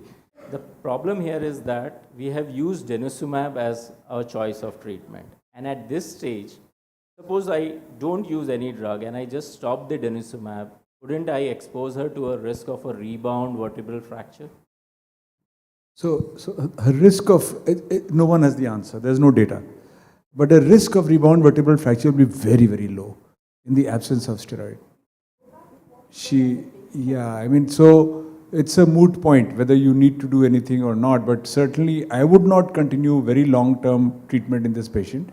I would say if the steroids are off for some time now, you can either plan an exit strategy in this, whatever you call an exit strategy, by using zoledronic acid or something. Otherwise, you could probably even let her be. Leave it there. We don't really know. I mean, no one knows the answer. Yeah, just stop the denosumab. And just follow up with the bone turnover markers and see if there's some...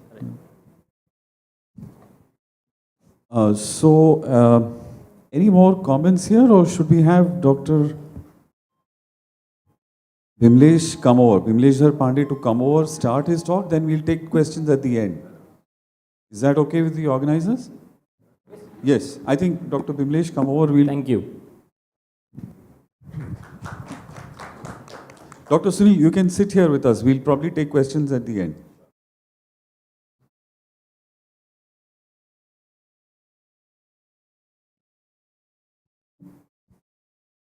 So this is a real life situation that I encountered.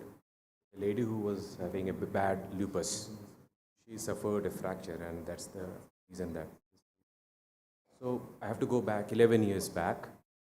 The lady who has been referred by hematologist, where she was admitted in our hospital for autoimmune hemolytic anemia, polysaccharositis, and lymphadenopathy. high-grade fever. She was considered that she may be having lymphoma, but then the workup turned out that she has lupus. And by the time when she came to our department, she had exhaustive investigation done, bone marrow aspiration and biopsy to rule out lymphoma, rule in lymphoma. She had strongly positive ANA, and she had very low C3, C4. These complements were low, so bad prognosticating markers. Her direct Coombs test was positive, but she also underwent PET CT, as the workup for lymphoma would require a PET CT. So she had a PET CT with a low uptake and a very strong positive anti-cardiolipin antibody.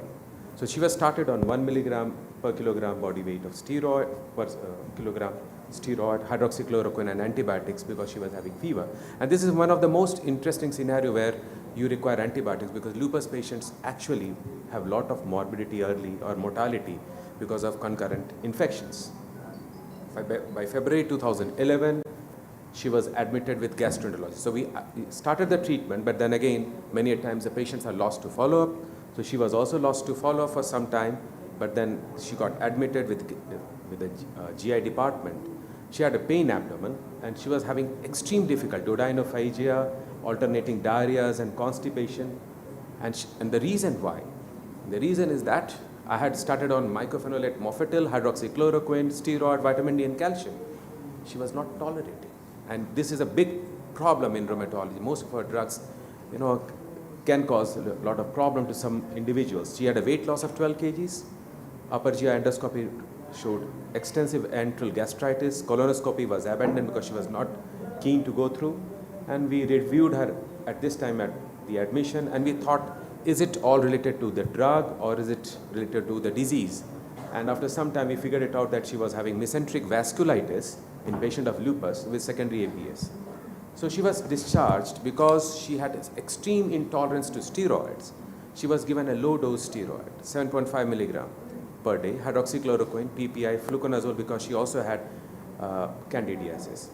And she was given rituximab. This is, again, I have to use the word probable mesenteric vasculitis because the workup could not, was not absolute in the nature to show the vasculitis, the CT scans. But there was a reason to think that it was mesenteric vasculitis, the way it presented. By July 2014, she again appeared in our hospital emergency department, admitted for non-traumatic fracture of right tibia and fibula. She was in her house. She just turned around and she fractured her tibia and fibula. So it was a closed type 1 comminuted fracture of both bones in the lower limb. Our dear colleague from orthopedic department, they are here. I have asked them to be here exactly for the reason that the timely intervention they had put up. She is now up and about. She is always glad with that department of the good surgery done. At that time, I got DEXA scan. So it was quite low. And then once she was discharged, at that point of time, we started her on teriparatide. And we gave her teriparatide for 2 years along with vitamin D and calcium. We did a repeat DEXA scan. She had, improvement, but not to that extent. So again, now she has been started on Prolia. So she's continuing because the reason is that she has not improved. And reason why she is not improving is that despite everything, she requires steroid in between. She requires rituximab in between. She requires pulses in between. So there is no strategy where I can say that you will be off steroid. You bring down the steroid to the minimum, she flares up again. This is a bad case of lupus. So there whatever you do, the disease comes back. So your best strategies of time-bound intervention with MAB therapies like rituximab, still not very clear-cut answer. So despite everything, she has been having a problem where she is requiring. So one of the interesting things is that if I did require help from my orthopedic colleague to fix the fracture, I did take generous help of my endocrinologist colleague. And what I figured it out that she has a low phosphorus, why she was not improving to that extent despite giving medicine. And this was one of the questions that was coming up. She had hypophosphatemia. This was something which was so glaring that we were not able to fix up her phosphate levels, which is so low. So she underwent an FGF23 scan workup, which was normal. But then I reviewed the literature. In lupus, sometimes you have abnormality of low phosphate when your disease is very high, especially in the pediatric population. And this is something to do with the vitamin D receptor. So there is something so complex. It is just not the matter of what drugs you have in hand. You should know the science where you can use these drugs. And this is why you can have abnormality in the renal tubules of how they handle the phosphorus. So this is a complex case rather than a simple answer of using a drug A, B, or combination A, B, C. So issues, what could be the possible reason of teriparatide therapy failure? I think it's partial therapy. I don't say it is a failure. You have some amount of improvement, but at radius it was not giving a very good result. How to treat this lady further? Because even as on today, her phosphorus is corrected. What about her nutritional status? I may be giving her calcium, I may be giving her vitamin D, but if her gut is having a mesenteric vasculitis, what is the absorption? What are the rate limiting things that is happening in the GI tract? And how will the guidelines as present as on today will help me to take future directions of how to manage this patient of lupus with osteoporosis and fracture? So this is an open question, and this is how I would like to end my presentation. What was the So now we are open for discussion. You can maybe sit here and Dr. Das. Yeah, I have one question regarding this case you presented. What was the arterial blood gas, ABG? Because have we excluded metabolic acidosis? Yes, we did work up. ABG was normal. Because it is quite possible that this patient might have renal tubular acidosis, which led to low calcium, low phosphorus, and if we do not correct acidosis, then bone health will not improve. It was done. It was normal. Thank you. Yes. Go ahead. Because she's malabsorbing, and you're saying that her We did, PTH level was high. Yeah. So I'm just wondering, did you check her magnesium? Does she require magnesium replacement? It was normal, ma'am. Okay. Because exactly I said, I took the liberal help of endocrinologists. Till today, I'm taking help because that's why I can learn from them. Otherwise, there's no way, I can do better job for her because that was the problem that I faced, and my endocrinologist was very keen to help me out in this case. So let me ask a question of the audience, especially endocrinologists. Dr. Mithal, how important is magnesium? We now have preparations and we have a lot of companies advertising products that have magnesium, and they say that's very important. How important is that in the whole physiology? No, I think magnesium is important, but magnesium deficiency is not that common. All right. So I think there is. It doesn't make sense. So there is a bit of a hype there. I mean, in a normal, healthy, community-dwelling person, it's not common. In ICUs and other situations, of course, it's very common, but otherwise, it's not common. So that's why it's not been spoken about so much in the past. She never had hypokalemia also to fix it up with the. I mean, for this kind of patient, the phosphorus can be low simply because the patient had D deficiency and secondary hyperparathyroidism. And also using teriparatide in someone who has secondary hyperparathyroidism is also a bit of a question mark. We don't know. So I mean, you're doing your best, but I'm not surprised. There are many factors that are inhibiting the response. So it's not a big surprise. And the BMD in the spine did not fall, at least. Yeah, right? it did not fall. You're doing something. So maybe there is a lot of sarcopenia. She probably has very low body mass index. Maybe her general health is so poor that it's worse than the regular DEXA might suggest. So there's one question on behalf of Dr. Sunil. There was an issue about the GFR in the beginning, the first case where prophylactic therapy was used with steroids. Now, I've read a couple of reports and a few case reports especially, and maybe some trials, I'm not sure. Teriparatide being used even at GFRs of about 15 or 20. And is that valid? So there are no real trials on that, but there are various hypotheses and the odd case report about teriparatide being used when there is adynamic bone disease. So saying that when you're treating osteoporosis in the setting of chronic kidney disease, if you're getting a usual osteoporosis of CKD, then denosumab is a drug of choice.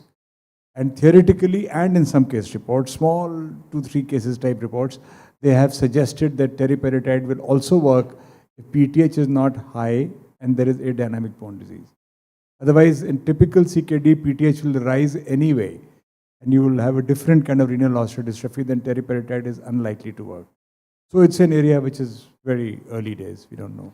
Ramashish, anything that you want to suggest from your practice, in your rheumatology practice? You see rheumatologists really sticking to prophylaxis, where we have started to use steroids and we are likely to use them for 3 to 6 months. Do you see rheumatologists or even pulmonologists who very regularly use steroids, nephrologists who see patients who've undergone renal transplant? What are your views about how much of anti-osteoporotic treatment is actually given? First thing is risk stratification. Two things are there. If patients are getting, we are planning to give very high dose of steroid, like with solumedrol, then 1 mg per kilo of steroid for long time, more than 3 months at least. So in those cases, as per the recommendation say, that all of these patients, if they are above age of 30 years, as per the ACR recommendation, all patients should get oral bisphosphonate therapy. As long as patients are getting prednisolone, a dose of 2.5 mg per kg, then we can stop oral bisphosphonate. However, that is not, regularly practiced by Indian rheumatologists, but that is in the recommendation by American College of Rheumatology. It was published in 2017. That is one thing. High dose of steroid, any patients above age of 30, we have to start along with calcium and vitamin D oral bisphosphonates. The second thing is, we are not giving high dose of steroid, we are giving maybe moderate or low dose of steroid. Then comes the question of risk stratification, high risk, moderate risk and low risk. High risk means if a patient has previous history of osteoporotic fracture, or T-score of DEXA is less than below minus 2.5, or cracks of major fracture above 20%, or cracks 10 years fracture risk of hip fracture more than 3%. They fall into the high risk category. Second is the moderate risk category, where cracks between 10 to 20, and the cracks for major osteoporotic fracture and cracks for hip fracture 1 to 3%, moderate risk category, and the low risk category is below these things.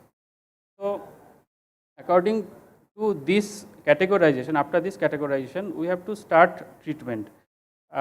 We consider that patients are getting steroid for more than 3 months. Then we have to consider starting oral bisphosphonate along with calcium and vitamin D supplementation, along with we suppose that patient is getting adequate nutrition, exercise, all those things, lifestyle modification. And oral bisphosphonate has to be started if patient has high dose, high risk of high fracture risk or moderate fracture risk. In low risk patients, usually it is recommended to give only calcium and vitamin D supplementation. And these patients has to be followed up. So in case of high risk or moderate risk patients, we started oral bisphosphonate, and we monitored, we followed these patients for at least 18 months. It is as per the recommendation. It is after 18 months if there is a significant fall of BMD. Dr. Pandey has a comment to make. Can we just take this quickly? So, not going on the recommendation alone, I give you a case scenario.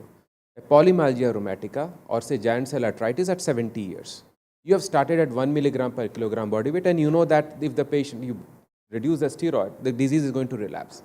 Where is the guideline going to help me? I may require to start up front. I may require just not oral bisphosphonate. I may require an IV drug, or I may require a denosumab, because they are already in the range where they will be having some amount of osteoporosis. You are going to give a drug at a higher than the usual dose to that population. So that is where the recommendations are not helping and is unable to categorize as per the disease. Okay, I'll very quickly summarize what we've gone through. So we can use prophylactic therapy for osteoporosis. That depends on how much of steroids you're using, and use it, say, 2 to 6 months at the end of the steroid, till the end of the steroid therapy. So you sort of use an anti-osteoporotic agent and stop maybe after 6 months when steroids have been stopped. And that would be for a premenopausal patient. But for patients who are postmenopausal and who continue to be at high risk, you'll probably continue with anti-osteoporotic therapy. And for patients who've actually had fractures, like your case, you then need to stratify, as Dr. Das was saying, about how to strategize and look at what would be the best fit for the patient, renal functions considered, patient preference considered, and everything else considered. We could use any of these 3 agents. And Denosumab happens to be having a very wide spectrum of acceptability. So with that, I'll probably see if there are no more questions. Can we pass on the baton to Dr. Ambrish Mithal? Yeah, thank you very much to everybody. Very interesting session. And I do find that in my practice, this is one of the biggest challenges. Young patients receiving glucocorticoids is always confusing. Stratification of risk also, how long to continue therapy. Of course, we try to follow the guidelines as much as possible, but you will see the guidelines are also very different from different societies because of lack of adequate controlled trials.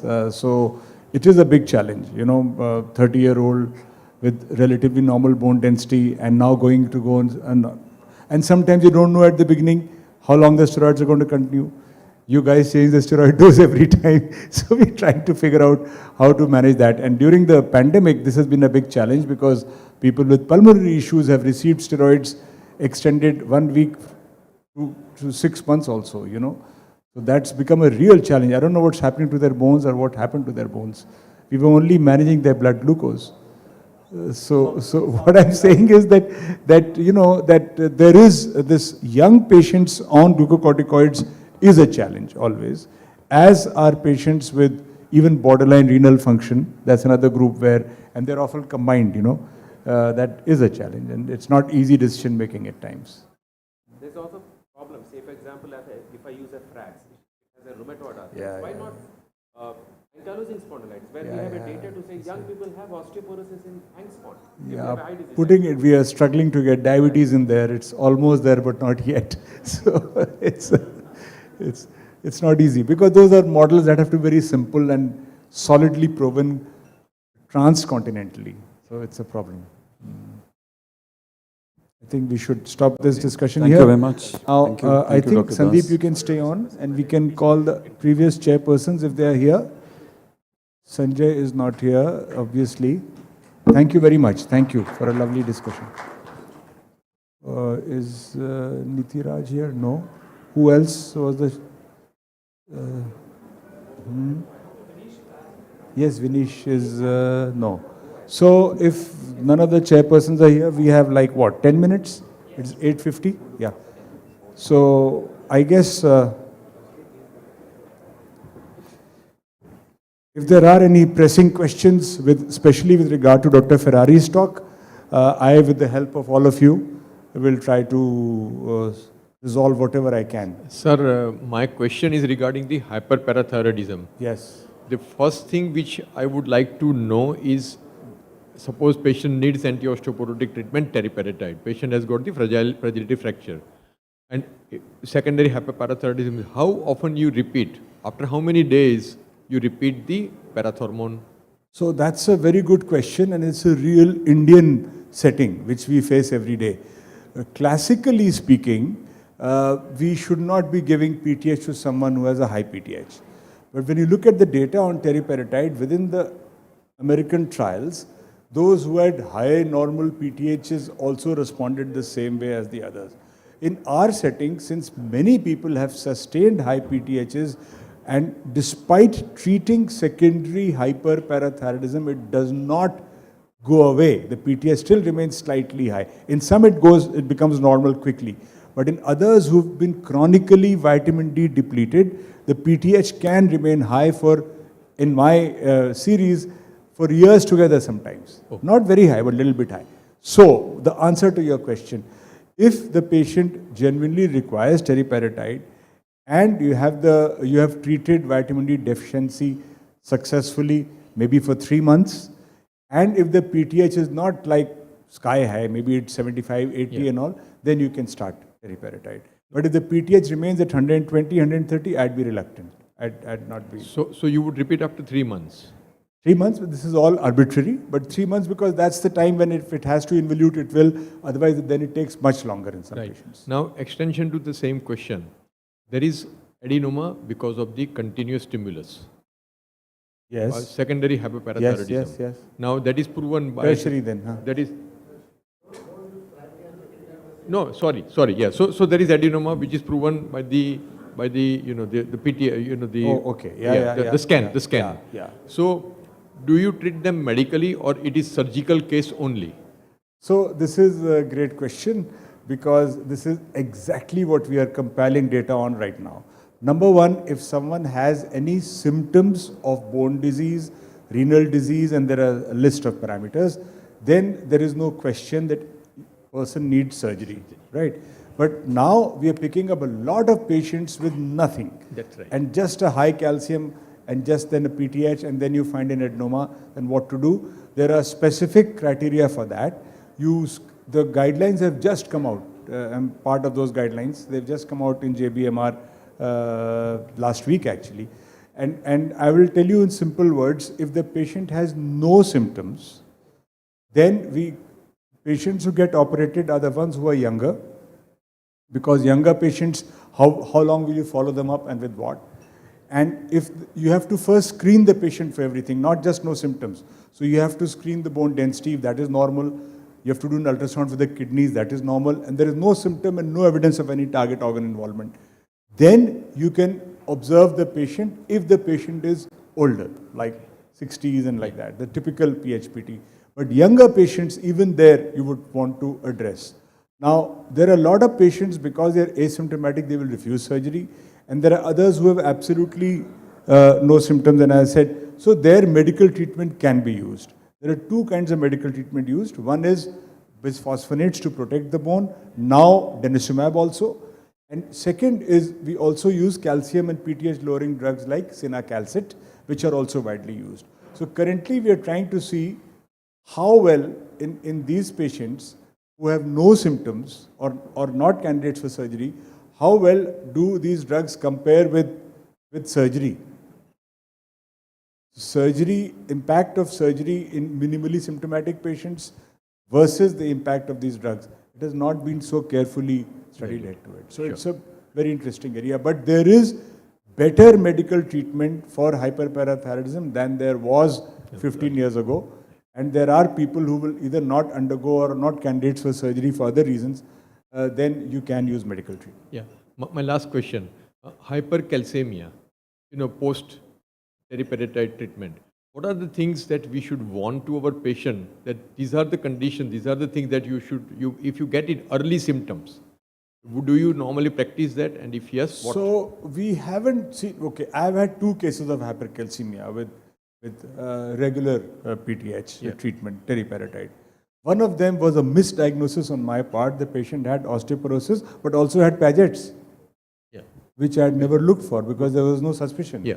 And when the patient developed hypercalcemia, I suddenly found pelvis and there was Paget's actually. Yeah.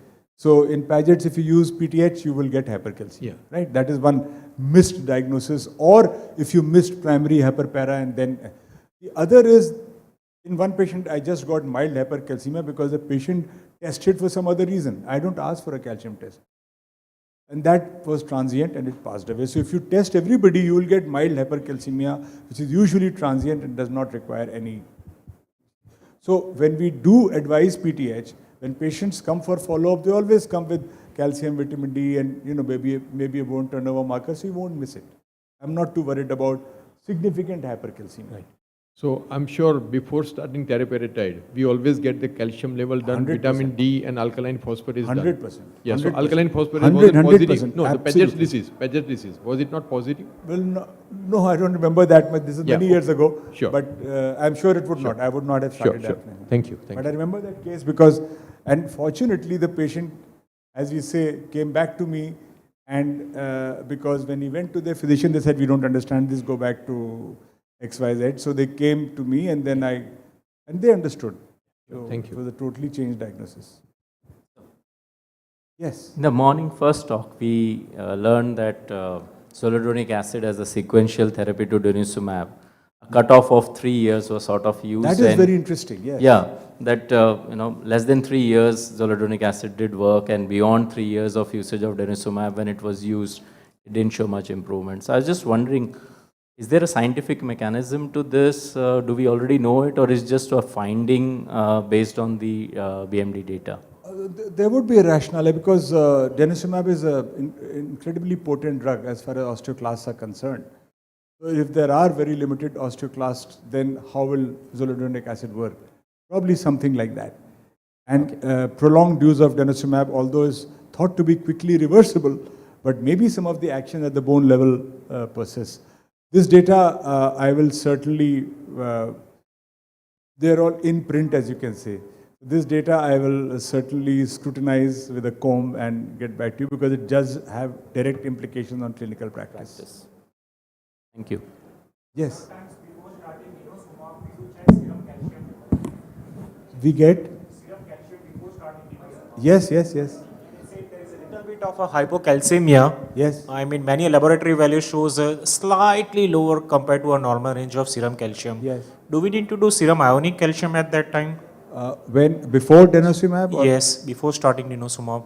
Why not? I mean, I would do it, but typically if it's low, I mean, what do you mean by what number are you looking So at? normal range, say one laboratory is showing 8.5 to 10.5, and the serum calcium comes at around 8.0. I would be careful in giving denosumab in that. Okay. I would repeat the calcium. I would supplement them for some time and repeat. 8.0 because the only significant side effect of denosumab is hypocalcemia. And the one group where that has been found, just to drive that point home, is renal patients. In renal patients, when it was initially used, they had severe hypocalcemia. But then what happened was, I mean, how stupid can it be? All they did was, they were giving denosumab without replenishing calcium, vitamin D. And when they started doing that before giving denosumab in renal patients, there's hardly been any hypocalcemia after that. So by and large, in your kind of patient, if calcium is 8, I would wait. I would give the patient calcium, vitamin D, let the numbers look okay, vitamin D look all right, and only then give denosumab. So do we need to repeat serum calcium, say Yes. 15 days, 1 month? I mean. Well, it depends. What is the reason for the low calcium? That's also important. Yes, you may want to check ionic calcium, maybe albumin is playing a role there, or you may want to check the vitamin D, which is exceedingly important. You will not give denosumab or any of these therapies to anybody with a low vitamin D, low calcium and high PTH. No, that will create problems for the patient. Even high PTH. Even high PTH should be avoided for denosumab. What should be avoided? Denosumab. I mean, even PTH should be within normal range. Ideally, yes. When would you give vitamin D injectable? What are your cutoff points? So vitamin D injectable, I have not used in last several years. Yeah. Okay. Only perhaps in those who are really non-compliant or who have a kind of malabsorption which I'm not able to fix. I can't think of any other reason. Just to share the data, we have 2 senior colleagues in our unit, and one was not using vitamin D injectable at all. That's myself, and I had another colleague who uses vitamin D injectable. In spite of we have been discussing, I've been sharing all the information, and I can see the patients coming back, particularly muscle pain patient. They are much better because we give he used to give every 3 months vitamin D. So something just to share the data, because this is something which is not sort of into inverted commas documented, but this is something where we have been seeing in the practice. Vitamin D, your comments on that? So injectable vitamin D improving muscle pains? Yeah. Means, patients are so happy because they have been... No, patients are happy with many things, but there is a problem. You might, if you should really be careful about serum calcium and 25D, and there are a lot of issues there. Manoj? Huh? So sometime back at Nair Hospital, one of my students had done a comparative study between 6 lakhs intramuscular, 6 lakhs oral, 60,000 weekly for 8 weeks. You'll be surprised that the oral 6 lakhs does much better than the intramuscular one. It's faster. Yeah. No, no, between the two, intramuscular, the intramuscular becomes a depot and it's not absorbed that way. So I don't believe that they do feel much better. They feel, if you correct vitamin D deficiency, they feel fantastic. Yeah. So are they checking vitamin D levels?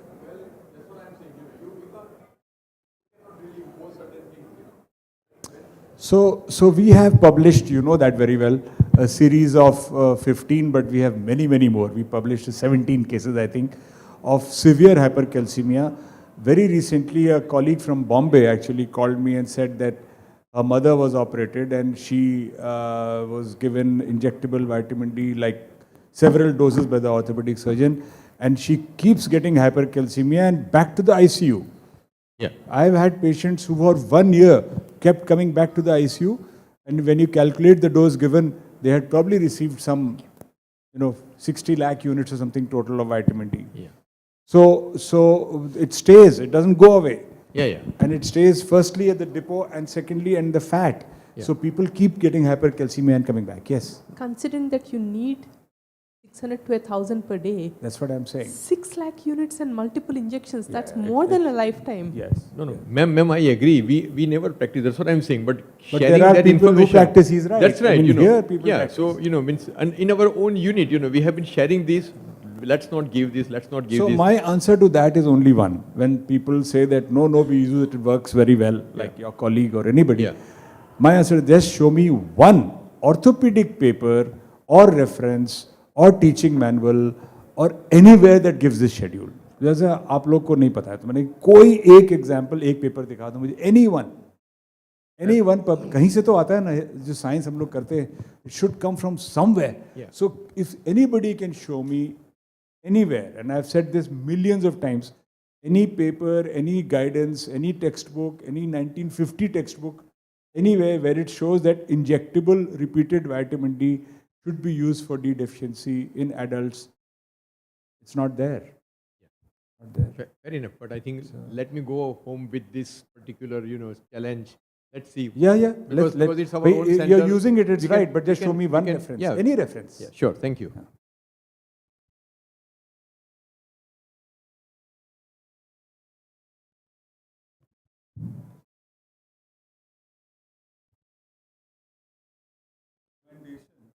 For starting, stopping, or using a particular agent, especially when the patient is to undergo a hip or a knee replacement, and the patient is either already on, say, teriparatide or is already on Denosumab.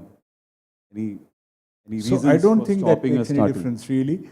The only thing you may want to watch if someone has recently been started on teriparatide and is undergoing a knee replacement is that immobilization can also, if these days they don't immobilize much, but supposing the patient is immobilized, then you can get more hypercalcemia. Anything you want to add? Can I ask a question? Yes, please. And the reason I'm asking this question is, when Dr. Ferrari showed the data of the older you get, the higher the fracture risk, and the older you get, the more effective the medication, actually the majority of the studies cluster around the age of 60 to 70, and beyond the age of 75, there is very little data, and what data there is that tiny trials. So is there any age beyond which you would say, I will not treat osteoporosis? Well, I don't do that, but yes, there are definitely now 90-year-olds whom I'm seeing for other things, for diabetes. I leave them alone. I don't want to venture into starting new drugs. New drugs. So I would say that. And I'm talking about people who've not fractured, obviously. Yeah. If they're fractured, it's a different story. But first thing is that the data on all these drugs is selective over 85, but there is some data. And all of them work over 85 with Denosumab also, but the numbers are small and all of them have shown some efficacy. The efficacy is bound to decline because the non-bone density factors responsible for fractures will keep going up. So falling is the main reason for fractures, right? Or main precipitating factor for fractures. That is the main thing. You can't do anything with the drug for that, even though you're improving bone density. So I think I have not used any cutoff in practice. Literature says 85, definitely till 85 you should use in patients, which I do. Above 85, I am a little cagey and uncomfortable investigating and starting a new drug in an asymptomatic patient. I mean, what the hell are we trying to do? Let them be. We probably need to learn from them what to do. Unfortunately, these days everybody comes with the 60-page reports, including their BMD at Yes, age yes, 85. yes, absolutely. Or for us, I mean, a TSH of 6. I mean, come on. I mean, let Madam, it be. there Let is, it be. Yes. Sorry, sir. Madam, there is literature in our surgical journals that patients who are in lot of pain, they are classic surgical cases, but somehow the relatives and the patient not willing to go for surgery, maybe 80, 85, and they need surgery, but they do wonderfully well with teriparatide. This is something, yeah, this is something just to share. Ma'am, you have the mic. So, as I said, there is none of the drugs prescribes an upper age limit. You can definitely use it in 90-year-olds also. So, I am saying about asymptomatic patients who have no bone problems. Yeah. Those who have osteoporosis, you will treat whatever age they come at. Yeah, whatever age they come. But I don't start doing bone density on 90-year-olds. Turn up with these random reports and then they want to have every single result interpreted and explain the risks to them. I think we are, last question? Last question. Yes. Last question. Yes. This has been discussed in a lot of meetings, and I still find a lot of my orthopedic colleagues being very reluctant to use an anti-resorptive after a fracture. Yes. You spoke about giving zoledronic acid at 2 Yes. weeks being the best Yes. strategy. Yes. But even now, in a very good established center, when I speak to my orthopedic colleagues, and I'm sure there are a lot of orthopedic colleagues here, they would not initiate the patient, even at the cost of probably losing the patient from starting any osteoporotic therapy later on. So what is the latest update with the discussion So on that? that's a barrier we have to cross. It's a management barrier. And I think, for example, Rajesh Malhotra is now convinced. I'm giving an example of the AIMS chief. And they give something to everybody before they go home. That's for sure. So what I'm saying is just a management and a cerebral barrier. It's not a science barrier. I think we just have to convince people to use, to give them a shot of zoledronic acid if you can. Sometimes you can't because they're uncomfortable. They may be, after the surgery. But if they are otherwise okay, you give them a shot of zoledronic acid or at least a denosumab. If you can't do that, you're doing a great service. There is no reason or no data to say that you will not give an anti-resorptive soon after fracture. There's nothing anymore. Honestly, we have changed the practice after these kind of meetings. We do give zoledronic acid before patient is being discharged. So this is something, even, the concept was earlier, it will prevent the bone healing, this, that. But now the data we have been discussing, so we have changed the practice as well. So I think science, you have to change, you have to adapt. Agree? This has percolated to the that's true. level of all the orthopedic surgeon, or I was also wondering whether you have any data from the orthopedic side which is against it. That's why. There's no data. Means, you're right. Some people are reluctant for zoledronic acid because it can produce a flu-like reaction, and they don't want that in the post-operative period when they get confused about the fever and all that. So then we use denosumab. Yeah. So for the same reason, we tell the patient that you are going to get the fever before we infuse that, and so that is why it's not getting sort of mixed with that post-op fever either. Yeah, agree. And a scientific answer is given back. That is why I was asking I think you must have pushed them, but it's just a brain barrier. Sure. Thank you. Before the hall empties out completely, we should call it a day. Thank you very much. Sorry I had to do this because Serge Ferrari got stuck in the ASBMR, as I told you, he's there. So. Thank you, sir. Thank you so much. It's been a wonderful evening. Now I invite our commercial head, Mr. Vijay, for sharing vote of thanks on behalf of Dr. Reddy's lab. And we also request all the faculty to please write the feedbacks. That surely is going to help. Thank you so much. Wow. I just started writing 4.5 and I had to correct it to 5 hours as the talk went on. I think what we saw today is what we missed during COVID. I think 2 years of COVID, we just forgot what a face-to-face interaction looks like. and the quality of interaction that happens and the quality of engagement that happens. I think, thank you so much to everyone who was present here for making it so enlightening for us. And I'm sure the amount of and the volume of information that was shared, I'm sure was mutually beneficial. They keep teaching us in marketing parlance about constructive conflict. We saw a bit of that. And every time a constructive conflict happens, I think people only get wiser, people only get more information. And I think that's something that we saw. A strong level of conviction. I think that's another thing that we saw. And a huge care for the patients and the science. These are few things that we saw today, and thank you so much for putting this together. I would like to thank Dr. Mithal. Thank you so much for sort of spearheading this entire thing, shepherding this entire event. Thank you so much, sir. Thanks to all the chairpersons, thanks to all the moderators, thanks to all the speakers for bringing us such quality content. I think it was incredible learning for everyone who was present, and I think I would speak on everyone's behalf when I say that. Thank you so much, everyone. I would like to thank my medical team for putting the design of the program together. Yep. And I would like to thank my team. I think the toughest job is to get everyone, such august audience in one room at one time, in one place. Thank you, team, for putting this together.